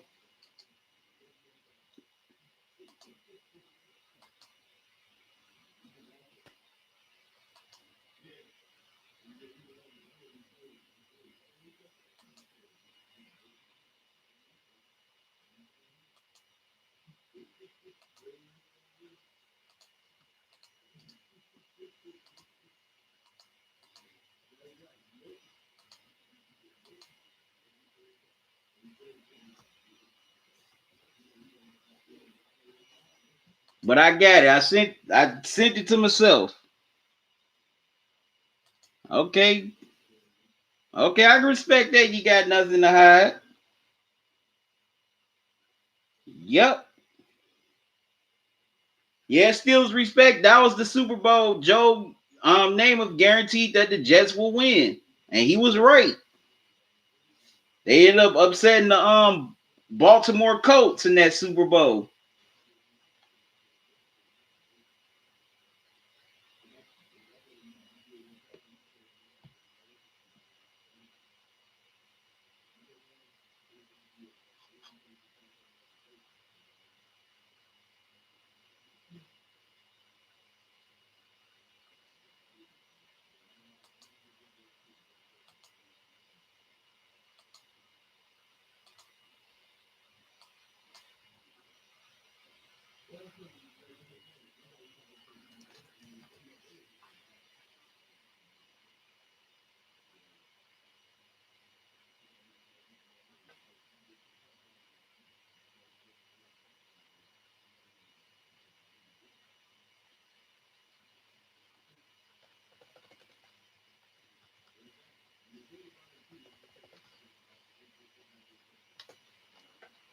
All right.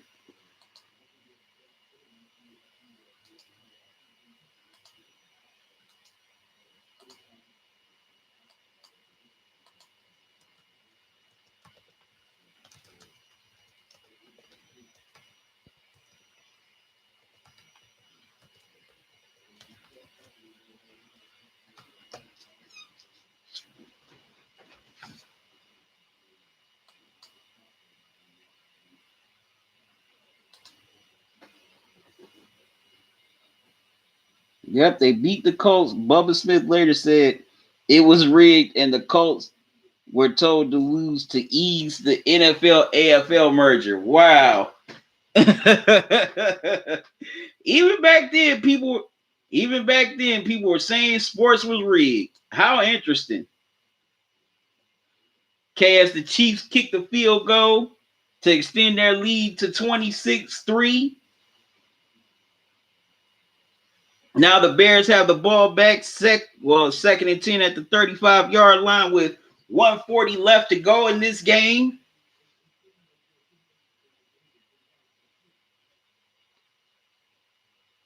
Trubisky throws another incomplete pass.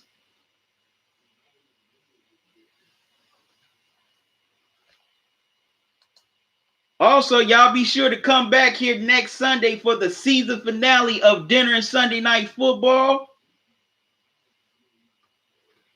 Yes, yes. This is going to be the final Dinner and Sunday Night Football of 2019 of the 2019 season. So I definitely want y'all to come back here and join me. Still don't know who's playing yet next Sunday. Matter of fact,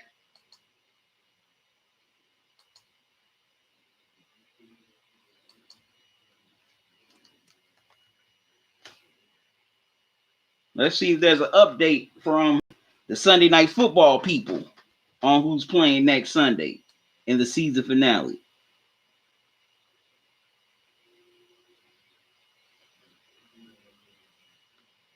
But if I were betting, I bet it's the Seahawks and the 49ers playing next Sunday.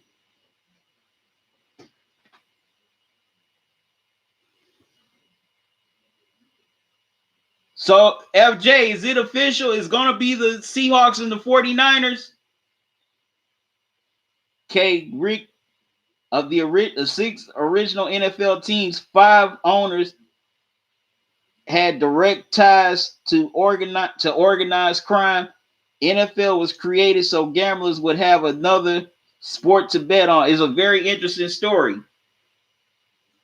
Hey Rick, Rick, do you have like a documentary or have a link to an article that you can send to me?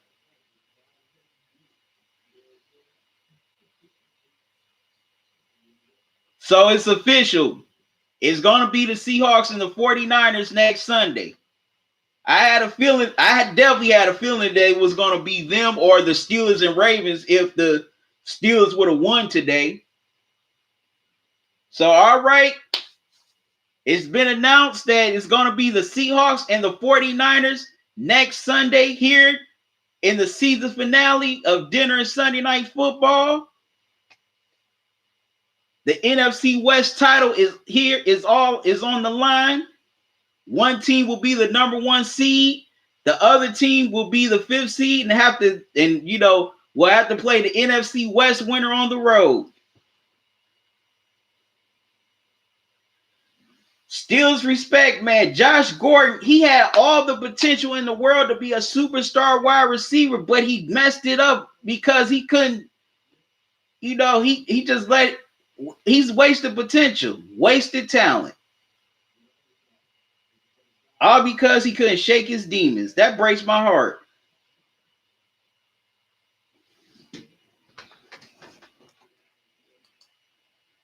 Okay, Claude, let me give you my email once again.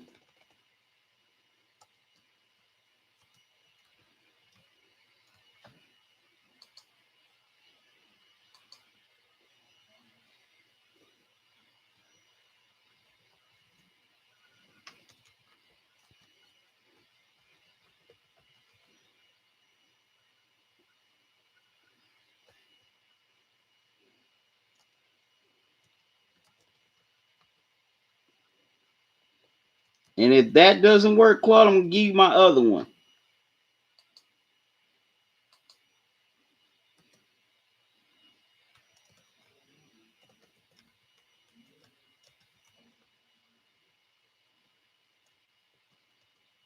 Just in case the first one doesn't work.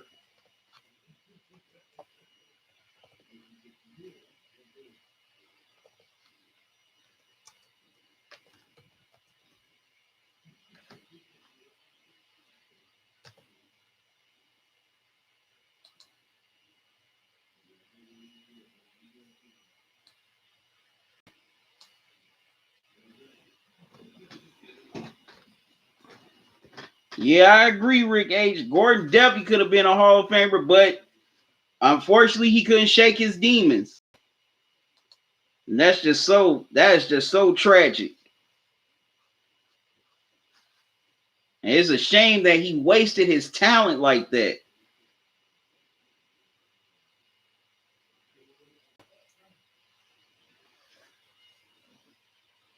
All right, on fourth down, Trubisky, the Bears tried to go for it. Trubisky could not complete the pass, so the Chiefs turn it over on downs, and that will do it. The Chiefs will win this game 26-3 on the road in Chicago.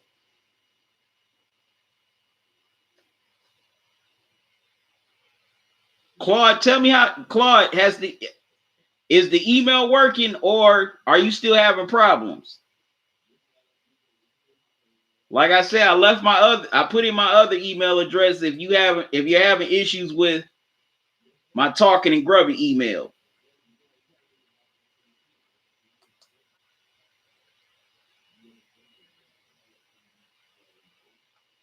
And also, Rick, before I go, I need your shirt size for the t-shirt.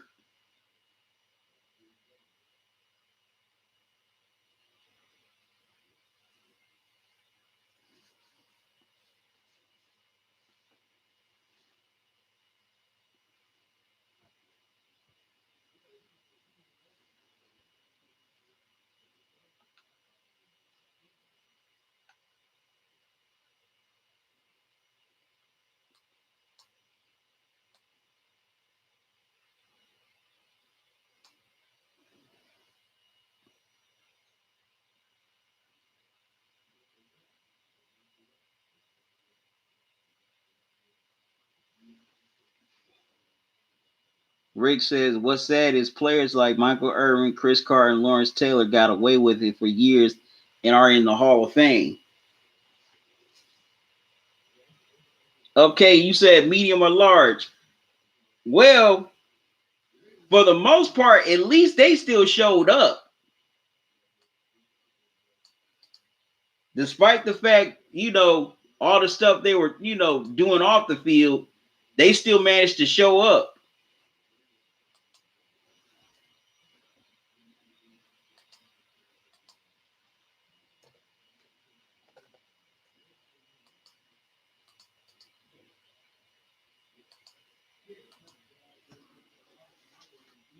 And also they had better staffs back then to keep that stuff under wraps. Well, with the exception of Chris Carter and Michael Irvin. But yeah, they kept their stuff under wraps more back then.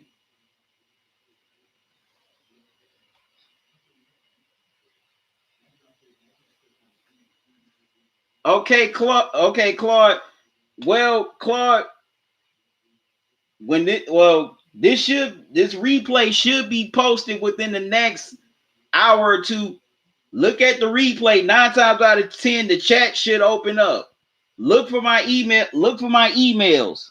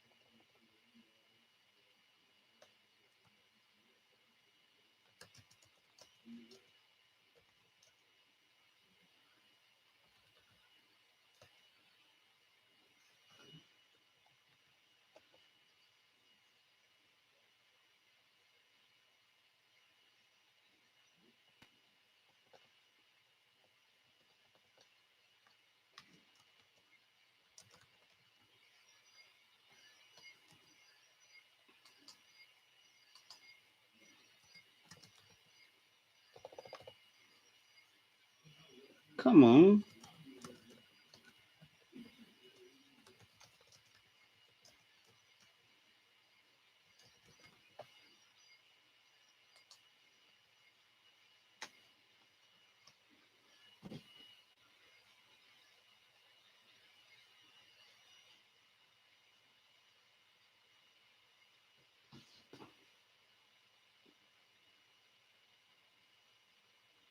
Yeah, Rick, you more suited for an extra large.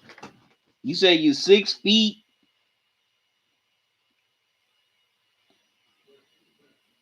Said 185 pounds. Rick, what? Okay, Rick, when you go shopping, what size t-shirts do you usually buy?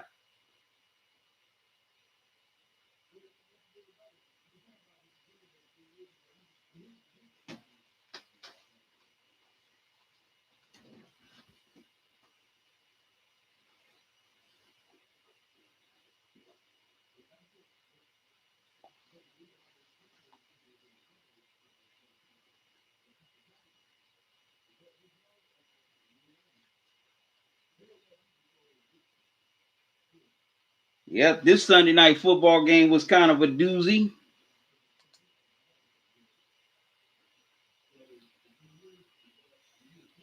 So the Chiefs keep the pressure on the Patriots for the number 2 seed in the AFC.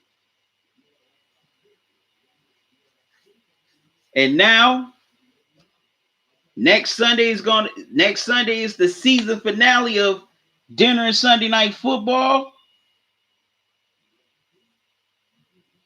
Okay, Rick, so which size would you be more comfortable with?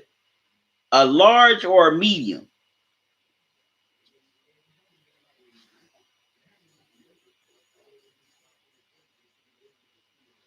But next Sunday, y'all come back here for the Dinner and Sunday Night Football finale, as I will be live streaming during the Seahawks 49ers game. Hey, the NFC West title is on the line. We're going to see who comes out victorious and walks away with the division crown. I can't wait to see this matchup. It's going to be very exciting. I know people in the Bay are going to be amped and lit. This is what it's all about here in November and December. Okay, Rick, I'll get you a large. All right. This is what it's all about here in the months of November and December, the playoff push. So y'all definitely come back for that. You know, you're going to have Russell Wilson, Jimmy G getting it on. Also, cross that sideline, Wilson's going to be face-to-face with his former teammate, Richard Sherman.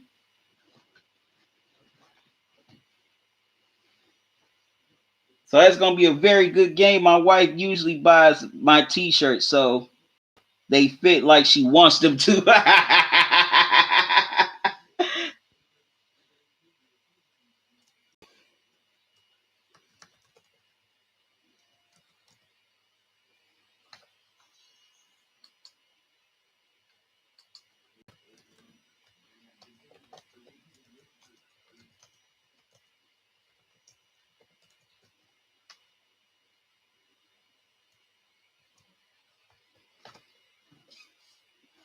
Yep. So, man, I can't wait to see that game next Sunday night. That's going to be fun. That's going to be so much fun. Because after next Sunday, one team will be the number one seed with a first round bye. The other team will be one of the wild card teams having to go on the road. So it's going to be interesting to see how the NFC playoff picture shakes out once and for all. I mean, Seattle and, San Fran, they've been going back and forth these last few weeks. Seattle got the best of San Fran just a few weeks ago on the road. I know that's right, Rick. Happy wife, happy life. But yeah, a few weeks ago, the Seahawks got the best of the 49ers on the road. Claude, let me get a pen and paper right quick.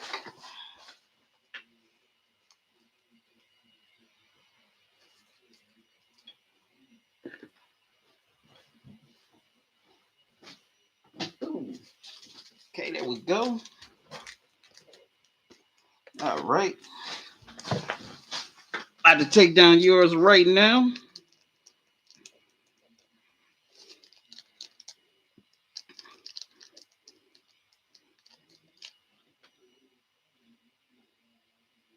Yeah, the Vikings still have a chance, Rick. Oh, look out for my text.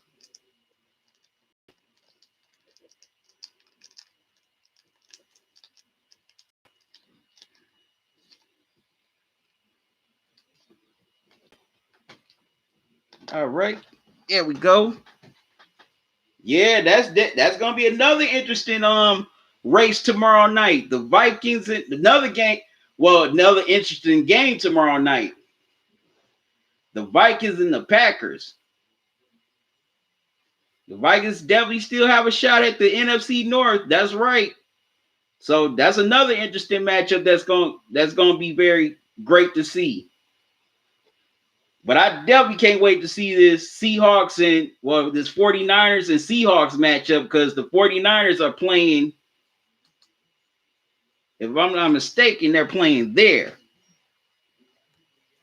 in Seattle. Let me check to be sure.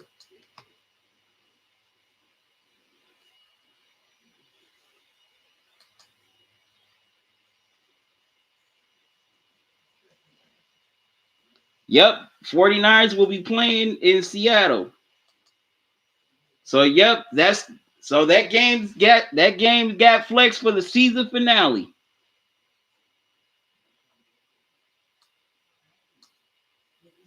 So yep, next Sunday will be the 49ers going up against the Seahawks in Seattle. Yeah, I just saw it, Rick. They're playing in Seattle. So can the 49ers go into Seattle, get that payback for losing at home in that heartbreaking overtime Monday night game a few weeks ago? Or will Seattle end up sweeping the 49ers at home to take the division title? Like I said, man, I cannot wait to see this matchup next Sunday. Man, it's going to be exciting to see. This is what it's all about around this time in the NFL season. Steelers respect. I hope the Steelers eventually go back to the Super Bowl. Well, they're going to need a lot to make another Super Bowl run. And actually, in my opinion, they were so busy still trying to continue to compete for Super Bowls, they didn't think about, how can I put it?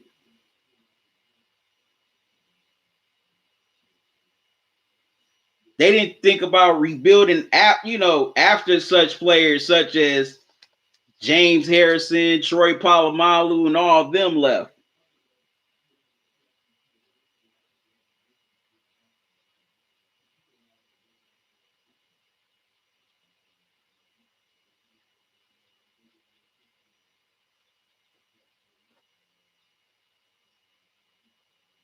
Yeah, I agree, Rick. Steelers definitely got rebuilding to do.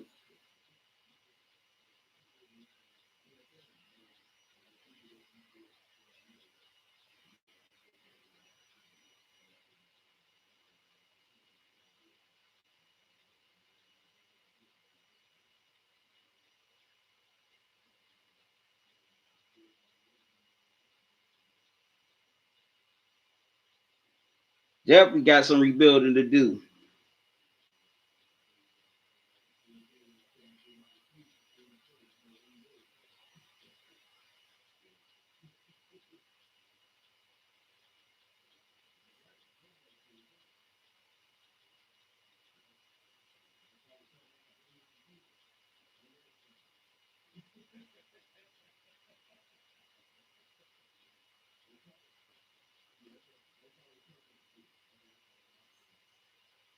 Okay, Claude, I just sent you a text. Okay, Steelers respect says if the Steelers get AB back and to help the offense, do you think they would do better? It would help, but it wouldn't be enough. Ben is getting older. He's close to retirement, so you got to find a replacement for him. Are you going to make Duck Hodges the replacement, or was the Steelers going to make Duck Hodges the replacement, or are they going to go and draft another QB? K. Rick says AB will make the team worse with the turmoil in the locker room. AB needs to get help for CTE. Yeah, and I can see that point. Some people might look at it from that standpoint that maybe AB wouldn't help the culture in the locker room.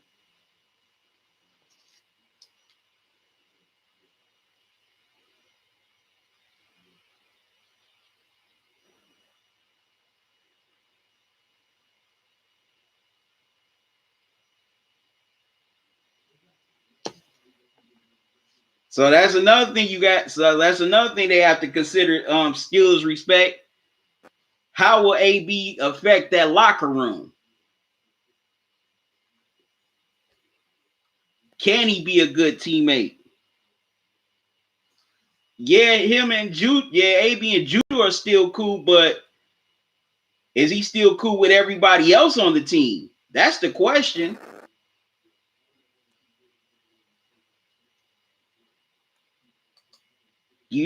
How would the front office feel about him? And would they want that headache again?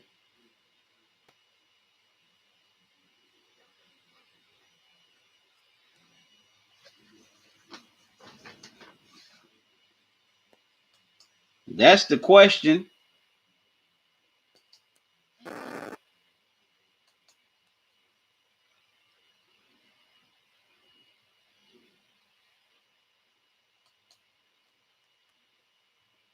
Yep, they definitely have to be sure if he's worth the risk.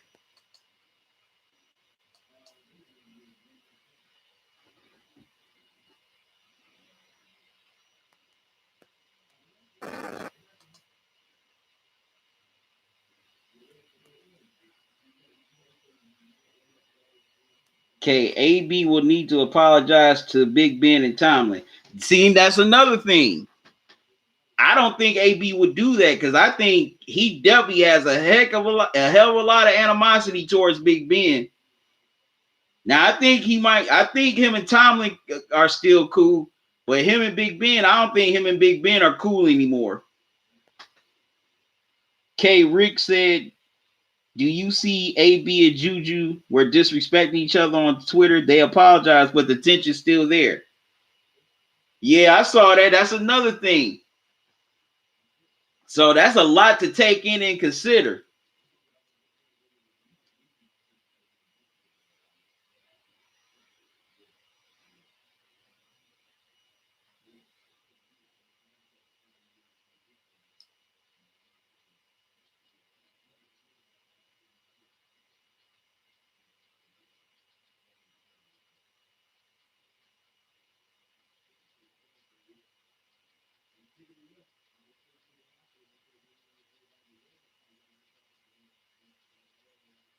Kate Claude, I got your text, man.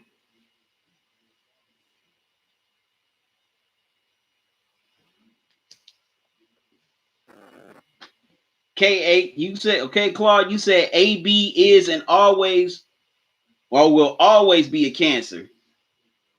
Okay, so Claude says no, don't bring AB back. But yeah, I don't know if AB would be worth the risk of bringing back because of all that turmoil. And I definitely know him and Big Ben ain't cool no more. Maybe him and Tomlin can get over, their issues, but I don't see him and Big Ben ever getting past that.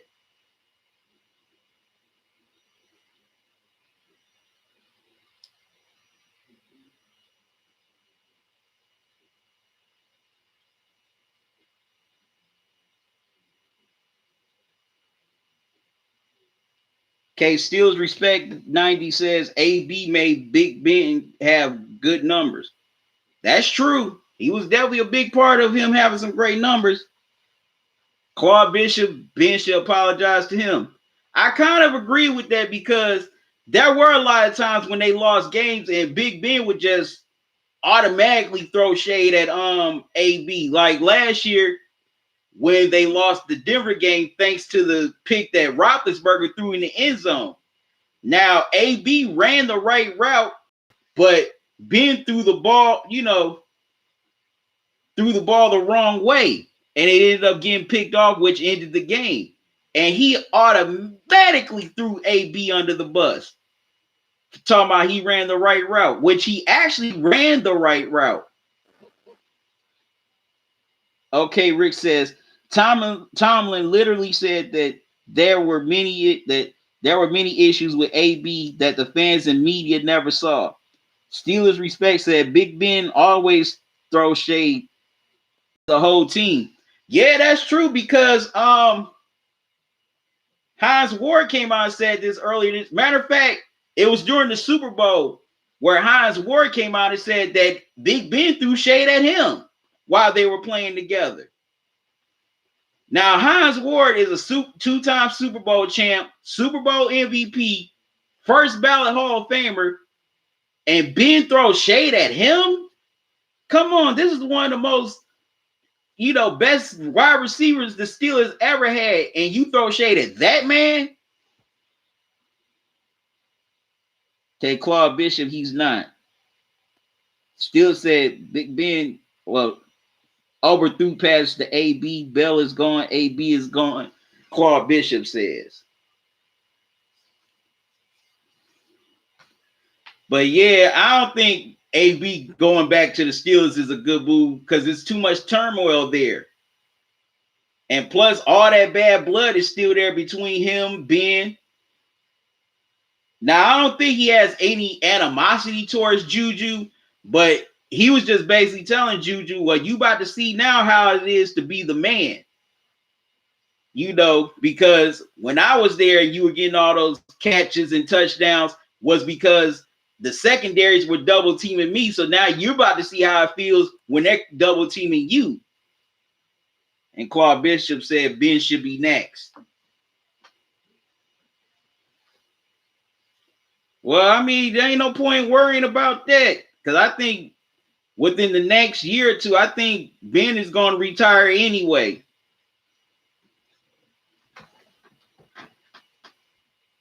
Definitely think he's gonna retire either after, well, next season or the season after that. Because Ben, he's old, he's older now, and plus he's definitely lost a step.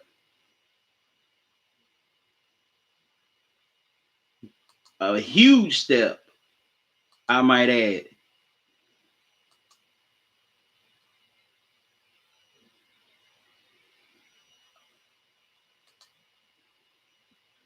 Well, I'm about to.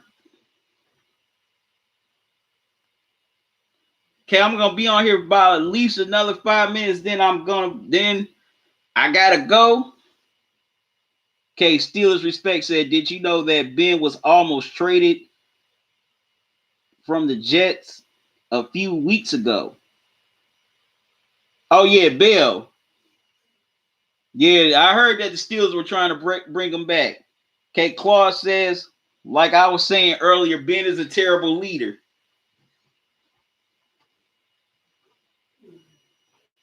Yeah, I've always kind of got that vibe from Ben that he wasn't a good leader. I think, especially the years they won a Super Bowl, I don't think it was because of Ben's leadership. I think guys like Palomalu, Bettis, James Harrison, I think those Joey Porter, those were the leaders of the team. Brick Kiesel. I don't think it was because of Ben. All right, Rick, see you, man. All right, Rick, see you. Thanks for coming on, joining me tonight. Take care. Also, happy holidays. Yes, Rick, you have a happy and safe holiday.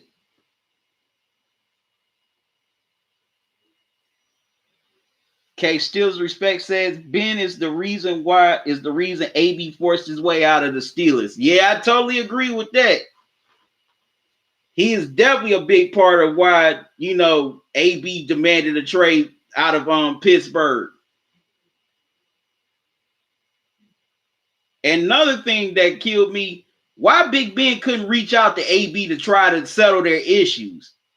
He never even made an attempt to do that. Rick, Rick, I got a couple of streams coming up. Next Sunday, I'm going to have 2 streams. I'm going to have one about 1 o'clock where I'm going to be live streaming the college football playoff recap. Then next Sunday at 7 o'clock, I'm going to be doing the season finale of Dinner and Sunday Night Football. So I'll be live streaming during the Seahawks and 49ers and Seahawks game. So I got 2 live streams coming up next Sunday, Rick. So I hope you can join me for those, or at least one of them. Yep, so I got 2 live streams coming up next Sunday, which is the college football playoff recap at 1 o'clock. Then I'm coming back next Sunday, and then I'm coming back at 7 o'clock with the season finale of Dinner and Sunday Night Football. It's going to be the 49ers and the Seahawks getting it on in Seattle. The NFC West title is on the line. Rick, I'll see you next Sunday. Thank you. Thanks for joining me. Definitely can't wait to see you next Sunday, bro. Take care and have a happy holiday. Claude Bishop, if Ty Haley is still the offensive coordinator, the Steelers are in this year's playoffs. Yeah, that's a possibility. All right, you have a good holiday and safe week too, Rick. Steelers, why you feel Julian Edelman is overrated? I'm gonna get me a towel. I'm sweating under these lights. Y'all excuse me.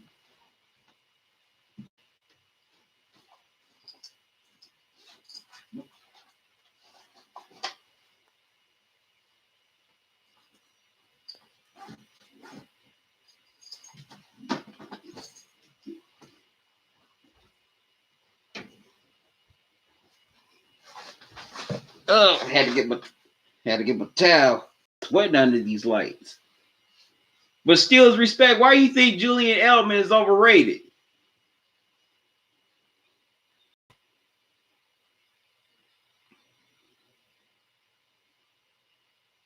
Wow. Claude says Ben only been to AB's house one time in 9 years. Wow. So that's definitely a sign they didn't get along at all.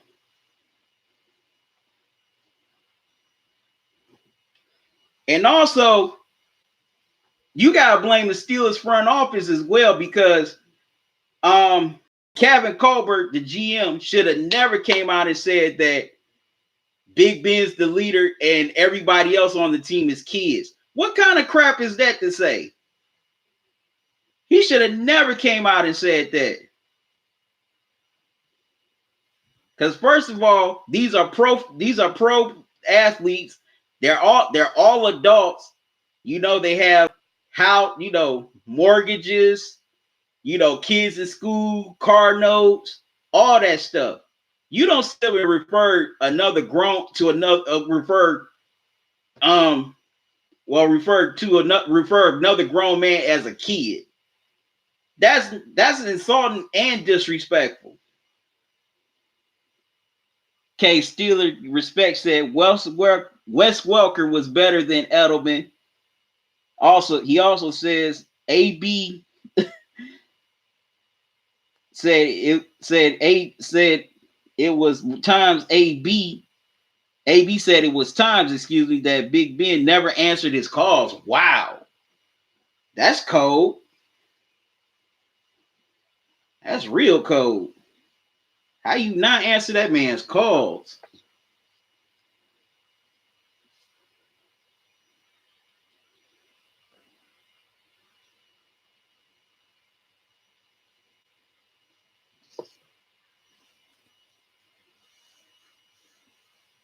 That's real cold. But yeah, a lot of people got to take blame for the whole AB situation. Ben, Mike Tomlin, the front office. Like I said, the GM should have never came out and said that Big Ben's the leader and everybody else and the other 52 guys are just kids. That ain't nothing you say to a bunch of grown men. If I was in that Steelers locker room and he said that, I'd be insulted, or heard that interview, I'd be insulted.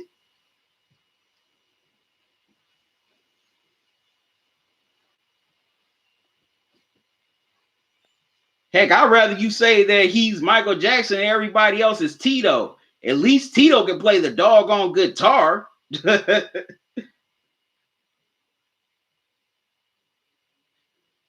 No, I take that back. But no.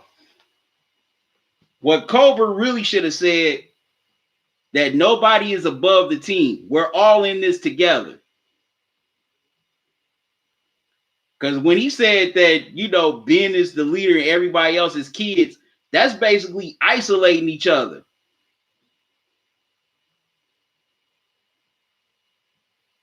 Steele said, how is it Big Ben? Steele's respect says, how isn't Big Ben suspended for the things he's done off the field? You really want to know?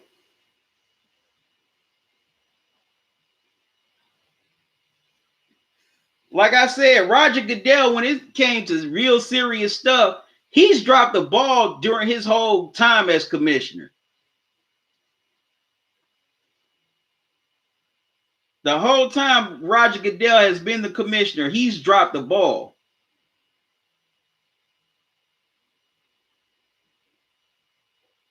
And also, Paul Tagliabue wasn't no better.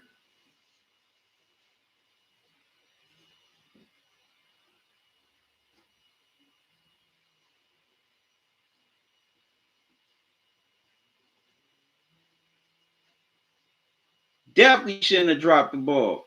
Definitely dropped the ball on Big Ben. But all right, I got to get out of here. I got to do some things.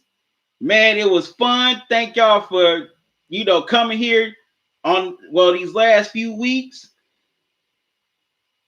Claude Bishop, the kid, wears number 7. But yeah, I appreciate y'all coming here, especially coming on these dinner Sunday night football live streams, especially these last few weeks for the Talkin and Grubbin holiday giveaway. Congrats to all the winners. Y'all gonna get your prizes soon. I enjoy giving these prizes out to y'all, and and the holiday giveaway will definitely be back next year. Also, I'm working on a plan to do a Super Bowl giveaway as well. So when that all works out, I'll definitely post it on the community page on the channel, my social media pages, Facebook, Twitter. But I gotta go, y'all. I wish I could stay on here longer, but I got some things to do. Definitely enjoyed y'all coming here on this live stream tonight. It was lit. I appreciate all y'all comments. I love conversating with y'all about football. Also love answering your questions. Love getting your feedback on these live streams. So next Sunday, I got 2 live streams. The first one's going to be the college football playoff recap. That's going to be at 1 o'clock. Also, at 7 o'clock, it's going to be the season finale of Dinner Sunday Night Football. The 49ers take on the Seahawks in Seattle. The NFC West title is on the line. So definitely can't wait to see who walks out victorious and walks away with the division crown. So I will be live streaming here for the season finale at 7 o'clock. Y'all come join me. Good night to y'all. I agree, Claude. He's good on the field. Big Ben is good on the field, but he's terrible off of it. But once again, y'all be sure to check out, the live streams next Sunday, either one of them or both of them if you can. Thank you, Claude. Definitely see y'all next week. But I gotta get out of here, y'all. So till next Sunday, y'all have a good one. Love y'all to life. QC out. And y'all have a happy and safe holiday. I'm out.